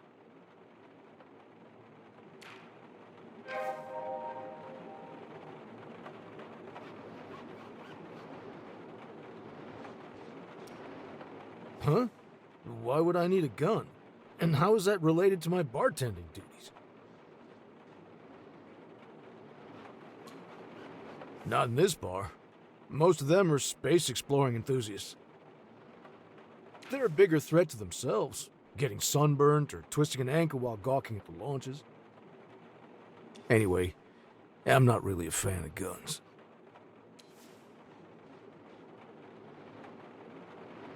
In fact, I even helped cut down the total weapons in circulation here a while back.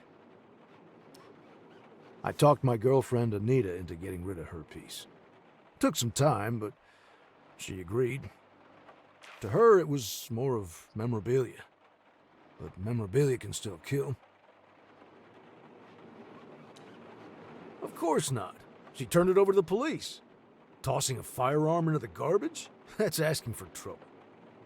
Imagine some kid, or troubled adult, finding it. One careless shortcut could end in disaster. Yeah, a sort of token, handed down from her mother. It's practically the only keepsake she ever got from her. They weren't exactly close, so Anita wasn't sure what to do with it. Look, this topic puts me on edge. Let's switch to something else.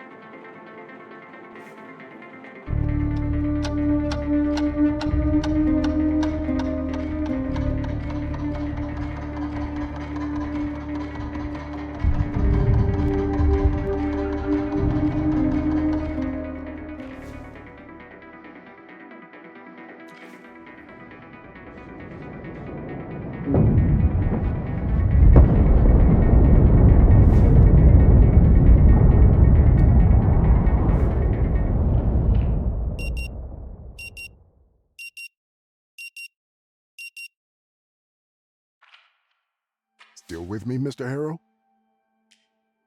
Mr. Harrow, please. Spit it out already!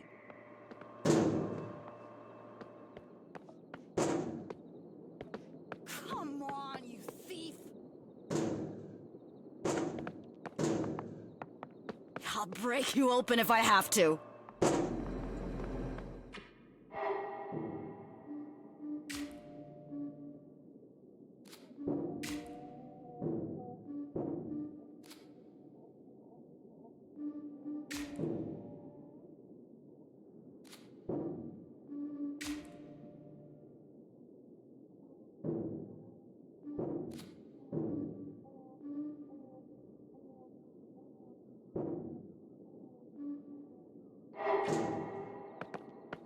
Yes, I have rebooted the modem.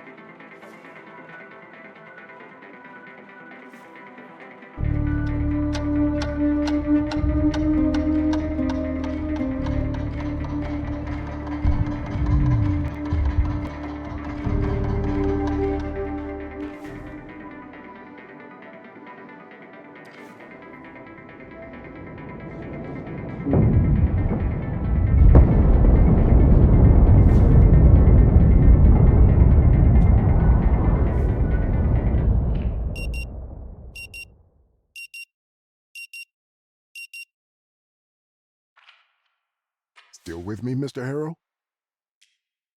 Mr. Harrow, please. Give me my coffee, you jerk!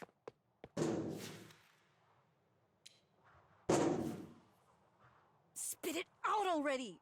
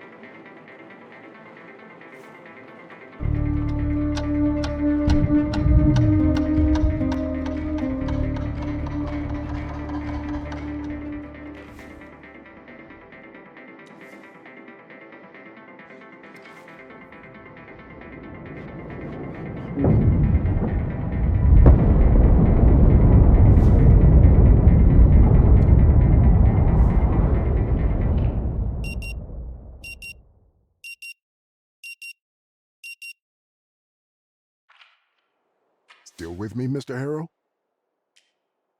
Mr. Harrow, please. Come on, you thief!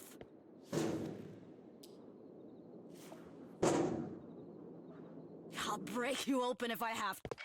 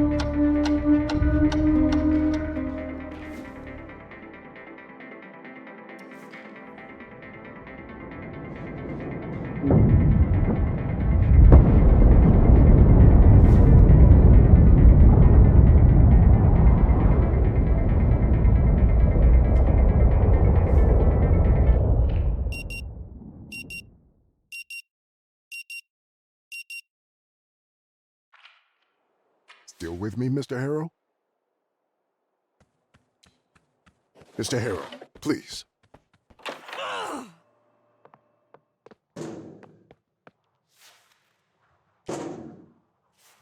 Give me my coffee, you jerk! Of course it's urgent. Our guests don't have Wi-Fi. Get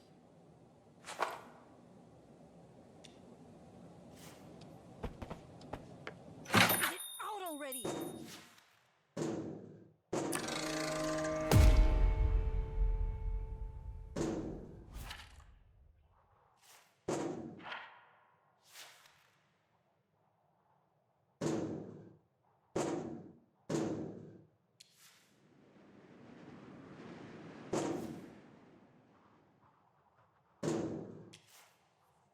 Come on, you thief!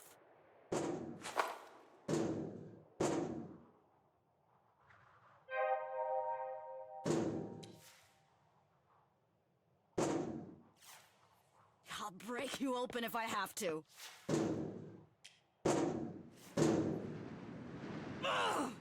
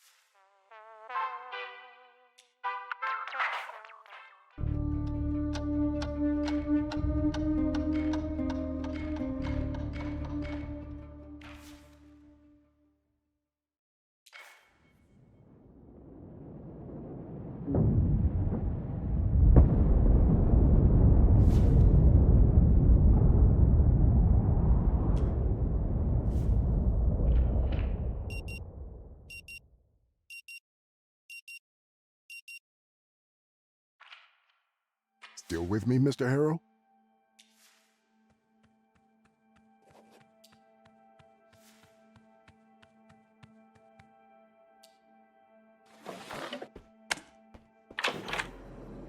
Give me my coffee, you jerk! Spit it out already!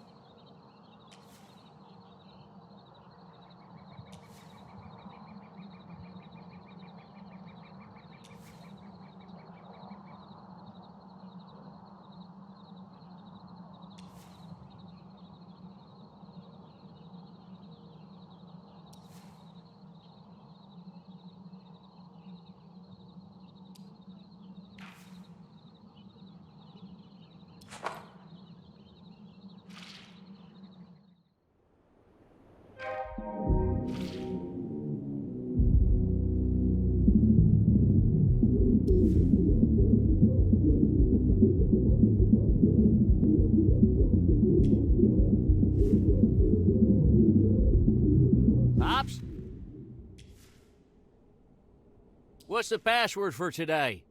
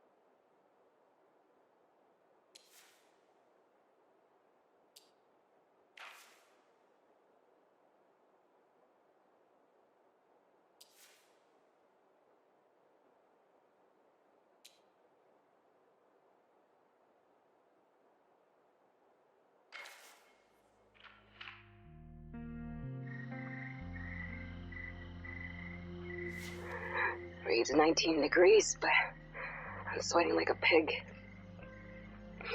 And no, it's not only because I'm nervous. Listen, it's her. No time for being unconscious now. Come on, Frank. Open your eyes. On your feet. Silly questions will have to wait. Who knew that these moments would be so hard? They would feel so long. I can't stop myself from rethinking everything. My whole life, from insignificant details to major decisions, all of which led me right here. So close to home. I told you it's her, but first you need to open your eyes. Come on. Cock-a-doodle-doo, buddy!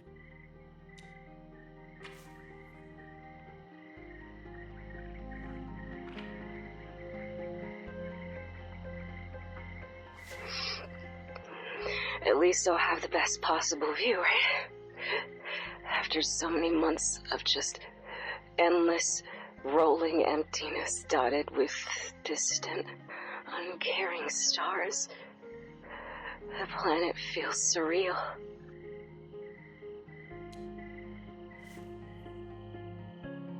You idiot.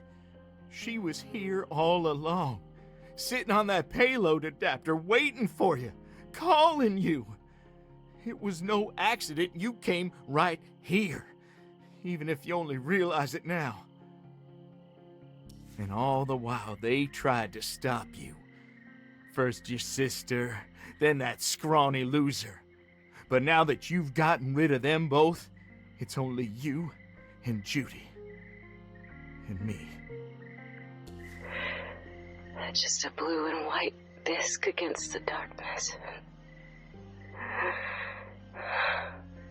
It looks so small, like I can just pluck it out of the universe with my fingers, put it in my pocket, and keep it forever. I don't think so. You're too far away. I never imagined my homecoming like this.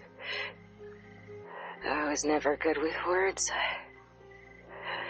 I thought I would have more to say.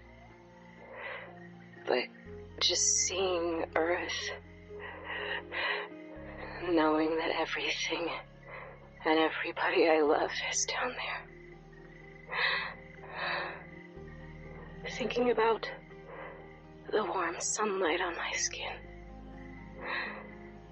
And the smell of wet grass. And the whipping of the wind leaves me breathless. Literally.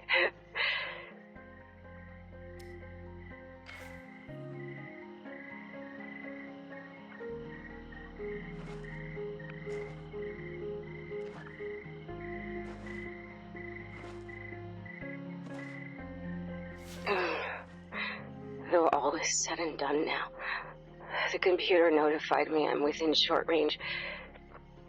Yeah, all messages would be sent automatically, but since I'm still here, why not do it in person? Say a bit more. I can't hear you, Starbase One. I was never able to fix the long-range comms, but you can hear me. I'm transmitting all my recorded messages. Now. Not like I care anymore how much power it'll drain, right? Anyhow, it's getting harder to speak. So, I'll stop. Judy, out. She's gone. Why is she gone?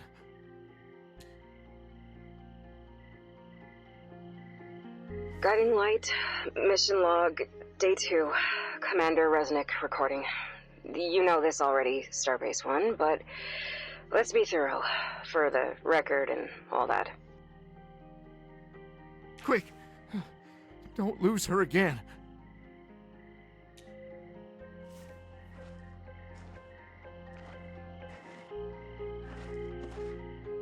While performing a transmars injection, The main engines went offline. Neither the crew nor ship's automated systems were able to identify the cause, so in consultation with the CEO and Mission Control, we opted for me to perform an exploratory EVA. Wait. Something's different. She sounds so distant now. Is she afraid?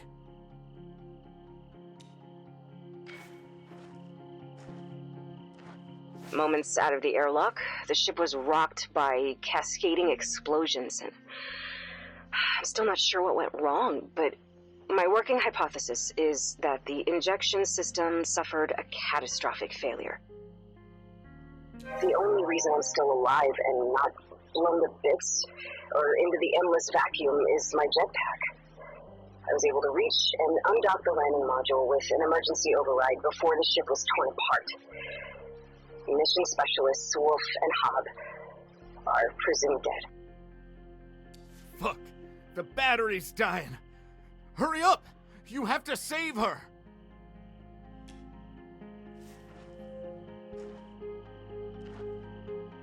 Since most of our TMI was completed, I'm still en route to Mars, albeit on an altered trajectory thanks to the push from the explosions. I have yet to calculate my approach angle. Most of the lander's equipment is intact and functioning, excluding the long-range comm. 2 out of 10 solar panels have also suffered significant damage. I really regret that loss. I love you too, Frank.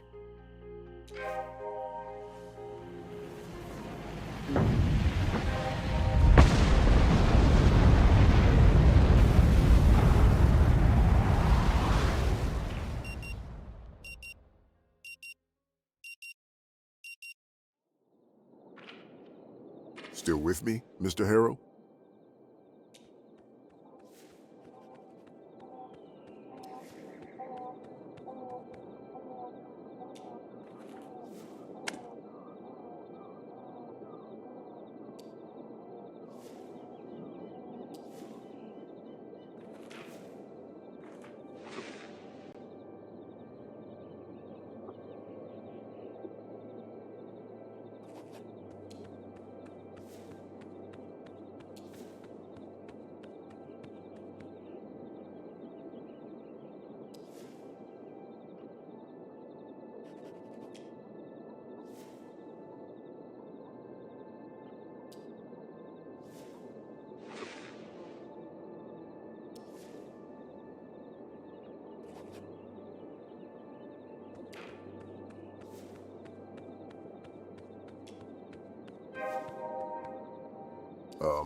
Mr. Harrow? Mr. Harrow, please. Come on, you thief!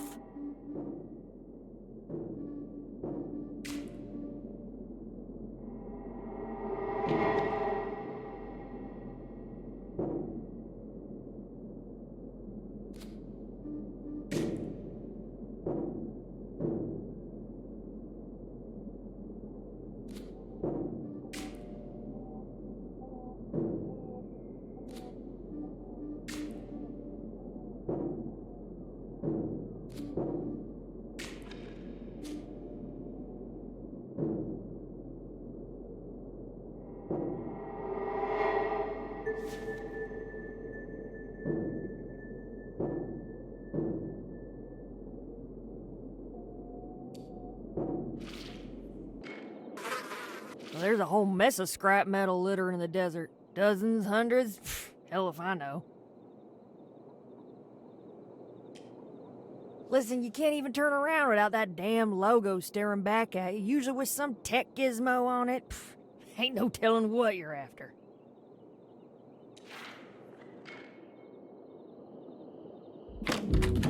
Space debris? What do you know about that? They sent you to keep tabs on me, didn't they? Didn't they? You think you're real slick, don't you? But ain't no scrawny-ass poser gonna screw me over. Shut the fuck up and stand right there. I'm gonna call Cousin Cody. You got some real explaining to do.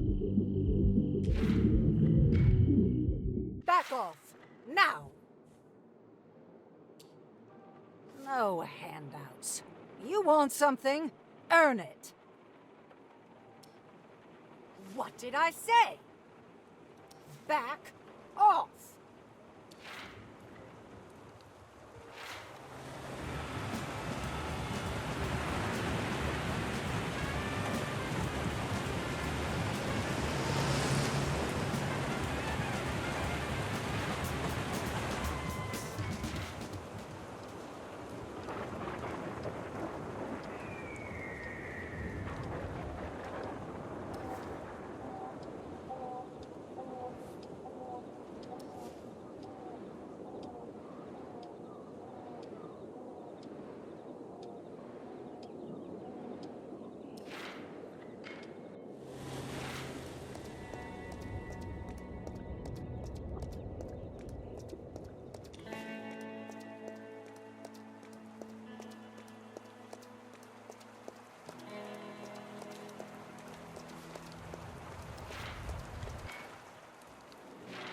Still with me, Mr. Harrow?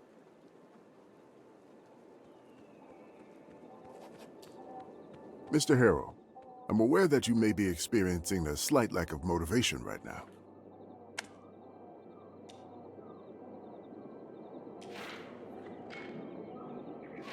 That space junk? Can't say for sure, buddy, but I reckon the locals are scraping those as soon as they hit the ground. They probably think it's worth something. Or they just need a convenient tin roof for the chicken coop. Not that I've seen many of those around, to be fair. Now, speaking of things falling from grace, how about one Stargarita?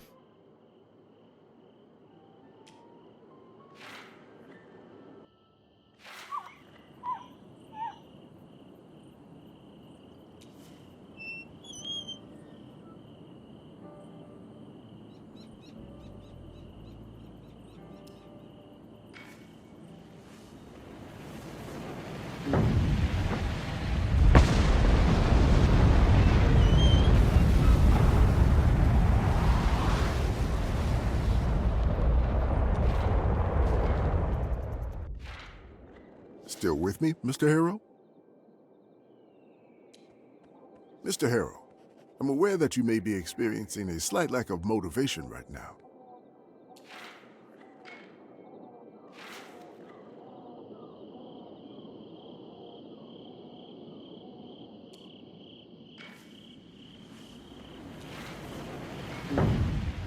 Still with me, Mr. Harrow?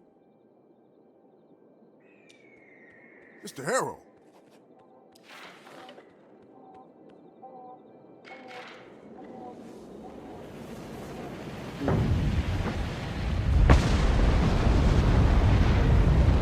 Still with me, Mr. Harrow?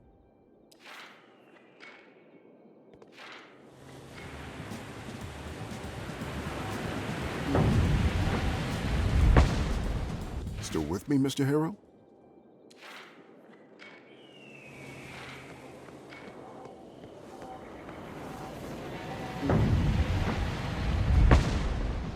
Still with me, Mr. Harrow?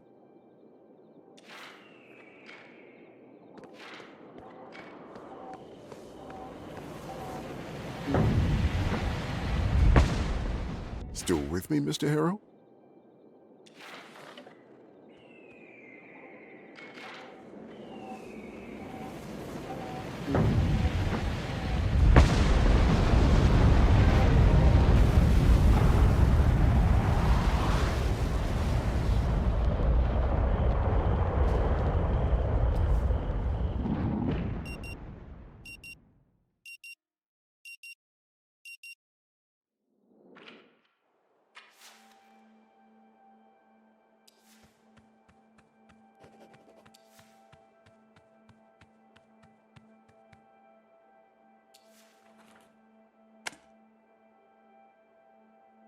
Still with me, Mr. Hollow?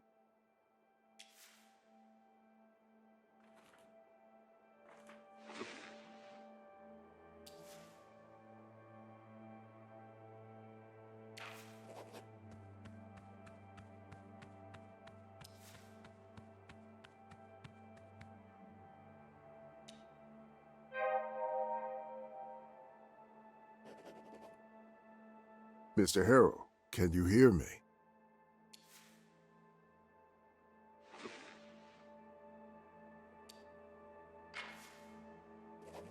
Your affect is remarkably flat. I can't even see you breathing.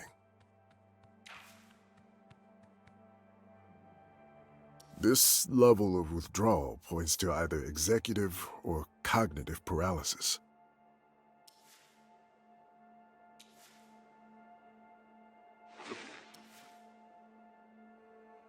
Tell me, is your mind blank?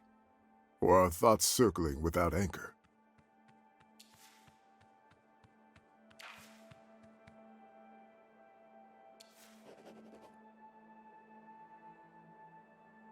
Mr. Harrow, are you present with me? Or are you dissociating?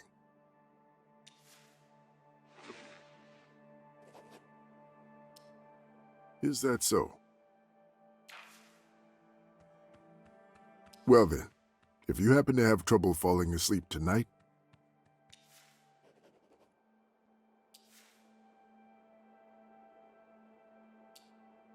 remember, what I'm giving you is a mild, non-prescription herbal hypnotic drug.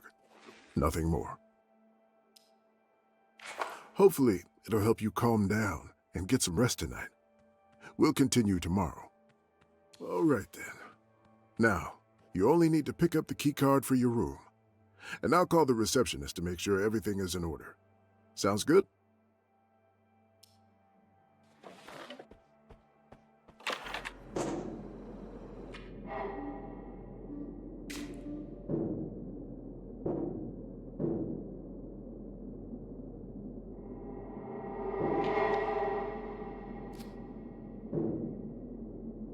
Give me my coffee, you jerk! Spit it out already!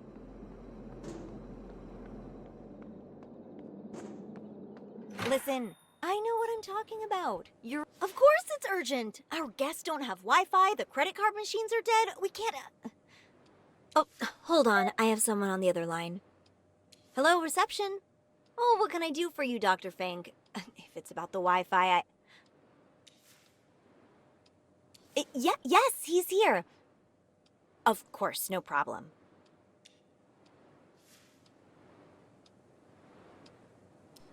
Hello? I'm very sorry. I will have to call you back later. Bye. This is your key card.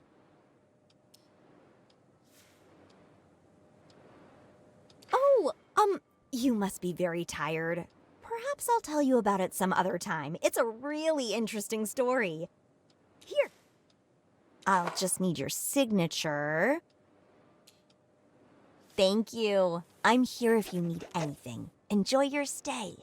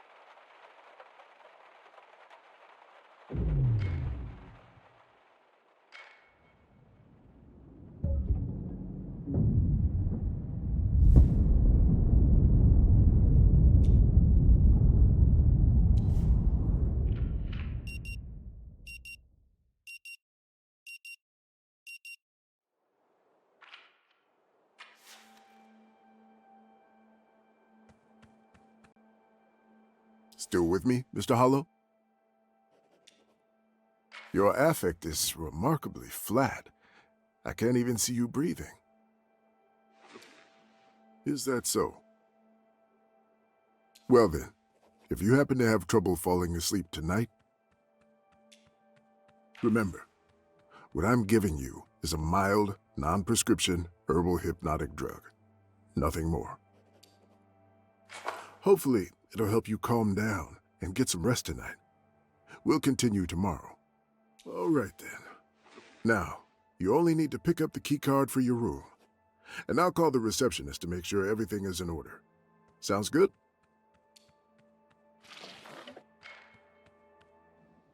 Oh, you must be very tired. Perhaps I'll tell you about it some other time. It's a really interesting story. Here.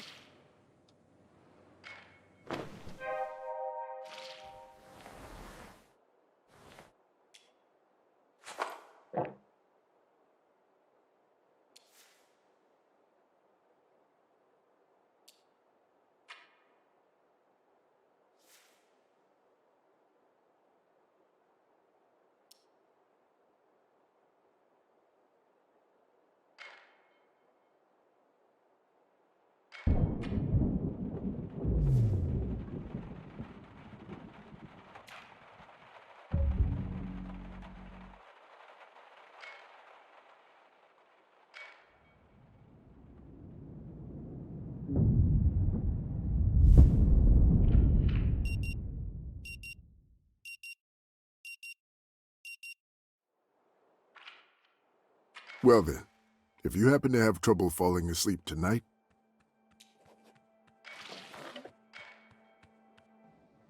Oh, you must be very tired.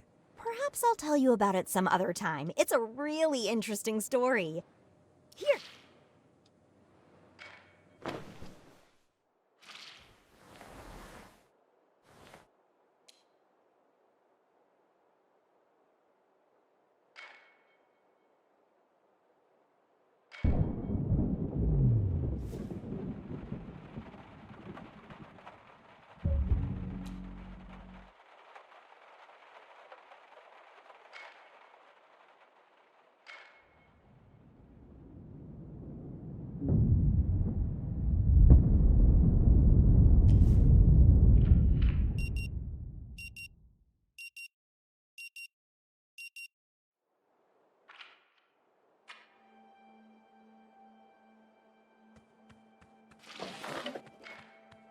Escalate to customer engagement. What does that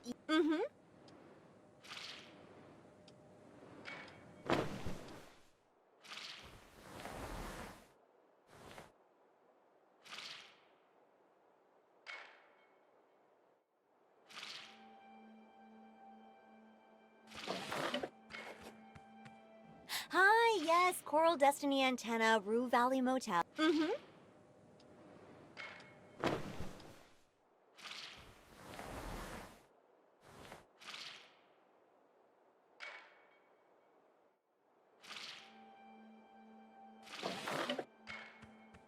The text said it'd be up by noon today, but it's 8 p.m. now.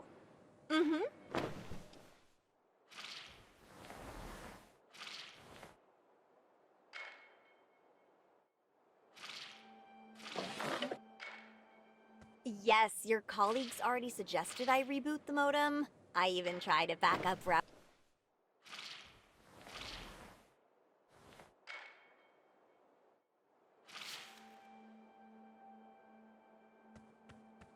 still with me, Mr. Hollow?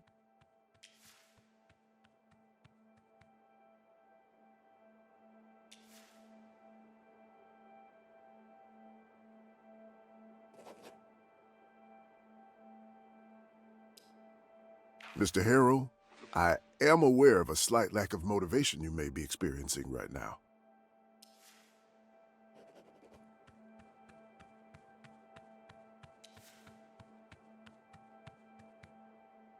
And we'll surely be coming back to this condition of yours later during our sessions.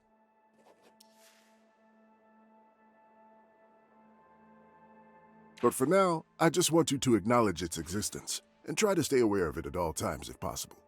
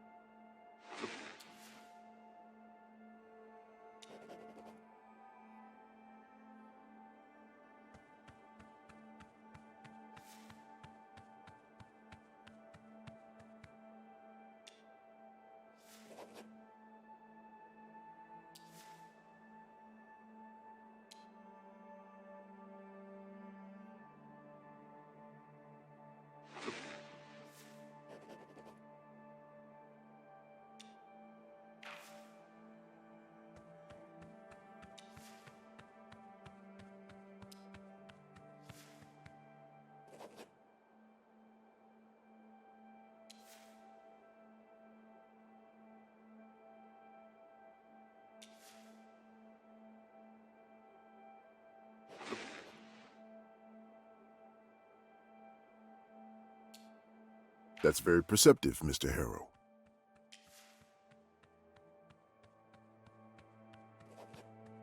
And what survives?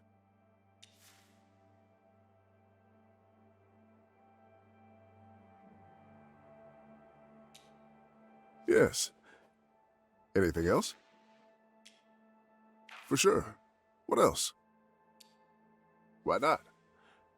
And if I may add, getting to know yourself, becoming a better person, and countless other things, small and big, things that make life worth living. Sometimes it takes a lot of effort to do any of these. Sometimes it's even hard to decide which one is worth it. But in the end, it doesn't really matter what you choose. One of my patients enjoys drinking a glass of lukewarm water first thing in the morning. You ask why?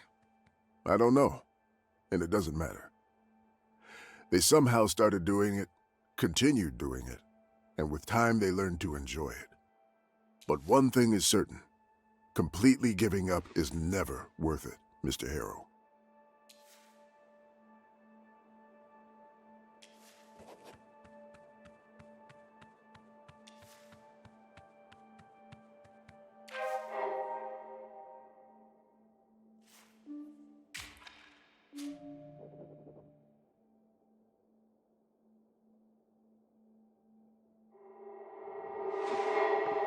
Mr. Harrow, can you hear me? Mr. Harrow, please.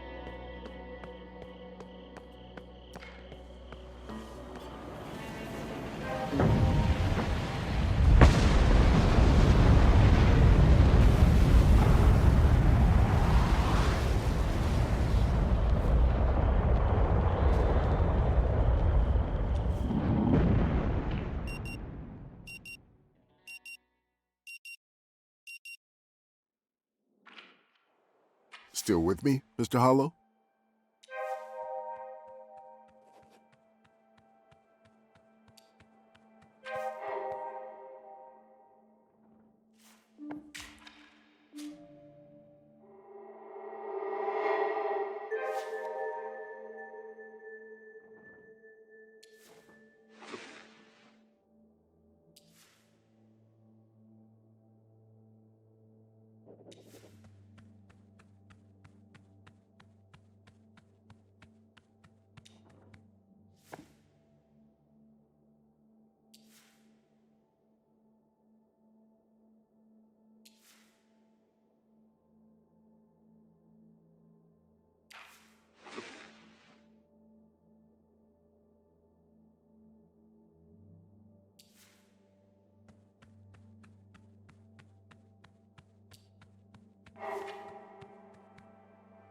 Mr. Harrow, can you hear me?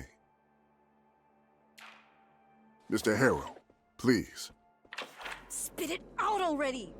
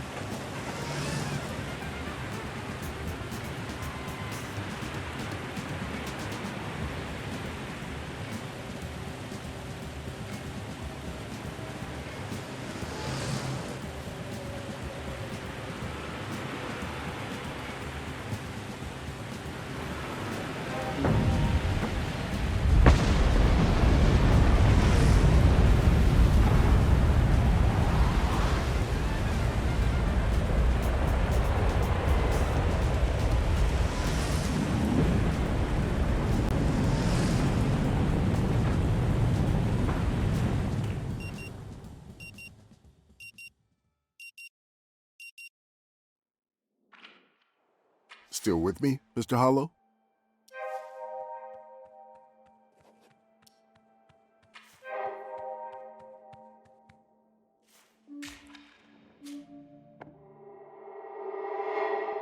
Mr. Harrow, can you hear me? Mr. Harrow, please. Come on, you thief!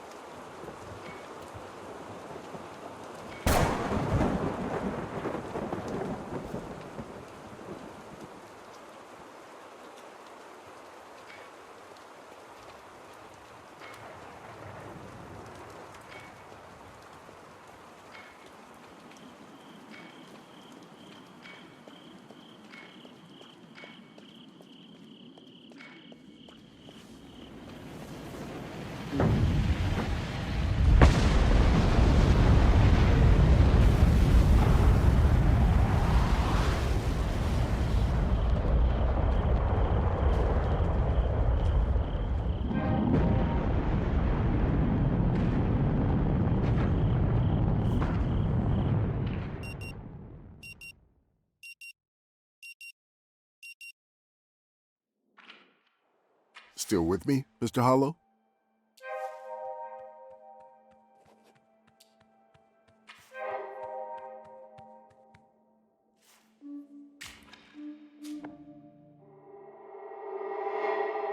Mr. Harrow, can you hear me? Mr. Harrow, please. I'll break you open if I have to.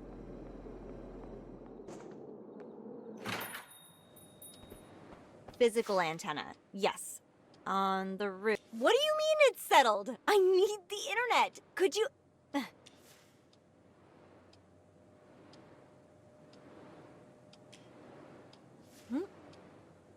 Oh.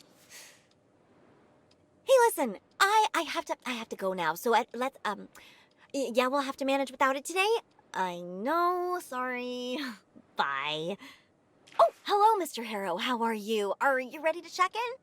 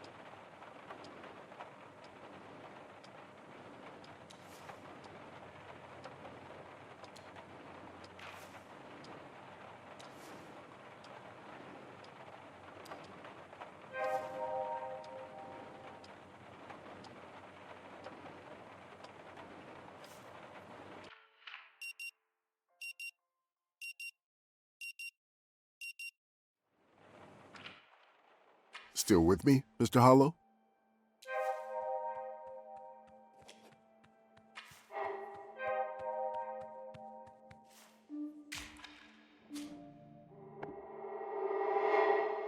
Mr. Harrow, can you hear me? Mr. Harrow, please.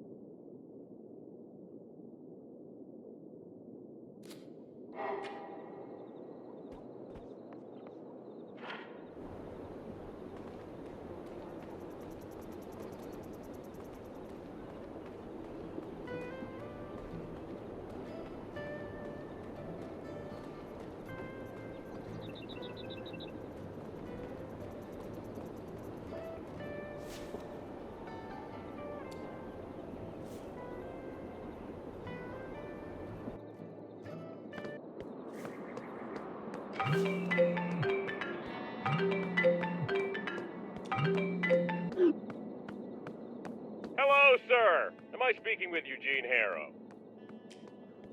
My name is Percy Rugger, and I'm a senior sales executive at Ulterior Paralegal Exploits Consultancy. We'd like to offer our help regarding your case. But of course, Mr. Harrow, I'm here to answer any questions you might have. At your service, as they say.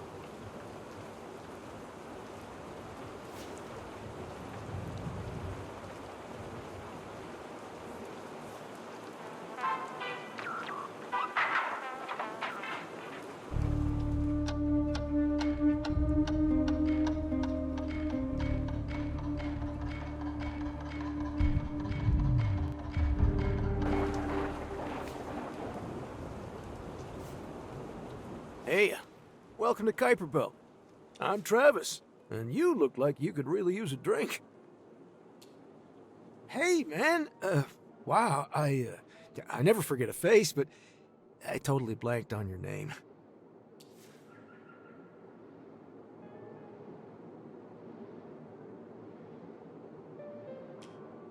Sure thing, buddy. The eggheads from Coral Destiny equipped us with one of those, whatchamacallits, state-of-the-art, cutting-edge, universal green charger ports. It's right behind the pool table. Just place whatever you need charged on it, and it takes care of the rest.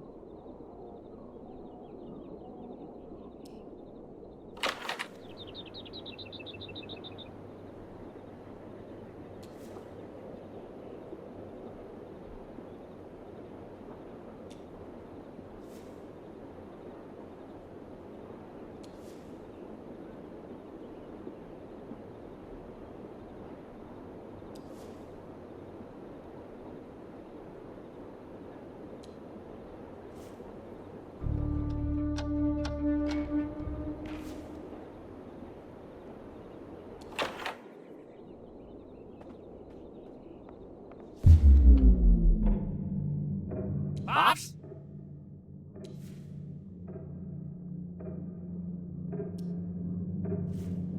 Pops, quit messing around. You there?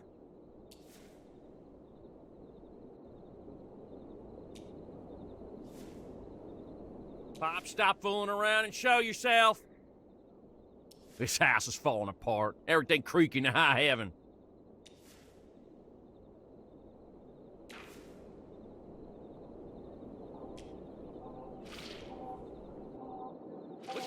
Stop! Stop right there!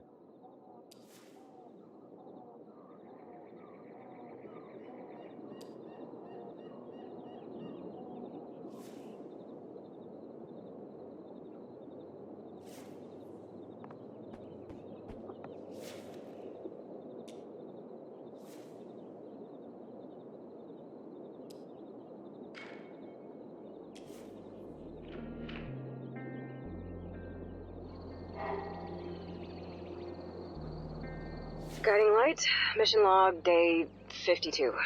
Happy to report I'm still alive, though honestly, my steady diet of protein curry, pea stew, and oat and berry paste has seriously made me contemplate taking my own life.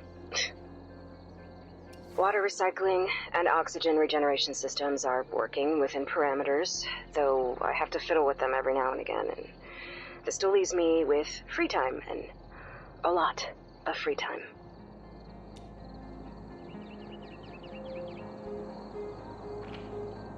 Left unoccupied, want it or not, my mind wanders back to Earth, and this is a dangerous journey. I mean, just one treacherous step away from plunging me back into the pit of despair, and I can't let that happen. No. The pit is not a good place. You were trapped there almost forever. Until I got you out. It's a paradox. I can't think of home, but I need to think about ways of getting home, so to stop myself from wandering, I focus on new mission parameters. I think, plan, then I flip the mental table and I do it all over again. Frank? Fucking hell. You're not only interrupted, you're interrupted by Riley. Frank? It's not a matter of selecting the method. I mean, there's only one, anyhow, and I have to take it. The slingshot maneuver. It's a matter of resources, or lack thereof. What are you... Oh, shit. Huh, she finally gets it. Now let's focus on what's important. Here's the thing. Guiding Light was 91% done with the Transmars injection protocol when the fuel injection system malfunctioned. This put the ship into an almost stable orbit with Mars. Almost. Almost stable is good enough. Worked for us, buddy boy. When I ejected the lander, it assumed the same trajectory as the rest of the ship, but it was further degraded by the explosions. As it stands right now, I'm in an anomalous Earth-Mars orbit, doomed to a perpetual circling, never to reach either planet. A loop, if you will. Here's the other thing. Because I'm sometimes forced to use my fuel for upkeep of the various systems I've built in this tin can, my reserves are at 71%. This is enough for a few controlled burns, yes, but that's it. Especially considering I'll have to save at least 12% of that fuel in order to survive the trip back from Mars to Earth. She should have had more fuel by our calculations, right? Right. Something's off here. These are the two key points, the cruxes of my issue. So here's the proposed solution. I've been going over these calculations I don't know how many times. I need to perform 2 burns and to be extremely careful about fuel efficiency. Frank, we need to talk now. The first one needs to correct my trajectory. Get me in a stable orbit of Mars. The second, will be tricky, much more so, as I need to escape Mars orbit, which will require a lot of fuel. Maybe all of the fuel. That did it. She bit her lips hard, but doesn't open them. Bravo. Now, the first maneuver will affect the other. If I fuck up the first and get too close, I might not have enough fuel to get out of the planet's gravity well. Or if I don't course correct properly, I'll just shoot past the planet and get into an even worse trajectory. Still, the results of the model I've built are conclusive enough that I'm willing to take the risks. Now I just have to stop doubting myself and pentable check every single number. Again, I'll record again later. Have to conserve power as much as possible. Frank, please. Alright, guiding light mission log day 54. Can't sleep, so I've decided to crunch some numbers. Again, I'm sick and tired of talking to the walls, so what the hell? Sunshine's plentiful, let's waste some kilowatts and record this thing. At least I'll have a reference point for later to recheck the math if I need to. Fuck, if only the lander's main computer wasn't so limited in its functions, or if I was a better programmer, I could run some real simulations, but this will have to do. Listen, I know about Judy's message. She'll start crunching numbers now, saying exactly how much fuel she has left. Just listen. So, let's start with the basics. Right now, my fuel reserves are at 71%. I'll need the bare minimum of 12% to survive the Mars-Earth trip, so this means the total fuel available is 59%. So far, so good. She knew. She fucking knew. All this time.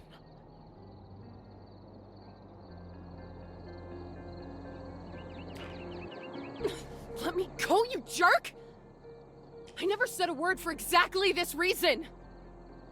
I heard the whole message when Judy's lander reached near-Earth orbit. Like it did again. Just look at yourself. Imagine how you would have been if you'd known the entire time! Fucking hell, Frank, even now you think she's alive. When you know that she couldn't be. Hurt her. Rip out her tongue, pluck out her eyes, bite off her ear. Hurt her! Hurt her! Hurt her!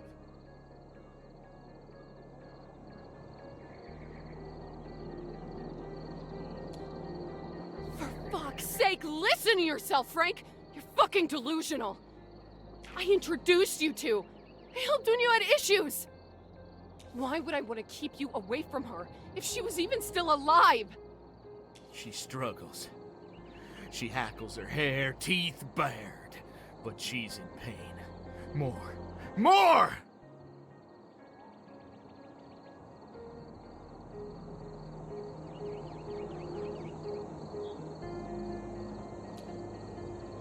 You low-hitting bastard. Bringing out shit from way back when? Real class act. Let her have it. Let her have all of the pain you have suffered!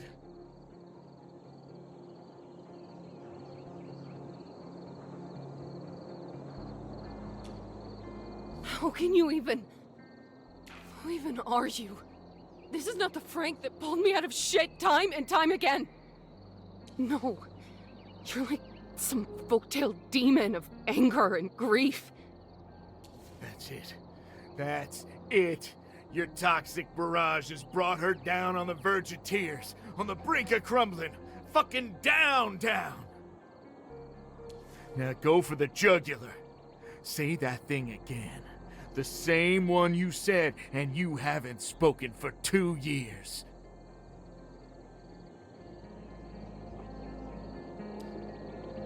Oh, the sweet, succulent taste of revenge. When you take your hurt and spread it around like an emotional disease. You really think that? I wondered, back then, if it was just a slip of the tongue, but... No. You do.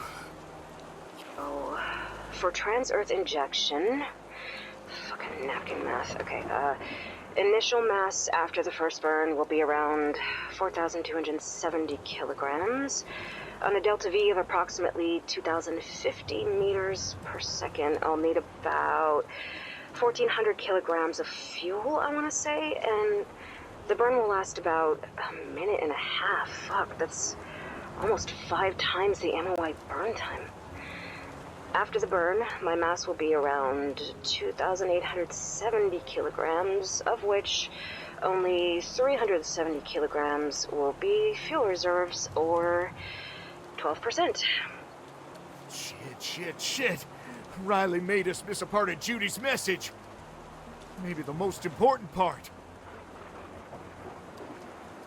That's a thin, terrifying margin for error. Okay, if I execute both burns with maximum efficiency and no additional adjustments, I'll have enough fuel to get home. Barely enough, but enough. I don't want to think about what happens if I overburn. Okay. I can do this. Guiding light, mission log, day 74. The question has been killing me for the last week or so. I can't stop thinking about it, and yet I can't find an answer. It might sound like one of those fairy tale riddles that are designed to push you over the edge, so what's a doer to do when she's got nothing to do? No, there's always something, my love. Something? Another simulation to run? Another calculation to check and recheck? The only answer I got is... nothing. Absolutely nothing, and that is driving me insane. Be grateful you're holding Alex's best piece of equipment. Otherwise, Judy's signal might have been jammed by this storm noise. Since I jury-rigged most of the additional life support systems, they need small repairs every now and then. But besides that, and scrubbing the filters, which is super time-consuming because I have so little water and power to spare, there's little else to occupy my free time. I've even tried cooking in an improv kitchen, combining different food pouches, but somehow the meals taste even worse. So, yeah, I gave up on that. That leaves me with the calculations for the burns and my paper simulation, and that's a no-go. Every time I check the numbers now, a worm of doubt starts gnawing in my mind, and I can't have that. I have to trust the plan, trust the science behind it. Must be the battery, buddy boyo. For fuck's sake. Who knew that spaceflight would entail so much free time? Ugh, I swear. If I knew I would be stuck in a lander for months, I would have brought my Zenith Mini on that damn EVA and just drowned myself in gaming. Fuck conserving power. No.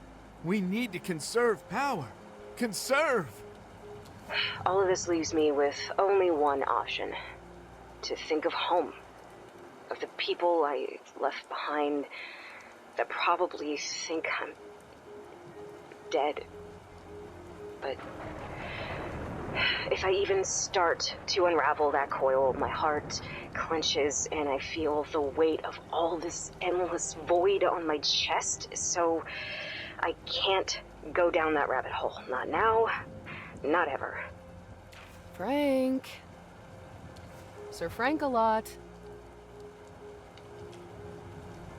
More like Cryly Riley. There's only the now, and there's only the version of future in which I return home. I've decided to record the answer to my own riddle, to sear it into my mind. The doer needs to become the waiter. No other solution. Let's not waste any more power now. Guiding light, mission log, day 162. Mars orbit insertion successfully performed 2 days ago. Fuel burn was optimal at 12%. This will be a different beast, though I should really conserve power. I've decided to record this moment for posterity. We'll have 12 children. All of them. will know these messages, your moments of victory, by heart. Fast approaching the planet. Velocity 7.34 kilometers per second. That's not the only reason. I need to stay focused now, and talking to these metal walls just doesn't do it for me anymore. Be fast, or we'll lose Judy. Again. To the best of my knowledge, the course correction maneuver I executed 2 weeks ago was a success. Though it did burn more fuel than I hoped, telemetry suggests I'm still on a viable course for a slingshot. All my trajectory readings are on point. Frank, wait! You'll get yourself killed! And now, for the real deal. Trajectory check, locked. Expected periapsis, 120 kilometers. Delta V budget, 20 seconds. Computer, start countdown. Fuel check at 65%. Attitude control system, aligned at 0, all 3 axes. Gyroscope stabilizers, active. No unexpected drift. Pitch and yaw meters, stable. Frank, stop! For fuck's sake! You're too disturbed to drive. Right. Thrusters, engaged. You better work, motherfucker. Engine temp approximately 210 degrees. Within parameters. Delta V readout 7.40, 7.48. Good, good. Fuel rapidly falling. 48%, 46%. Shit. Delta V readout 7.5, 7.53. Rechecking orbital trajectory display. I'm not gonna fucking make it. Fuel recheck, 40%, falling fast. Shit. I'm getting too close to Mars, and I don't have enough fuel to get out of the planet's gravity well. Boarding burn! Stop, you stubborn fucking Anderson! Stop, Frank! Fuck!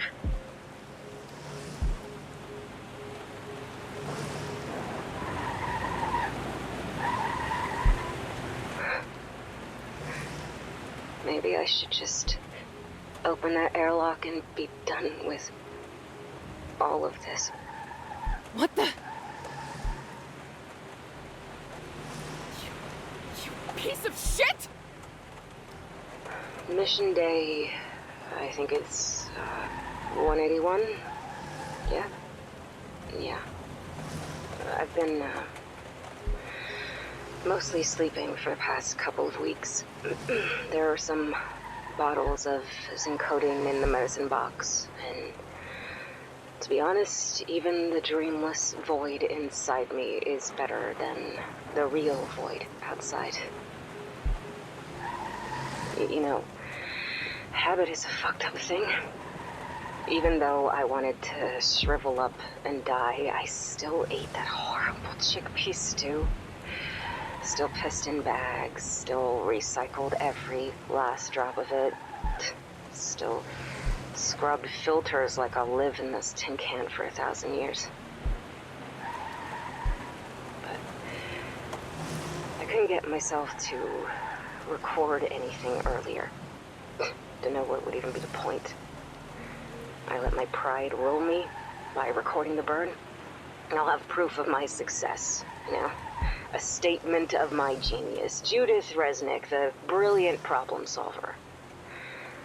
What I have instead is just a reminder of what a fool I was. Am. Always so hard on yourself. You have to stop whipping yourself, love. By now, this is all just ramblings of a broken down woman, and nobody in Coral Destiny's Star Command is interested in that, right? So, why am I recording this? Because I have to stop being selfish. I was so laser focused on getting out of this shit loop that I haven't really been thinking about what I left behind. Who I left behind.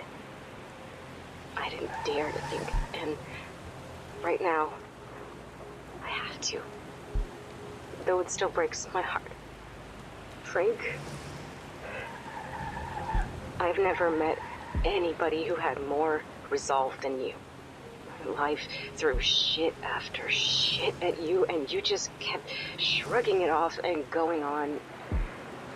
That's why I fell in love with you. The unbreakable man. I'm sure there are scars, but as you said, they're just a testament of the shit we've been through. Thinking of you and how you would approach this made me get up. Made me clean myself after 2 weeks. Made me put up that flipped mental table and start planning again. You were also our guiding light in our darkest of nights. Yes, the fuel is insufficient. Yes, my trajectory is shit. Yes, my vector of approach is abysmal. But there must be a way out of this shit. Must be. And I'm gonna stop this train wreck of thoughts now. Judy out.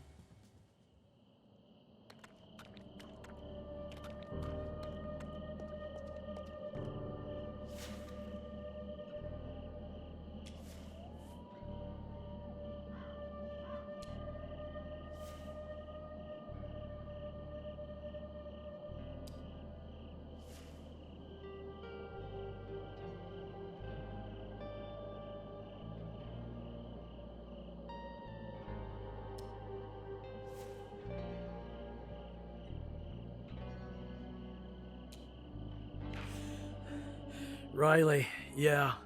I saw her recently.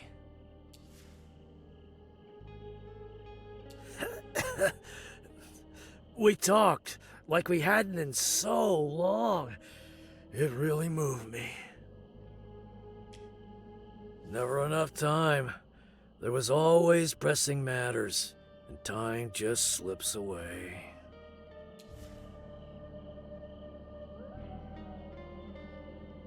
It gets easier here when I come to Dana. She offers me a hand of salvation, makes my life better, or less dark. Yeah, it feels good at first, but then it all turns black and starts sinking deeper.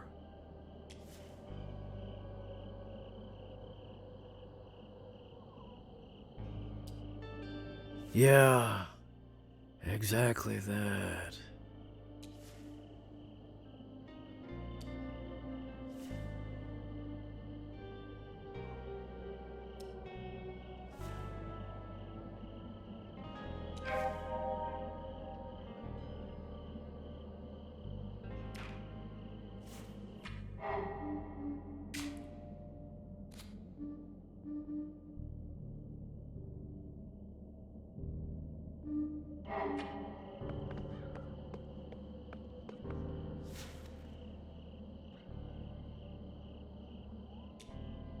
Yes?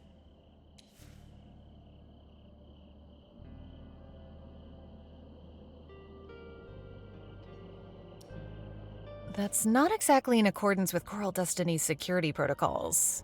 But I don't see why not. Screw Coral Destiny's protocols.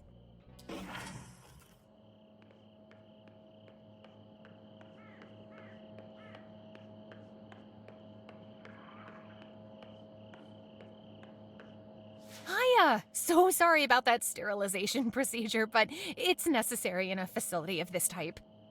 And don't you worry about the chemicals, they are all organic in origin.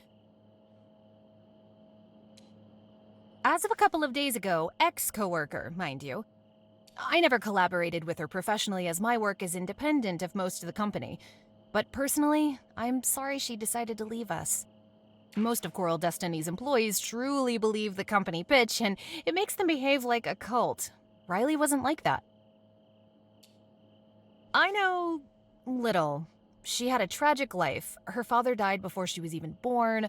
Her mother died in an accident when Riley was 12 years old.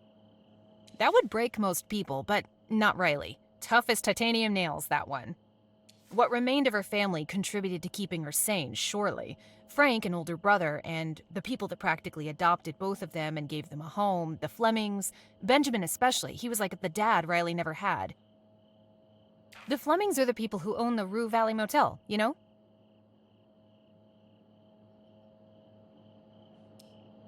Could be. Although, since that machine has a habit of eating coins, I can't say I blame Riley. But, as I said, Riley is tough as nails.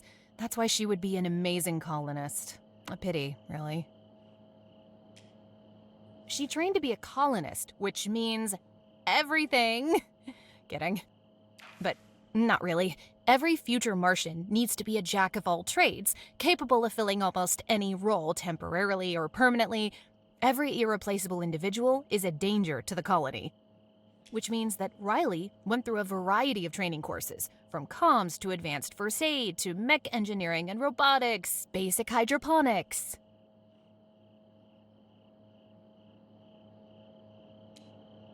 Yes? It's possible even afterwards. Every future colonist is on rotational duty in Star Command's comms center. But who do you think Riley heard? Aliens? Unfortunately, the whole shift heard Resnick's last message before the guiding light exploded, before Judy went EVA. Must have been horrible for Riley. To hear what would become the last words of her friend without being able to respond, say goodbye. No, thank you. I don't have many chances to gossip with somebody who doesn't know everybody else around here. 100% safe. For humans. Are you from the Overshoot Forum, perhaps? It's not every day that someone from there comes to talk in person. But I've never seen you in Rue Valley, so you can't be a local.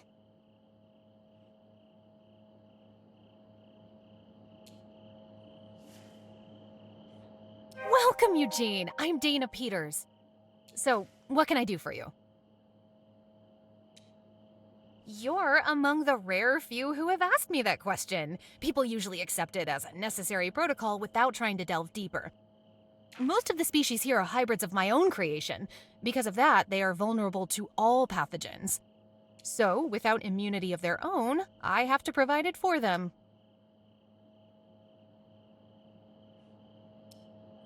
If it was only that simple! To do that, I would have to expose the plants to dozens, hundreds of pathogens, cultivate the strains that show the most promise. My long-term goal is to increase their resistances. However, in everything I do, I have to calculate the cost, not in terms of money, but in terms of time. My current generation, Gen H, is the best that I could do with the resources I have. Understandable. Many of the species here are my handiwork, created with cross-hybridization and gene manipulation. This facility is my laboratory, testing grounds to discern what will work, what could work, and what will be a disaster. And since Martian conditions are impossible, the plants must be impossible too. Overshoot is an online gathering place for people that believe time is running out for our species, our civilizations, and our planet. It was a great community, but it recently turned sour. It's an echo chamber now, a place for whining, grasping at straws, and passing around copium.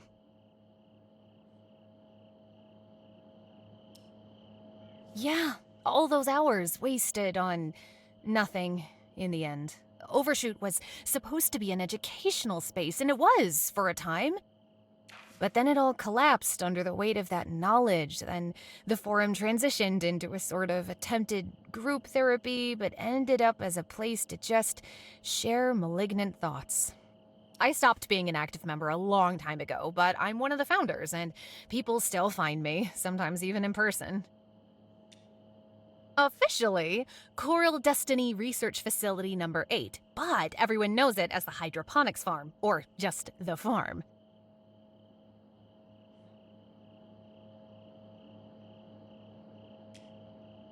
Most of which is completely ill-suited to growing plants.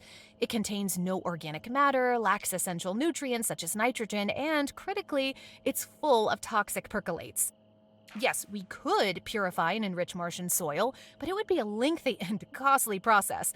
Water is much easier to manipulate. You are right, but up to a point. Rockets and space are only a means to an end. Coral Destiny's real aim is to establish a self-sufficient colony on Mars.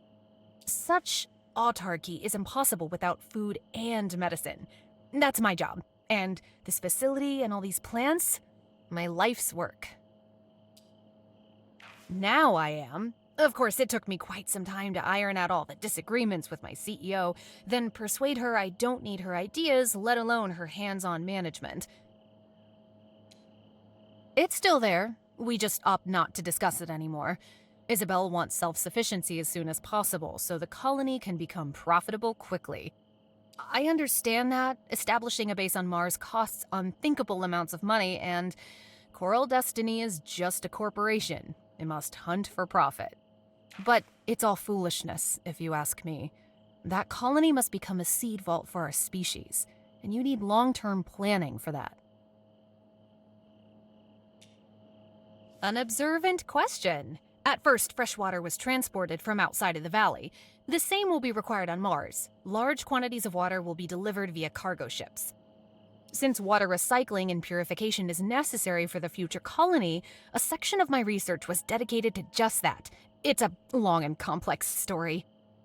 But in a nutshell, the state of the Rue Valley aquifer is horrendous. It's been polluted with heavy metals, mining runoff, and ore processing chemicals. But with various methods, including introduction of certain bacteria and microbe strains, I've managed to purify small quantities of water, then enrich it with nutrients and minerals. It's simple. Needs will be tremendous. Consumption, food production, ore recycling, and quantities are extremely limited. The colony can't simply subside on shipments from Earth. Eventually, when the infrastructure is established, the colony will be able to draw water from subsurface ice. Even that source will need to be refined for consumption. But to achieve true autarky, multiple sources will be required. One such source will be recycled and purified wastewater, communal and industrial alike, waste want whatnot. Most welcome. It's always a pleasure to talk to a member of our pre-extinct species. I have some work to do now. Feel free to explore the lab, just don't touch the plants.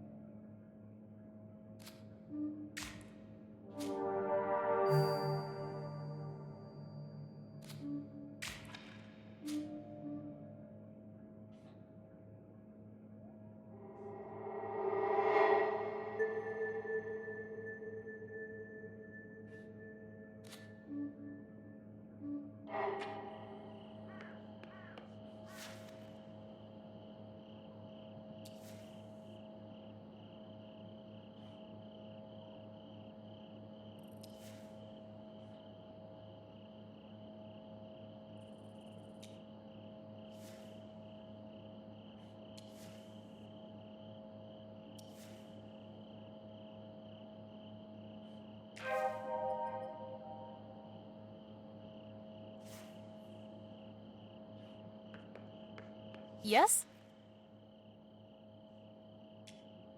What nonsense is this? He's never complained about any side effects. Absolutely I did. I grew it, prepared it, tested it on myself, enjoyed it. Everything was perfect. And I did it more than once. Those are facts. So whatever you think is happening to Ben can't be real. Impossible.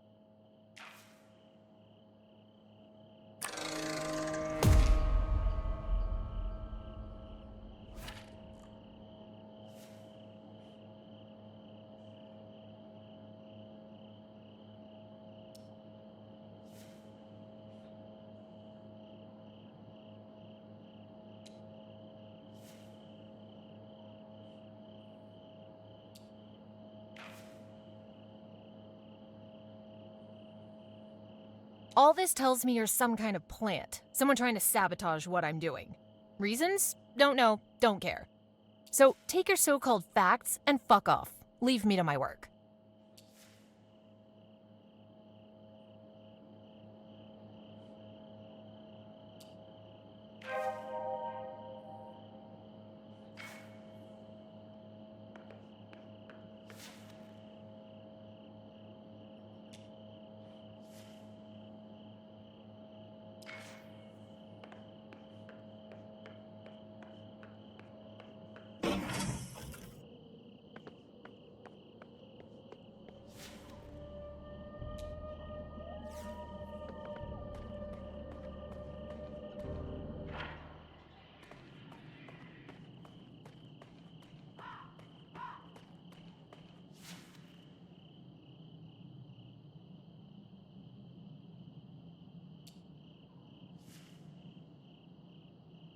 Closed? Yeah, it should have stayed closed for as long as possible.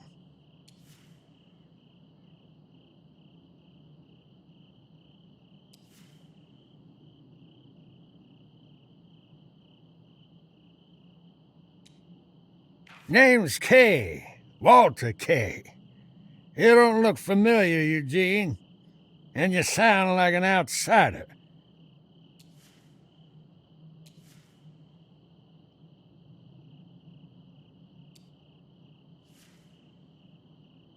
First, you tell me, you support Bill Thatcher? That's a good boy. You might be an outsider, but your heart's in the right place. Apex Ore props him up, and there's nothing I could do. Except, I'm not without teeth. Nonsense, boy. I lost the election 4 or 5 years ago. Apex Ore's still expanding, and no one's stopping them.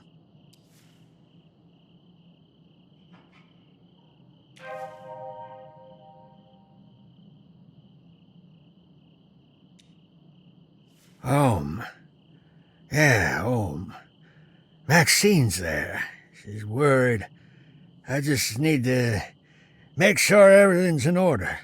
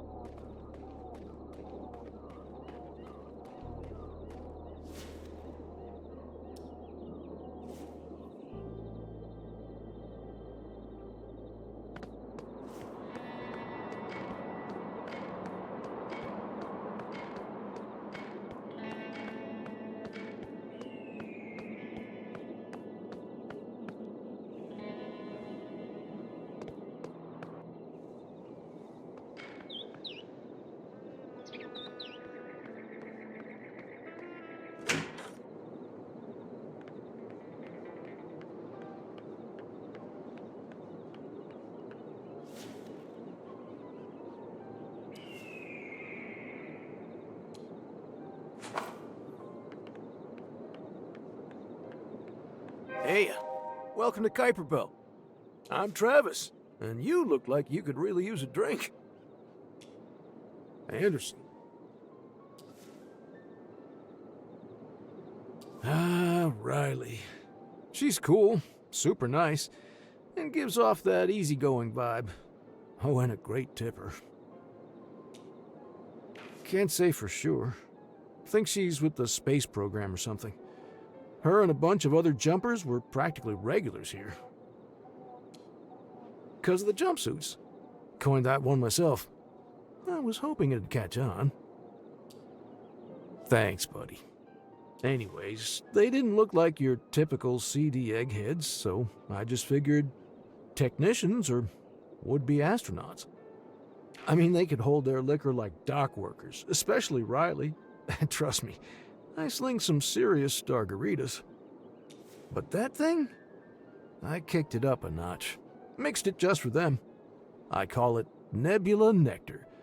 Strictly off the record, menu, and the rules. Only bare bones. I know that she and her brother Frank, they lived with Ben at the Rue Valley Motel after their mom passed. Needed no more, but I wouldn't go bothering her with that if I were you.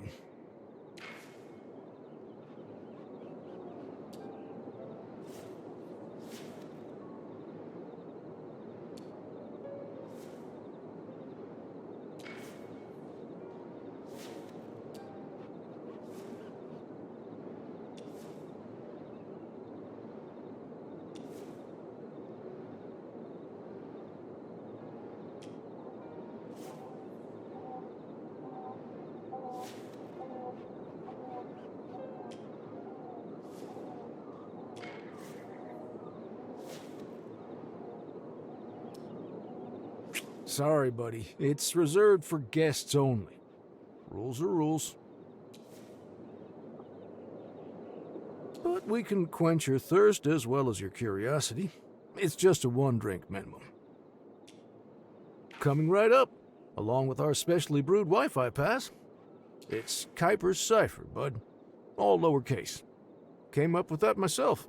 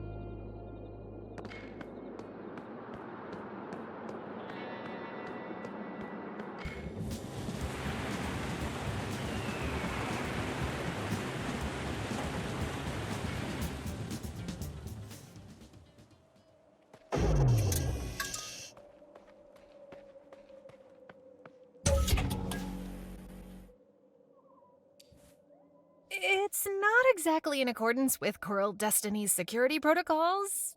Screw Coral Destiny's protocols.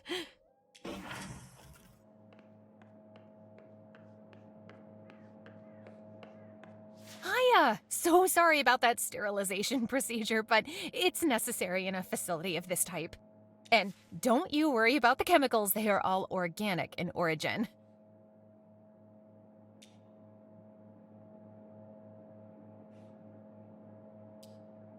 Nice to meet you, Eugene Harrow. I'm Dana Peters.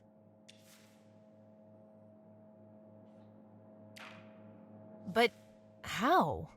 With all those Coral Destiny tourists, the place should be doing just fine.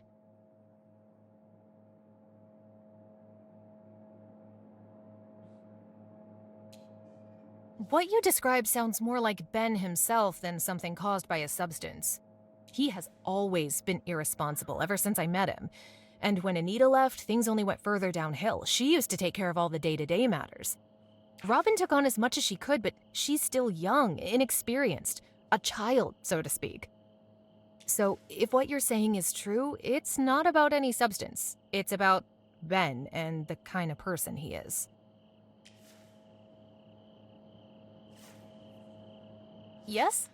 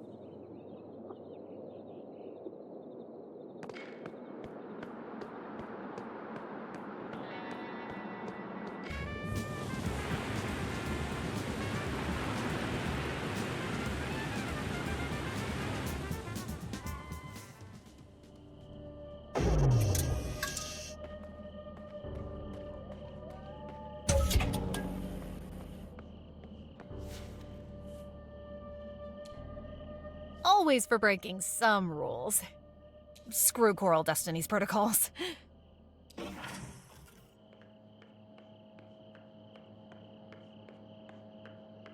Hiya! So sorry about that sterilization procedure, but it's necessary in a facility of this type. And don't you worry about the chemicals, they are all organic in origin.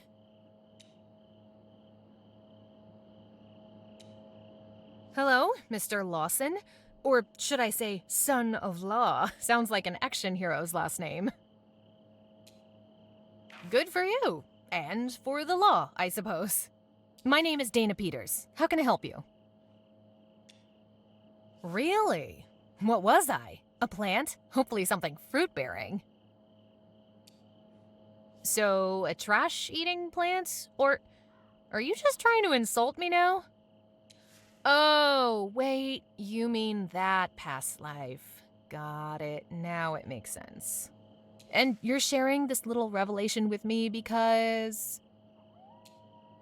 That won't happen. First, because it helps him. My remedy works. Second, my employers already know about my past. Nice try, though, but blackmail won't work with me. What I don't understand is, why you? What's your connection to Ben? An investigation that uses blackmail? Maybe you're in the wrong career. Either way, I've got work. Later. You can see yourself out.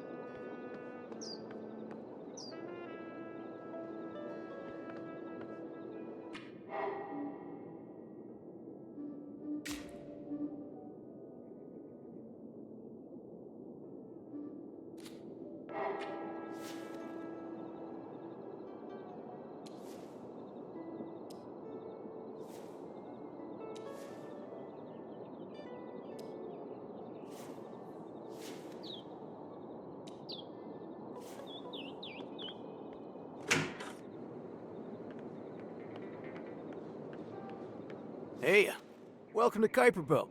I'm Travis, and you look like you could really use a drink.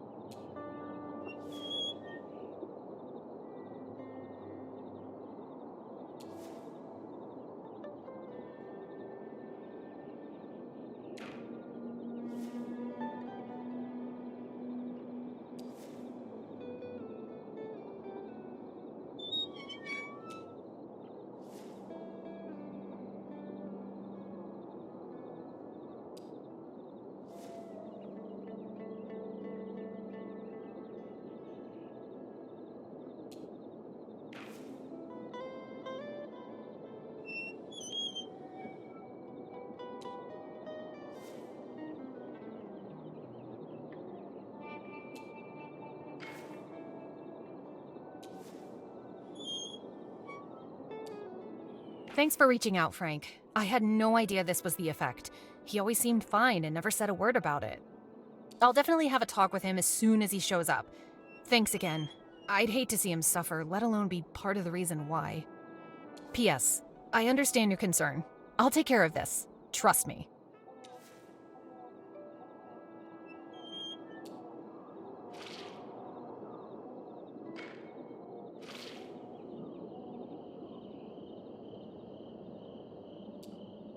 Riley? Yeah, sure. Just hold on a minute.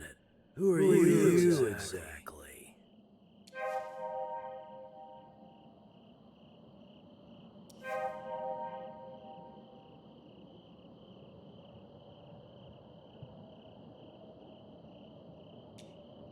Pleasure to meet you, Dr. Nightingale. I'm Benjamin Fleming, the motel's owner and family to Riley, in a way.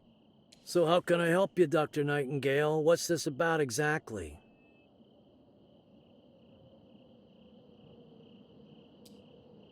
All right, I'm not sure how I can help.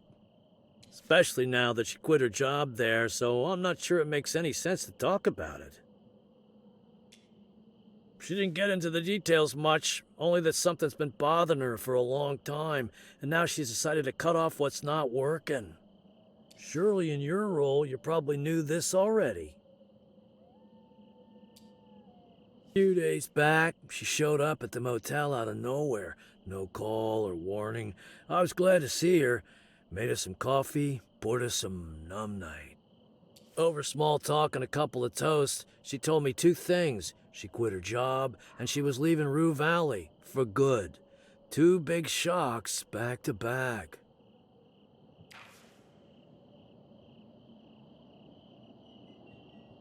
There was also a third thing. That one shook me more than anything else. She asked about her brother Frank, how he'd been and what he's doing. Little things like that. You see, Riley and Frank had a fight a while ago and haven't exactly been on speaking terms since. I never understood it. If anyone had been through hell and high water together, it was them. But the fight was so bitter, it drove them apart. So Riley never mentioned Frank for years. This is why I was so stunned. Apologies. I've probably overwhelmed you with family drama, which has nothing to do with your evaluation. We spoke a bit about Frank, then she handed me money for him, a serious amount in case he should ever need it. And no, I don't keep it on me. It's in a safe place. A bank, naturally. She asked me to encourage Frank to seek help again, to go back to Dr. Fink, your colleague. Glad to hear you say that. I like him. He seems like a genuinely good man. Riley was adamant. Frank has to talk about Judy's death. You know, that guiding light accident. Terribly. Frank was hit the hardest, but Riley too. Judy was a close friend. In any case, she said she would leave something of importance concerning Judy with Dr. Fink, but she didn't go into details.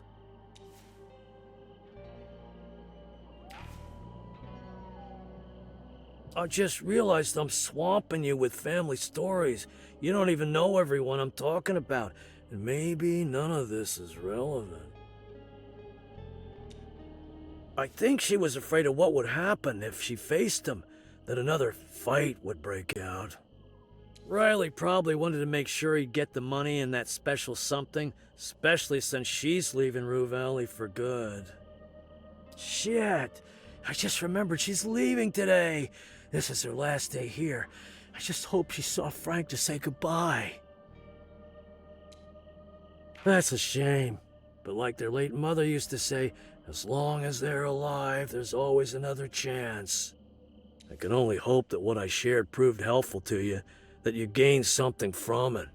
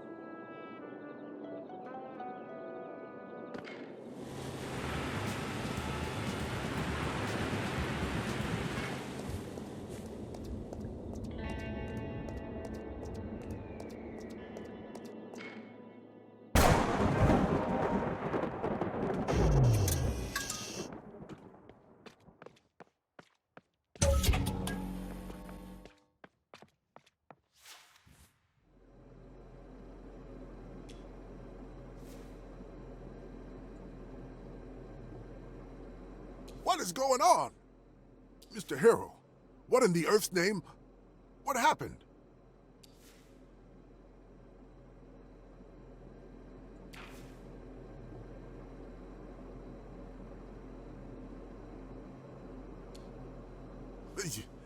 You just vanished. Right in front of me. One moment you were there, the next I was talking to empty air.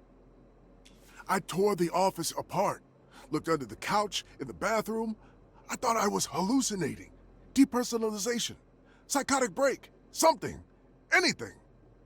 I even asked Robin if you ever arrived at the motel, if she has seen you at all. That's a relief, in a way. But the mystery of your disappearance from our session still remains.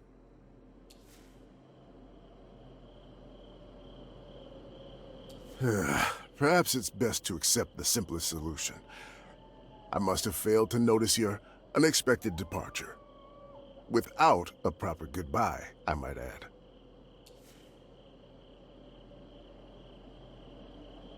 In any case, that leaves another matter. You're here now. But our session ended long ago, and not in a proper way. So, I'm not sure how to proceed.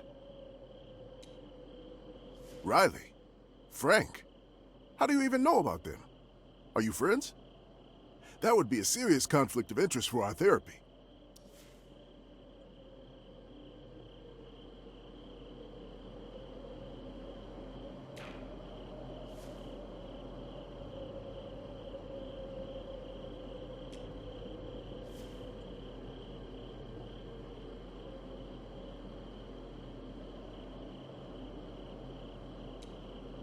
Yes. She did place her trust in me. Riley believed I could reach him. This time for real. She left me that thing. Said it might help me reach Frank. But also help me if the past still troubles me.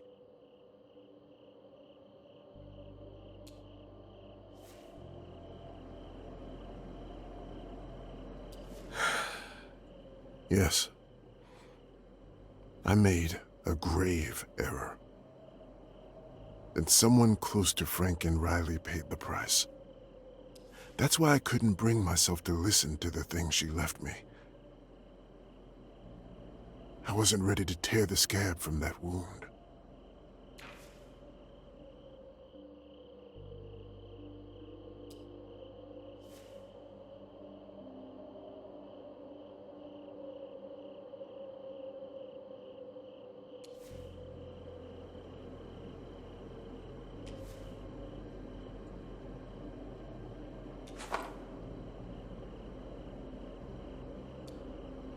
I put my faith in you, Mr. Harrow.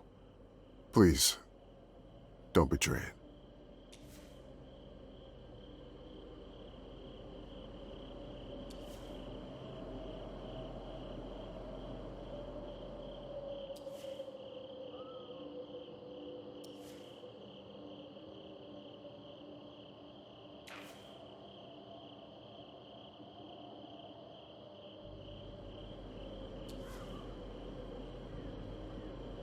Still with me, Mr. Harrow?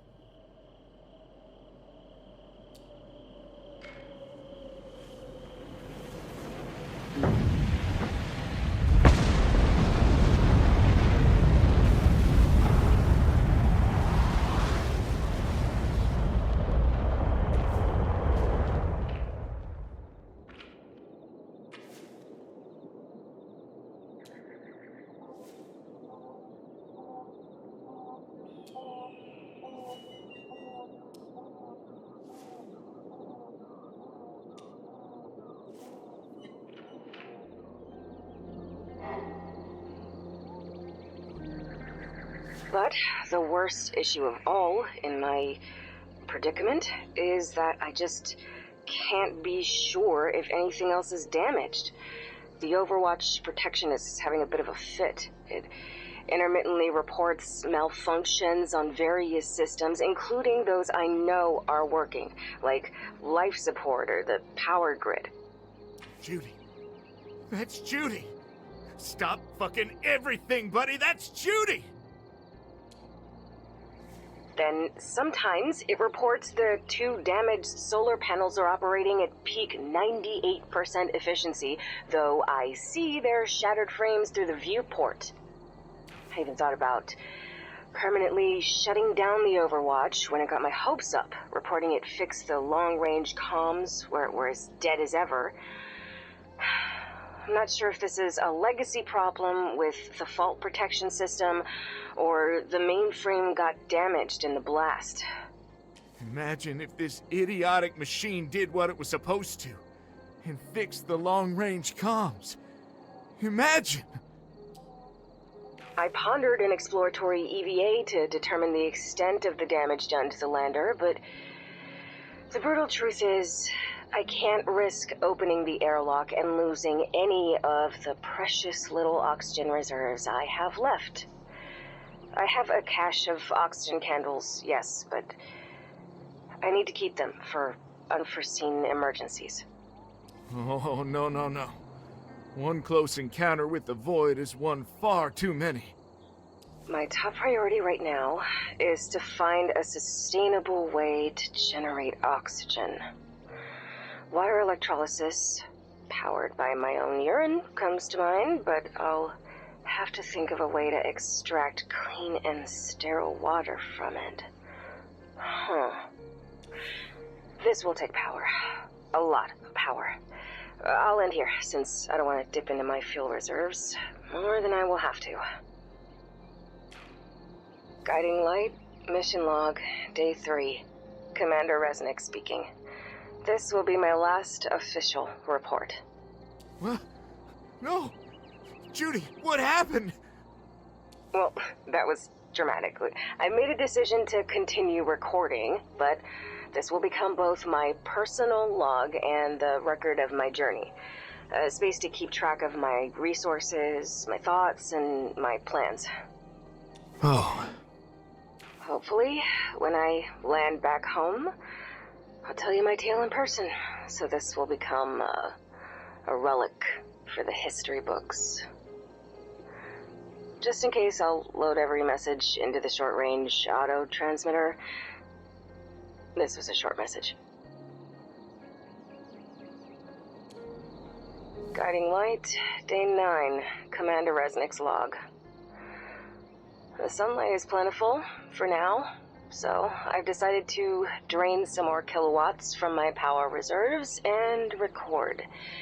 If only engineering crammed more batteries into this lander. I've already made written list upon list, prepared a number of paper blueprints for all of my projects, but just speaking helps me get my thoughts in order. It's strange. Dr. Fink correctly predicted a future when he warned the mission team about an intense desire to hear human speech during our long isolation.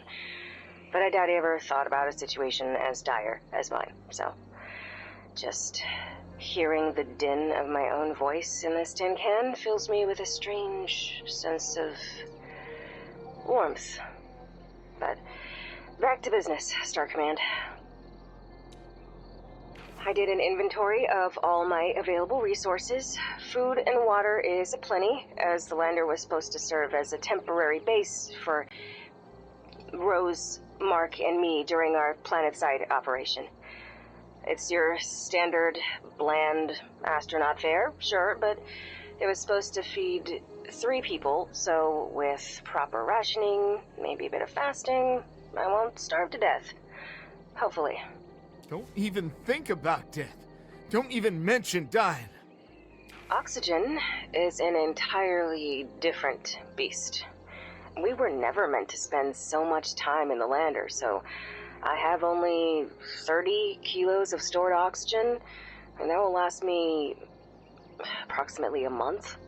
Or I should say 21 more days to go. And my stores of water are not that plentiful either, so I'll definitely have to resort to urine recycling for oxygen regeneration.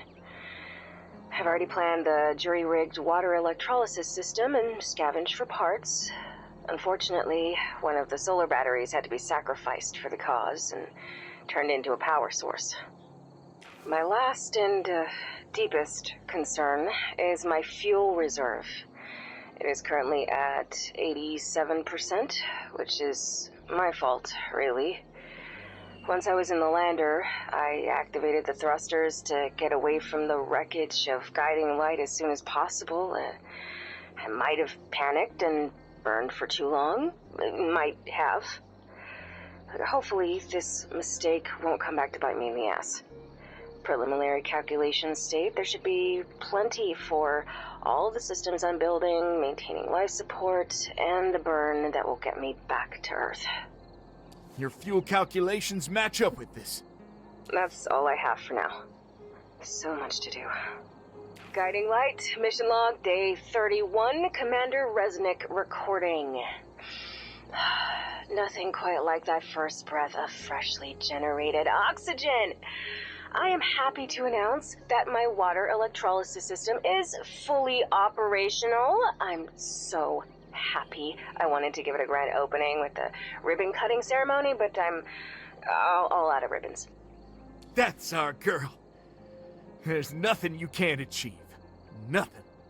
The only downside is that the whole process takes so much time, from urine collection, water recovery, sterilization of equipment, then running the electrolyzer. Though I have a feeling it will get much better once I have more time to improve my protocols. Speaking of, I feel I need to pass water now, and I can't afford to waste a drop, so signing off.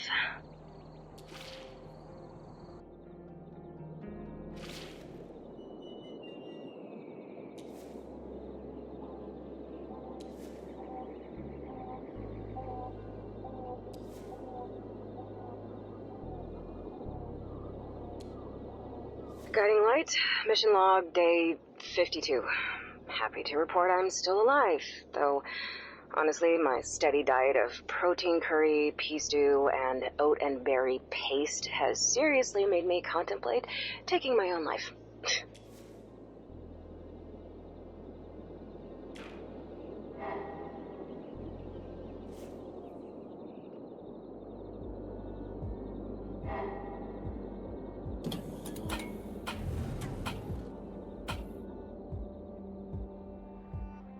Mission log, day 188. It's so hard to sleep without the pills pulling you into the void. I just lie strapped in my zero-G hammock and stare at the ceiling, my mind working on overdrive. Hurry up! Don't want to lose Judy's signal.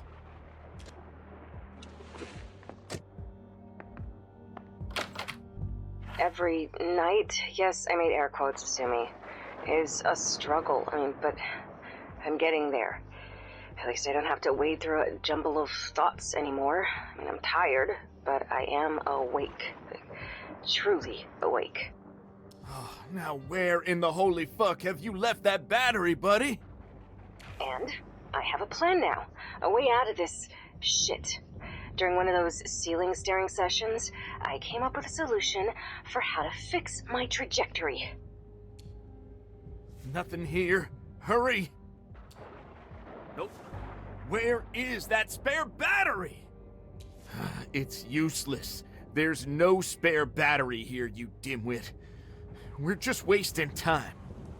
Yes, it's super risky, but let's face it, I'm at such a point that I might as well bet it all on red. If I don't, everything will stay the same forever. I just need to do the math, build a model. It will work. It must. Judy out.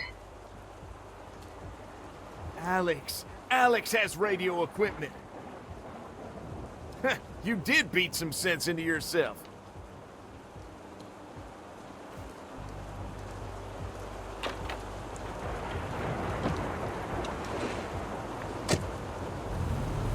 Day 224. Here's a little bit of analysis after the fact. I contemplated a triangle. Trajectory, remaining fuel reserves, required fuel for the burn. No matter how I spun it, no matter how much I twisted it, that triangle always stayed the same. With it, the conclusion: insufficient fuel for trajectory-altering burn.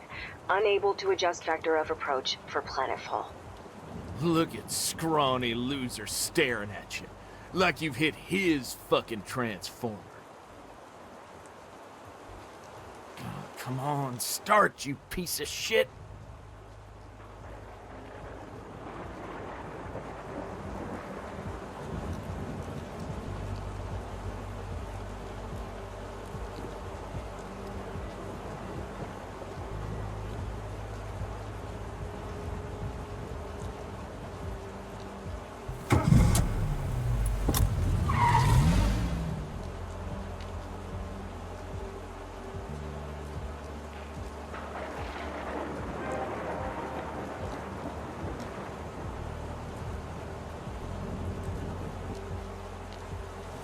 Outside of that triangle, to push the calculations to my favor, literally.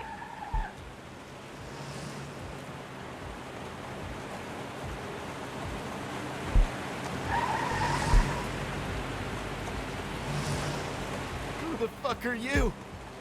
You don't know shit about me.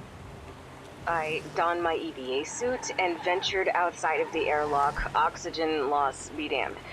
Using my jetpack and additional fuel I made myself with the water electrolysis system, I was able to create just enough pressure to alter my trajectory and make sure the fuel required for the burn will be sufficient.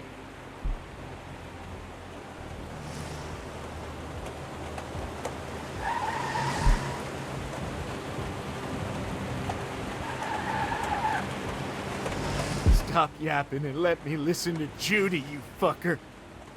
And when I was about to re-enter the lander, I noticed something that I've yet to make peace with.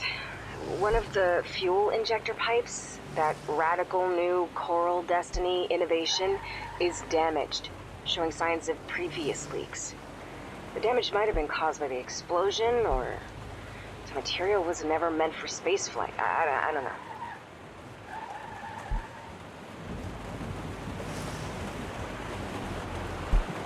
Fuck you, you scrawny loser. She's not dead. But now, I do know the reason why I was spending so much more fuel during our previous burns. Seeing that was a gut punch. If only I went outside earlier to assess the damage, I could have maybe... No. No use crying over spilled milk or fuel.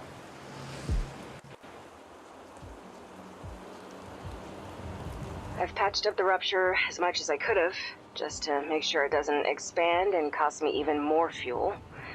I returned to the lander, performed the burn. The result, that triangle was shattered. My new trajectory is stable, but